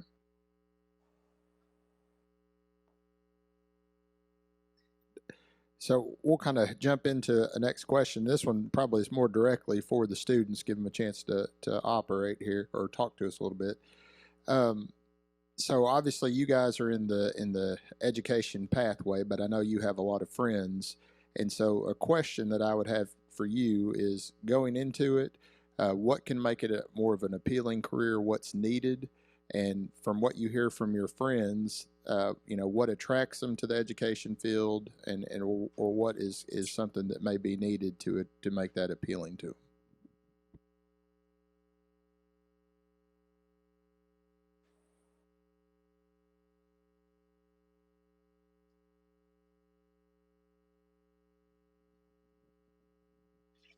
Any student want to take that one? I think someone covered this, but it's just the pay scale. Because I know like some of my friends, they don't want to go to education based on, because they already know the salaries, what a teacher makes. And I know that there are like higher different jobs that pays more. And so I feel like that's not appealing for like some of my friends who had never thought about going to education. But I'm not going, personally, I'm not going to education because of that. I'm just going there for for the students. So it's just the perspective of what people think about teachers in general is a factor.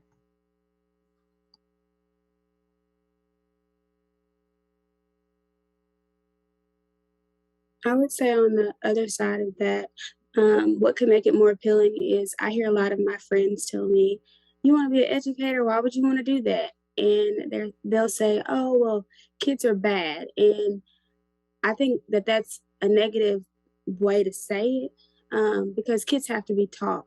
So if we say, well, you may think that they're bad, but what if you go in and be a great teacher and you teach them and give them skills and support? Then you won't have to worry. Well, yes, you will have behavior problems. Let's just be honest. But I think sometimes it's more of kids are bad and, oh, I can't deal with that. But if you're an educator and you're in your education programs, they'll teach you behavior management and ways to guide your students in your classrooms. I also think that it's really important to know like how important our jobs are like as a teacher. And I feel like a lot of people don't really want to do the jobs that we used to want to do, like, oh, I want to be a police officer, oh, I want to be a doctor, oh, I want to be a teacher. And I think it is a big part is the pay. But I also think that it's just like people don't understand how important it is and how like essentially like we're not parents, but it's like we see the kids more than a lot of the parents that see the kids.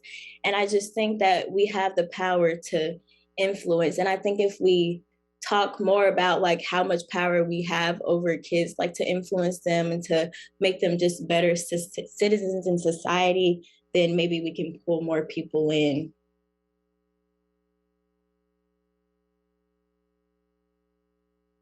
All right. Anybody else on that one? Okay. So, from a university perspective, we heard a lot today about the innovative pathways and things that are going on through the Department of Ed, but are there things within your university that you're doing to recruit new candidates, something that's innovative or flexible that's really pulling kids into your program that you're having some success with?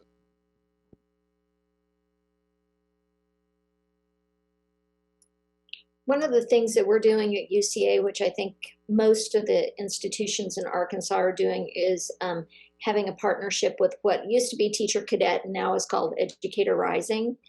And so we're working with a lot of the high schools around Arkansas who are offering concurrent credit for their Intro to Education classes. And we have a real partnership. So we have Springdale High School and Fayetteville High School and Conway and Lonoke and Quidman, and we used to have some connections to some schools in Helena and West Helena. But we are looking for partnerships, and we're working with those students who we know have already identified in high school that are interested in being teachers, and then trying to support and encourage them. And like our students were all saying, talk to them about the joys of teaching, because I think so much of the information out there is negative about, difficult students and difficult parents and low pay. But, I will say that from my personal experience, and I was a special educator for many, many years, that there wasn't a day that I walked in a classroom that I didn't feel like I could make a difference. And it might be just something really small, like noticing somebody's new shoes. But sometimes that something really small was on a day that you were the only person to be there for a student. And I think if we can share those stories with high school students, then we combat the negativity that you might see in the media, and encourage them to follow their dreams and their passion to be a teacher and continue on that path, and don't let other people dissuade you from doing that, because there are a lot of teachers in schools right now who will tell our students, oh, this is a really hard job. Maybe you shouldn't be a teacher. Or my favorite is, you're too smart to be a teacher, which I think is just ridiculous. And so we have to be that really strong voice and advocate for the profession. And that starts with these innovative connections and partnerships we have with our schools, and making sure that we are connecting with people, students who want to be teachers, even in, middle school and junior high and high school. So that's one of the things that ADE has really encouraged us and has given us support to do that. And so I think that's a great innovative path.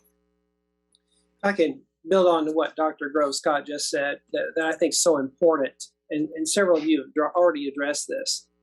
The perception of the profession, it seems to me, is one of the most critical aspects of what we're talking about here. Not just from those outside the profession, but from those inside the profession. I've mentioned before that we live in a TikTok world where you can watch anyone say anything about anything and believe it, because they can say it with seeming credibility in a very few seconds, and it can be seen by millions of people and shape an entire perception of a profession. And it seems to me that part of the best hope we have for the profession of teaching are those who are teaching, and how we represent the profession. I began teaching 40 years ago, and I can tell you, even 40 years ago, it wasn't quite the same world. There were a lot of differences, but at the same time, choosing to become a teacher, when I chose to become a teacher, was probably not the number one pick that those around me would have had for me to do. And I will tell you, I changed my major 4 times in college to end up majoring in English, to become an English teacher, and taught junior high English for several years, and administrator and so forth. It seems to me that part of what we have to get our heads around as a profession is what it means to be a teacher. And I think Tamaya mentioned this a moment ago, that just the power that teachers have. There's a certain thing, when we feel a sense of empowerment, we tend to be much more invested in what we're doing. And I think as teachers, we need to see ourselves as vested in what we're doing with the power that we have. And so, along with Dr. Grove-Scott, I just, as a teacher educator, have great hope for our future, because we work with people just like you every day. We work with other colleagues around the state and the country every day who remind us why we do what we do.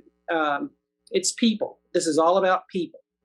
And so it seems to me that we are in the people business, and we have the greatest opportunity to reach such a cross-section of people, not just children, but their parents, our communities, and I think it can make a big difference in our world. We all talk about making a difference. I think teachers do make a difference, but it's the hard work of every day showing up and doing the work of being with kids and teaching.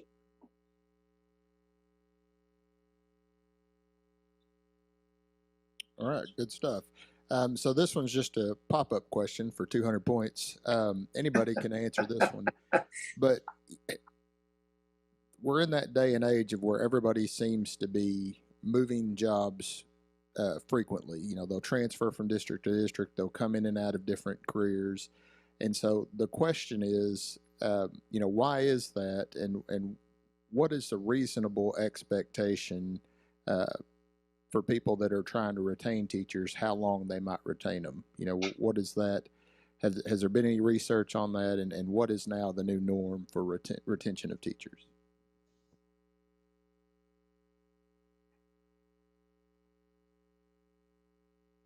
I don't know the norm for a new teacher staying in a particular district, but I do know that we're trying to build our partnerships with our local school districts to help with the mentoring process with our completers from our districts, to make sure that they have those all the resources that they need to pass those assessments to get licensed. And the State Department's doing a really good job with all of the mini grants that they're pushing out. We're using those mini grants to help with payment fees for those licensure assessments, and just trying to work with our local partners to get those teachers the mentoring that they need. I would add that, you know, if we had different pay scales, then a lot of our teachers who are in their second or third year of teaching wouldn't feel like they needed to move into administration to be able to have a family and make ends meet. And so, you know, I think to retain, we have to have, because the research that I've looked at in Arkansas, and this was done through the Arkansas Research Center, the scale that they were showing me is beginning teachers start out okay, but, you know, 5 years into your job, everybody else who has graduated with a degree is making $20,000 more than you are. So it's that compression in the middle, and we see that teachers kind of get stuck in there, and so they look for other opportunities to make more money so they can, you know, have a family and support their family well.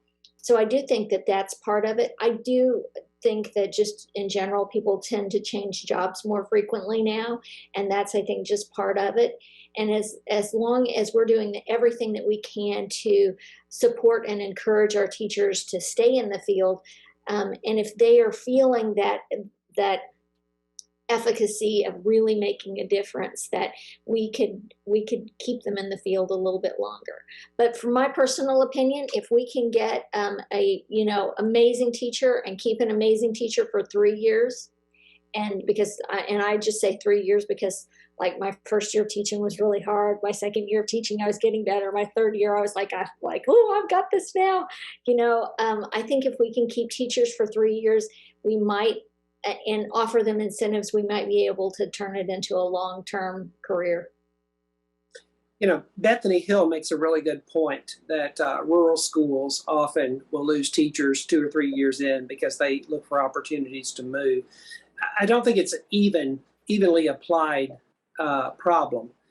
I think as a rule, people change jobs more. I think as Dr. Grove Scott said, they change jobs more often. People are much more mobile today. They're much more willing to pick up and move, look for opportunities. But I also think some schools and school districts are more vulnerable than others to this loss. And there's not if there were an easy answer, someone would already have come up with it. So I know there's not an easy answer because it's a complex issue.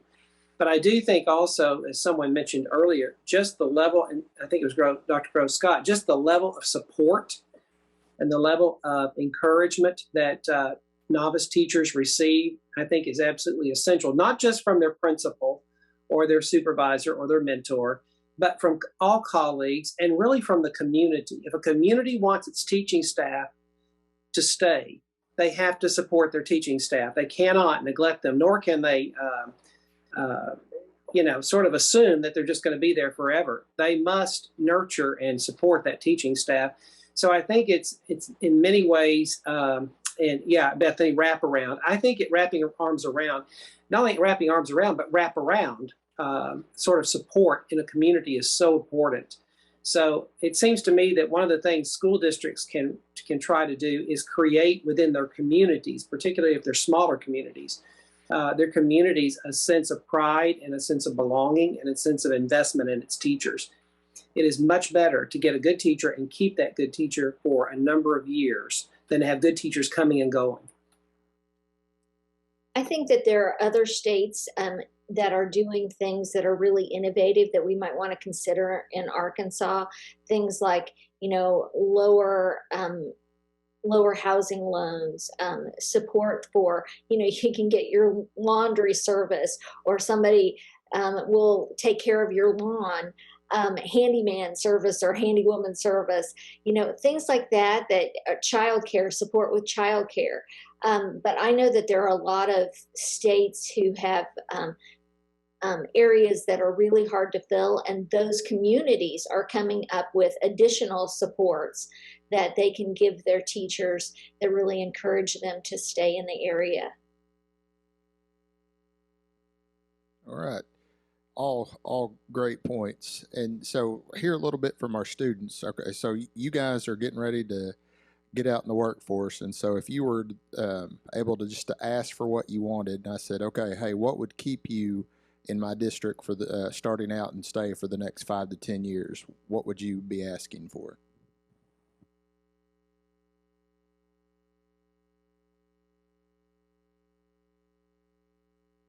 I would say for me, in whatever district I work in, I know a lot of people have said things about salary, but like Ashley said, it really is about the students. But what would keep me there is feeling wanted, feeling supported, feeling like I have teachers that can help me and support me, especially going into special education, because lots of times we feel like we're in a corner by ourselves, even though we know we're not alone. Sometimes in a school, you do feel alone because sometimes, depending on the district, it may just be you. So just feeling like you have that support is a big thing for me in any district that I want to work in.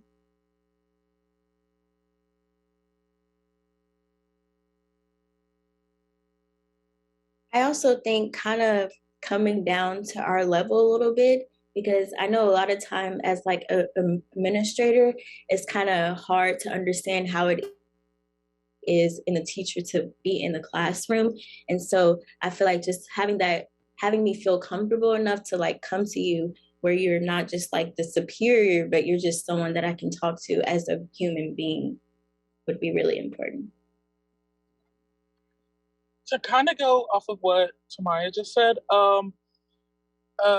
coming down to being in the role of the teacher, seeing what the teacher is feeling, to like show support that you actually want to keep your teachers there.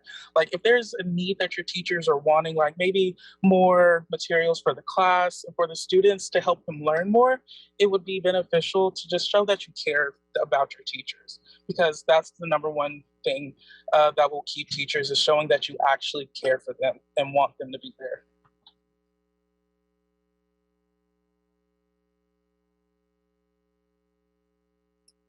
I'd like to say that Bethany Hill is doing a lot with the teachers in her area on self-care, and I think that's really important for new teachers too. And I think Marquez and Tiana and Tamaya really kind of talked about that, and Ashley as well, about being able to feel like you belong and having somebody that really cares about you.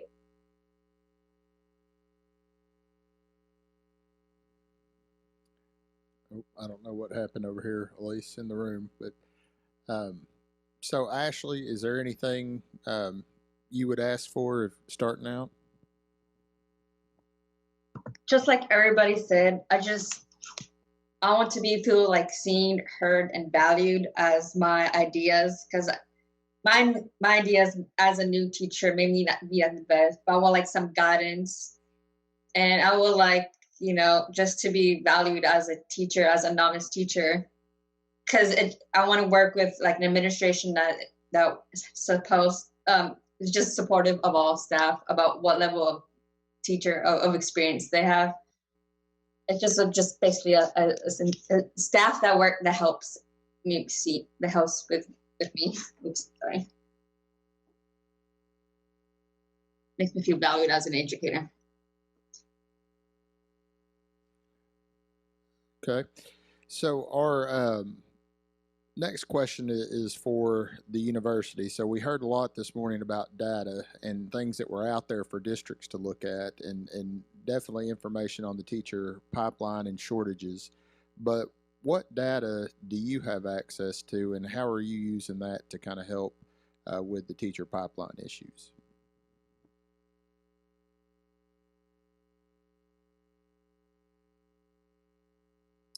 We work really closely with our K-12 partners and with Archford as our co-op. And Archford has been really great about providing us with data on our new teachers as they go out in the field. What do they need? How well did we prepare them? What could we do differently? And every year UCA has, we have meetings with advisory boards, we have meetings with K-12 partners, we have meetings with our graduates, we have meetings with people who are 1 year, 3 years, and 5 years out to really collect a lot of data that informs what we're doing at UCA and how we can make changes, because we're constantly seeking to improve what we're doing and to meet the needs of our school partners. So that's really important, and using all of that data to inform our decisions is a core of what we do. And we're really lucky to have students, and I know that Tamaya would be a part of that at Harding as well, but students who are willing to give us their input when they're in the program, and then turn around and give this their input after they have graduated and they're teaching. That's key for us. If I can add to that, one specific piece of data that is always helpful to us that we collect in various points is dispositional data. One of the most difficult parts of becoming a teacher is the dispositional piece of being a teacher. Just how you see things, how you react to things, just your temperament, your nature, all of those sorts of the tolerance levels, all those kinds of things that sometimes can drive people out of a particular position that they didn't realize before the fact. So I think that kind of data is very helpful as well. And you put that with the other data that we have from 1 year out, 3 year out, partnerships and so forth. You get a very powerful data package there that helps us in terms of bringing people into the profession and hopefully ensuring that it's the right fit. Just because someone wants to be a teacher doesn't mean that's going to be a good fit.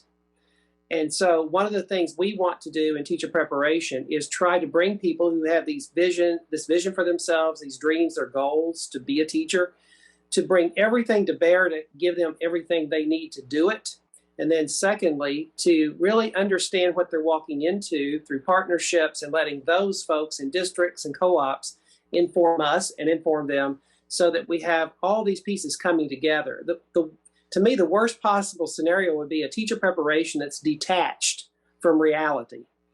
In other words, we'd be preparing people to do something that's not even what they're going to go out and do. And then really that would be a disservice. And so one of the things that we're constantly trying to do is use the data to help us know a goodness of fit. The other thing I think also is the profession, or at least the circumstances in which the profession does what it does, are really in many ways constantly in flux. It's changing. Our society's changing, culture changes, expectations change. That can be regional or local or national, but whatever the case, to be as responsive as possible and be as sensitive as possible to those cultural norms and changes, to me, is very important, so that our candidates can leave our programs with confidence in who they are and what they're going to do. To be able to make a lesson plan is one thing. To be able to make a lesson plan within the larger complexity of people and systems is yet another thing. And that's what we hopefully are helping everyone do. So I'm right with Dr. Grove-Scott on that. The data is important, it's powerful, and we really try our best to use it. Although sometimes I will confess we do drown in it too. So it's one of those things where we're trying to pick and choose what is the most useful so that we can do the best service for our candidates. So for the students, they're typically, I don't know if I cut anybody off there. Holly, did you want to say anything? No, sir. I was not going to add anything new, just to say that we use our co-ops, graduates, and advisory boards to seek that data to help improve our decisions and policies also. And we also use the dispositional piece, and that helps a whole lot in our teacher education program. Mm-hmm. Okay. So I know the students had talked a little bit about, the areas that they were going into, and, did the shortage areas ever play into your mind? I know one had said they were going into the special education field, but as far as looking at shortage areas, is that something you look at, and what deters you from going through into some of those shortage areas? For me personally, I make middle school 4 through 8 with the emphasis of language arts and social studies. I wouldn't mind being one of those teachers, like being certified in those teaching certifications. but I'm also looking forward being certified in ESL in high school Spanish, because I know that there are some shortages in those areas. And I was a substitute before I finishing my degree, and so as a sub, I was able to see like what does like a high school teacher look like, and an ESL, and so I fell in love with those two subjects. So the more that I'm certified in different areas, the more that I'm able to like see what the school needs, such as a high school Spanish teacher or an ESL teacher, or even a middle school language arts teacher. Hopefully that makes sense. Great. Anybody else? I think a lot of people want to go, as an elementary education major, a lot of people tend to gravitate towards the younger students. And I used to want to teach the younger students until I actually went into a classroom with the younger students. And I was like, it's cute and they're great, but I just don't necessarily think it's for me, because I really kind of value like conversation and getting to know the students. And you can do that with the younger kids, but there's just a different level of conversation that you have with the older ones that I think I value a lot. And so it's kind of led me towards like the 4th, 5th grade range. And I just think I can also make a difference, because I think some people think it's maybe a little too late to work with the older kids, but I think you can still, change their mindsets and just create, I don't know, better students, I guess. I'm going to give a shout out to ADE and DESE because we have been able to apply for teacher academies, which are at the graduate level, but it allows teachers to come back and get an endorsement for free in all kinds of things. So English as a second language, special education resource, K-12 online learning, BK. Donnie and Holly, am I missing any of the teacher academies? NBCT, but that's a little bit different. But yeah, NBCT as well. So, because students, have a certain amount of time and they need to graduate. And so they can't often get elementary and special education or secondary and ESOL. And these academies really allow us to recruit teachers who are interested in working in those shortage areas. So that has been, I think, a huge thing for the state. I'm really excited about that.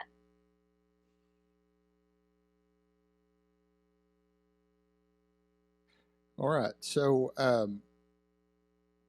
we talked earlier today about alternative pathways. There are a lot of them, that I believe Sandra pulled up a list and talked about the different routes to licensure. And so my general question is for you guys, and I know,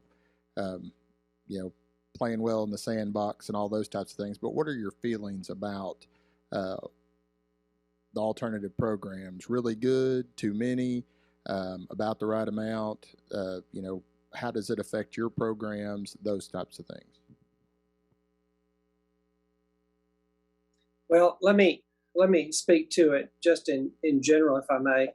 I think we live in a consumer-oriented world right now. And one of the things that's so important to people is to find a product that they can afford, a product that fits their circumstance or their situation in life, and a product that will give them the kind of whatever they're looking for.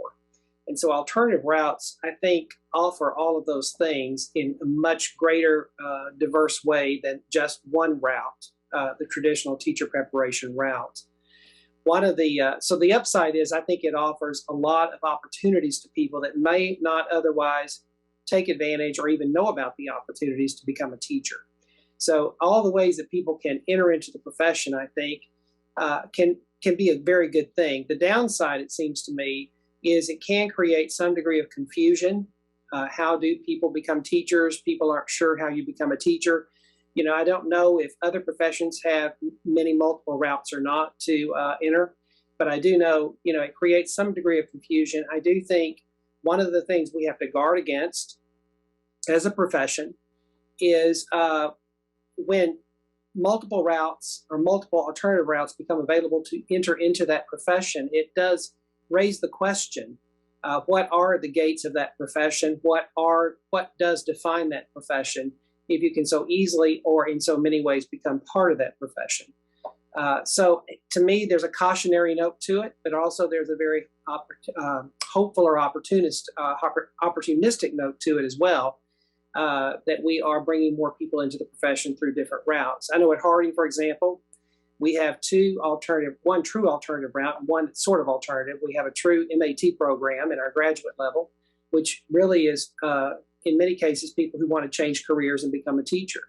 And of course, the alternative route is not necessarily the best route for those folks because they already have, in all of these cases, a bachelor's degree. So to go start over would not be practical, and nor would it really fit their situation.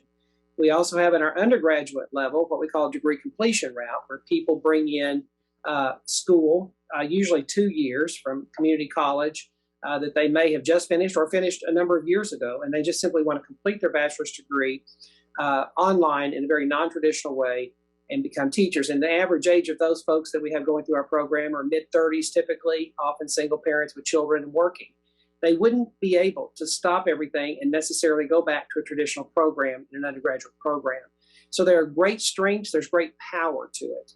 I'm just always want to be cautious about the things that could, take away from it too. We just always have to guard the profession. That's what I'm always concerned about, whatever route it is, whether it's professional, traditional rather, or alternative. But all in all, I think the more ways we can get teachers into schools, the better. Johnny, I think that's really well said, and I would add to that that as long as we're meeting professional standards, all of us are meeting professional standards. So every teacher preparation pathway should be held to the same standards and the same accountability measures. I think that's really important. But yeah, I think that more opportunities that we have, the better it is for the state, but we also have to guard and make sure that those are high quality programs. Let me just say one more thing, if I may. I've been in teacher preparation now for 24 years, and during that time period, I've even participated in some alternative routes that Harding's been a part of through grants and so forth in the past. So I've had the opportunity to help prepare teachers through alternative routes, aside from our traditional route at Harding. And one of the things that gives me great joy is to meet people who've been now teaching for 15 years or more, who are principals, master teachers, MBC teachers. They're teachers who love what they do and they're excellent at what they do. So the route itself doesn't determine whether or not someone's an excellent, great teacher. It is the person in large part determines that. What we want to do, and I think Dr. Groves just said this, is make sure the route provides that person every opportunity for preparation at the level of quality that everyone deserves to become a part of this profession. So whatever the way, the person ultimately is what's going to make or break whether or not they're a good teacher. And that's what we want to do, support those folks, whatever route they do take.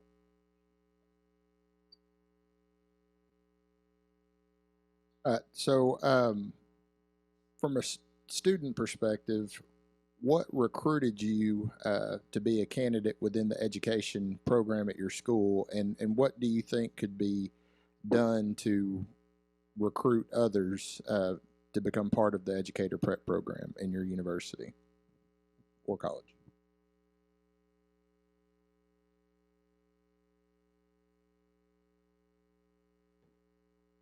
At UCA, what recruited me was, well, I'm going to be honest, all my family, everyone is a bear. So that is pretty much what made me want to be a bear. But what made me want to do teaching was working on campus. I work in our Disability Resource Center.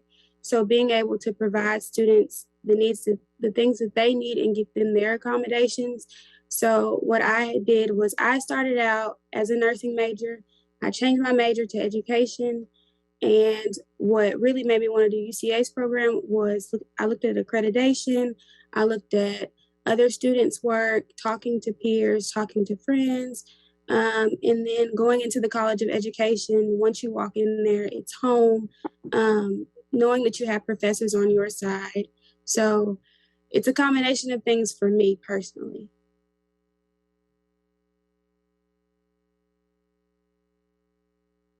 For me personally, the professionalism of the professors, mostly because like the middle level education professors, they're really good at helping me whenever I need it. They respond quickly and they're very understanding. And it's just, and also what's really important for me is just the professors, how important they are for me. If it wasn't for one professor at the University of Central Arkansas, I wouldn't be here. I wouldn't be graduating in May. Because one of my testimony is that I was supposed to graduate from UCA like a long time ago, and then I quit for personal reasons. And one of the professors from UCA, he reached out to me and he helped me figure out how I can be at the College of Education and how to apply. So the level of building rapport with your students is honestly very important to me, and that's what College of Education does. And I'm sure that the secondary and like the elementary professors, they do the same thing, but I really love like how professional the professors are at UCA.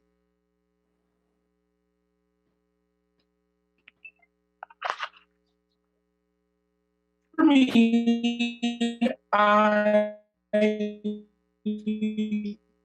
came to UCA being a pre-dental major. And then I just started looking at the histories in the different programs. One of the professors in the STEM Teach program at UCA.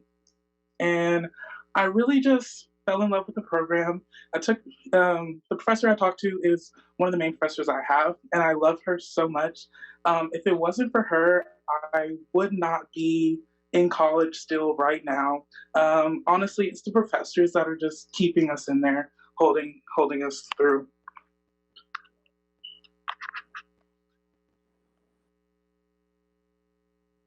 Yeah, I think that's a true statement about the professors, because I know Harding in general, a lot of the professors here are very, very passionate about what they do, and they just kind of reel you in, because I knew that I've always wanted to go into education, even though sometimes I kind of like went against the idea a little bit, but then I came back to it eventually.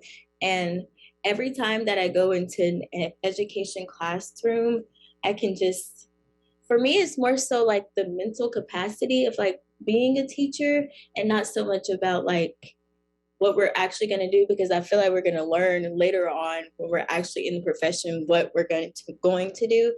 But I think just learning like about the passion of teaching, the professors here really kind of instill that into us, and they're really good about weaning out if you really are supposed to be a teacher or not, because they focus on like, hey, if this is your passion, you should stay in it. But if it's not your passion, you're not going to last. And I think that's an important idea to learn.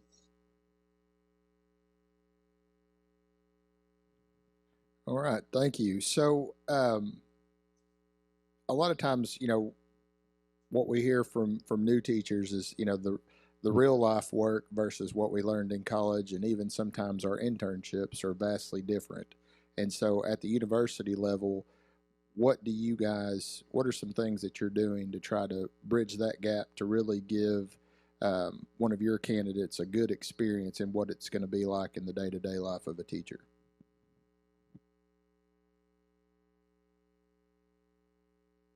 CRC is just giving their pre-service teacher as many, getting in the field as much as possible, having those real life experiences in the classroom to do observations and to do teaching anytime that they can. So field 1, field 2, and field 3, getting as much time in that classroom as they possibly can is our main goal.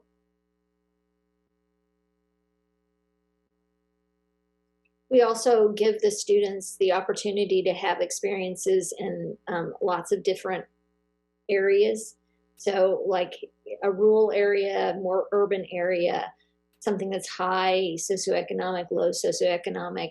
And then that goes to with things like special education, working with students who might have a learning disability, and another group of students who might have behavior concerns. And so just as many experiences and as much exposure as possible, so that when they take a job, they've had an experience in a similar situation. I think that's really important.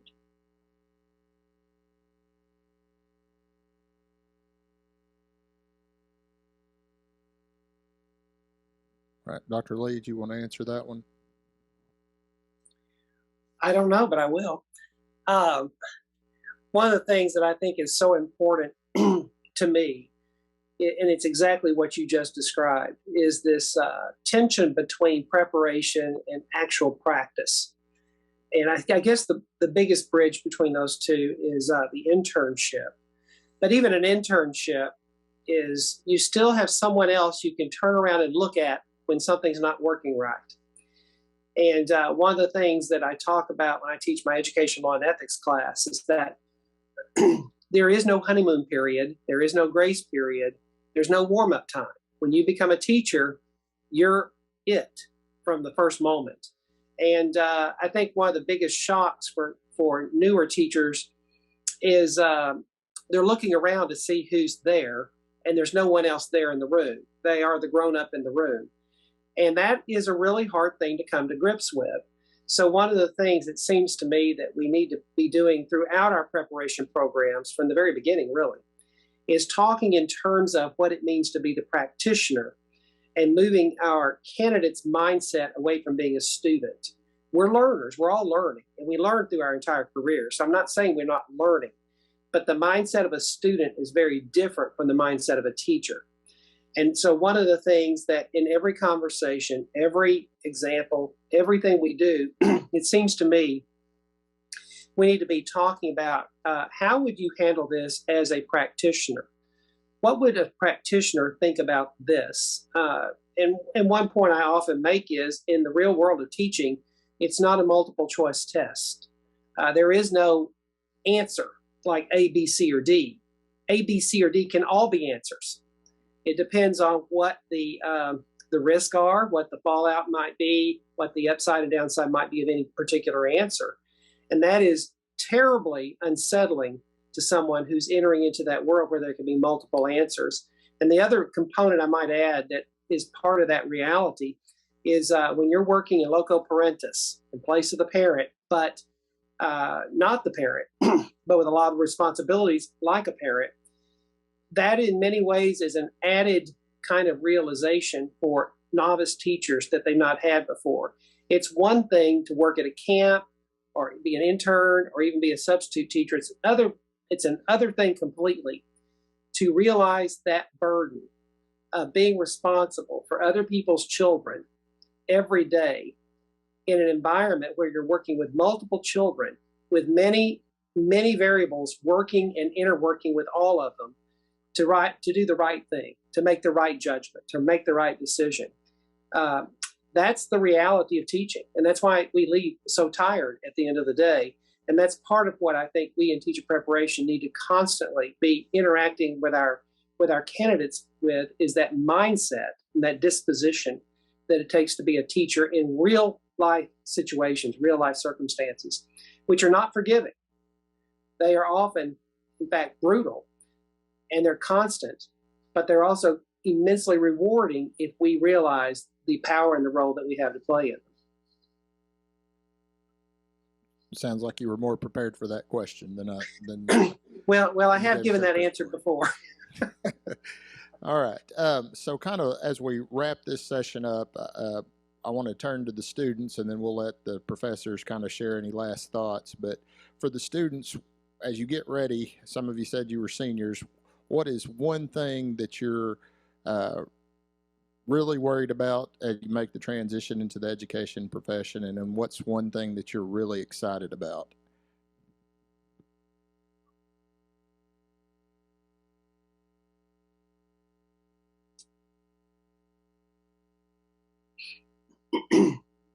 I'm really excited about having my own classroom. Honestly, I've been wanting teachers since I was a kid. So building a rapport with my students I'm really excited about that. Getting to know my students as individuals and as a whole class. Even if I do get a challenging class, which probably will happen, I'm really excited for that. And something that worries me is just my weakness is organization. I know that teachers juggle a lot from grading, from duties, from everything else. And so like for me, that's just something that I'm worrying as a future teacher. How do I juggle like my teaching life versus like my actual life? That is just a balance. I'm trying to figure that out.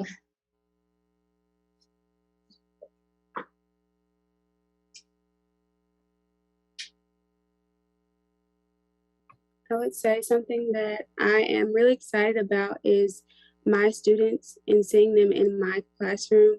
And I don't want to just say mine, but just seeing them grow and learn, especially being in SPED, seeing them come into your classroom in August, maybe not being able to hold a pencil or being able to do certain things, but seeing them leave or come back in the next semester or when they do come back. And seeing them be able to thrive.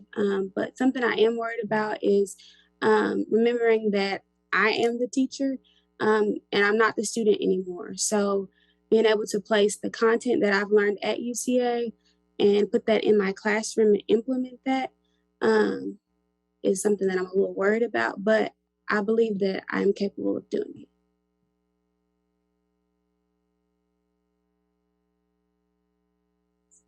I'm really excited to just meet my students. And I think kids are just so imaginative. And I just am so excited to see like, what will they say to me? How will they learn?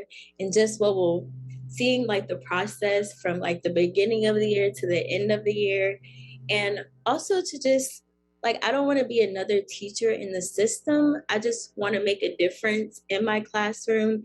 And also I think just being involved in not only like the students like in your classroom, but just the school in general. I'm really excited about that.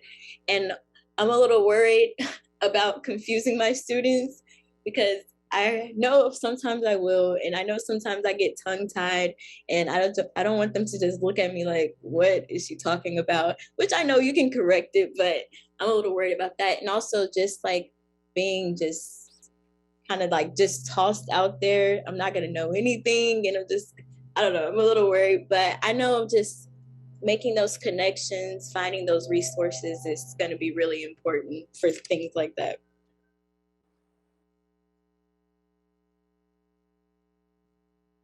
All right. Anybody else? All right. One thing that I'm excited for. Oh, okay. One thing that I'm excited for is to just be in the classroom with my students to educate young minds and change their minds, because this is when they're most vulnerable and when you can make the biggest impact on them, because that's when the biggest impact on me was made was in my early education years. And one thing I'm scared for is just being in the classroom on my own, not having my professors to go back on, like call if I need help, or like email, like I'm struggling with the lesson plan for this. That's just something I'm scared about. All right. Well, thank you for that. And Dr. Lee, Dr. Grove Scott, you may have a line outside your door Monday when everything thaws out with contracts trying to find these students. So anything from any of our professors that want to say in closing? I'll just say real quickly how encouraged I am by the students that I see here today. To me, this is why I do what I do. In teacher preparation, it's just like when I was teaching junior high school.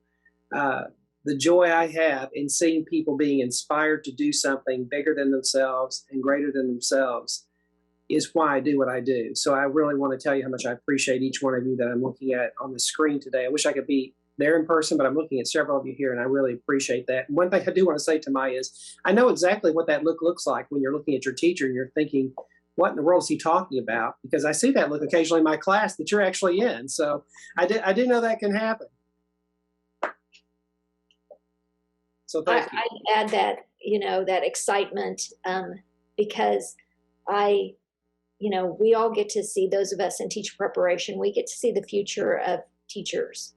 And it's a bright future because we have people like those in the room here today who are going to carry forth a legacy of kindness and compassion and commitment to making sure that every child has what they need to be successful. So I'm hopeful that our future is bright.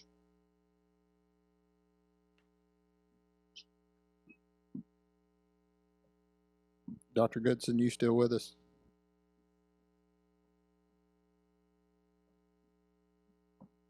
Oh, we may have lost her. So, Ms. Williams, I think we're done, but I just want to say thank you very much to our panelists and students. If we can give them a virtual round of applause, and I know we've got some here in the room as well that's enjoyed that. So, Ms. Williams, I will turn it over to you.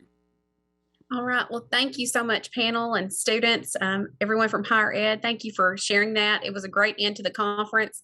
It left me full of hope for the future. I think we all needed to hear that again, that there are so many who are still out there wanting to be teachers and make a difference in the lives of students. And so all of you, thank you so much for sharing your time with us on this winter day. And before we leave today, I did want to recognize the ArkASPA Board of Directors. This team works behind the scenes to make all this come together with AAEA. And so I am the president of the board, but Dr. Karen Lasker from Conway, she's director of personnel there. She's the vice president. Miss Barbara Garner is past president and assistant superintendent at CrossIT. Miss Rebecca Rosberg is our secretary treasurer, and she's assistant superintendent in Hot Springs. Miss Opal Anderson is the director of federal programs and curriculum in Lafayette County. Mr. Jeremy Lassiter is director of HR and legal affairs in Bryant. Mr. Derek Williams, he's a member also, and he's the director of HR for Pulaski County Special School District. Miss Melissa Powell is assistant superintendent and director of HR for El Dorado. Miss Giovanna McCall is assistant superintendent at Camden Fairview.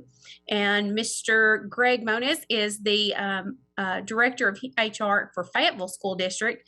And then our DESE liaison is Miss Carly Saraceni, who played a huge role in helping us get the conference together today. So thank you everyone who's on here. Thank you for attending. And board members, remember we have a meeting following this conference. And thank you, Dr. Hernandez, for making it all come together. It was a work of art today. Thank you. All right. Thank you, everybody. And we'll get all the recording and documents out to you guys and follow up with email. But thank everybody for participating today.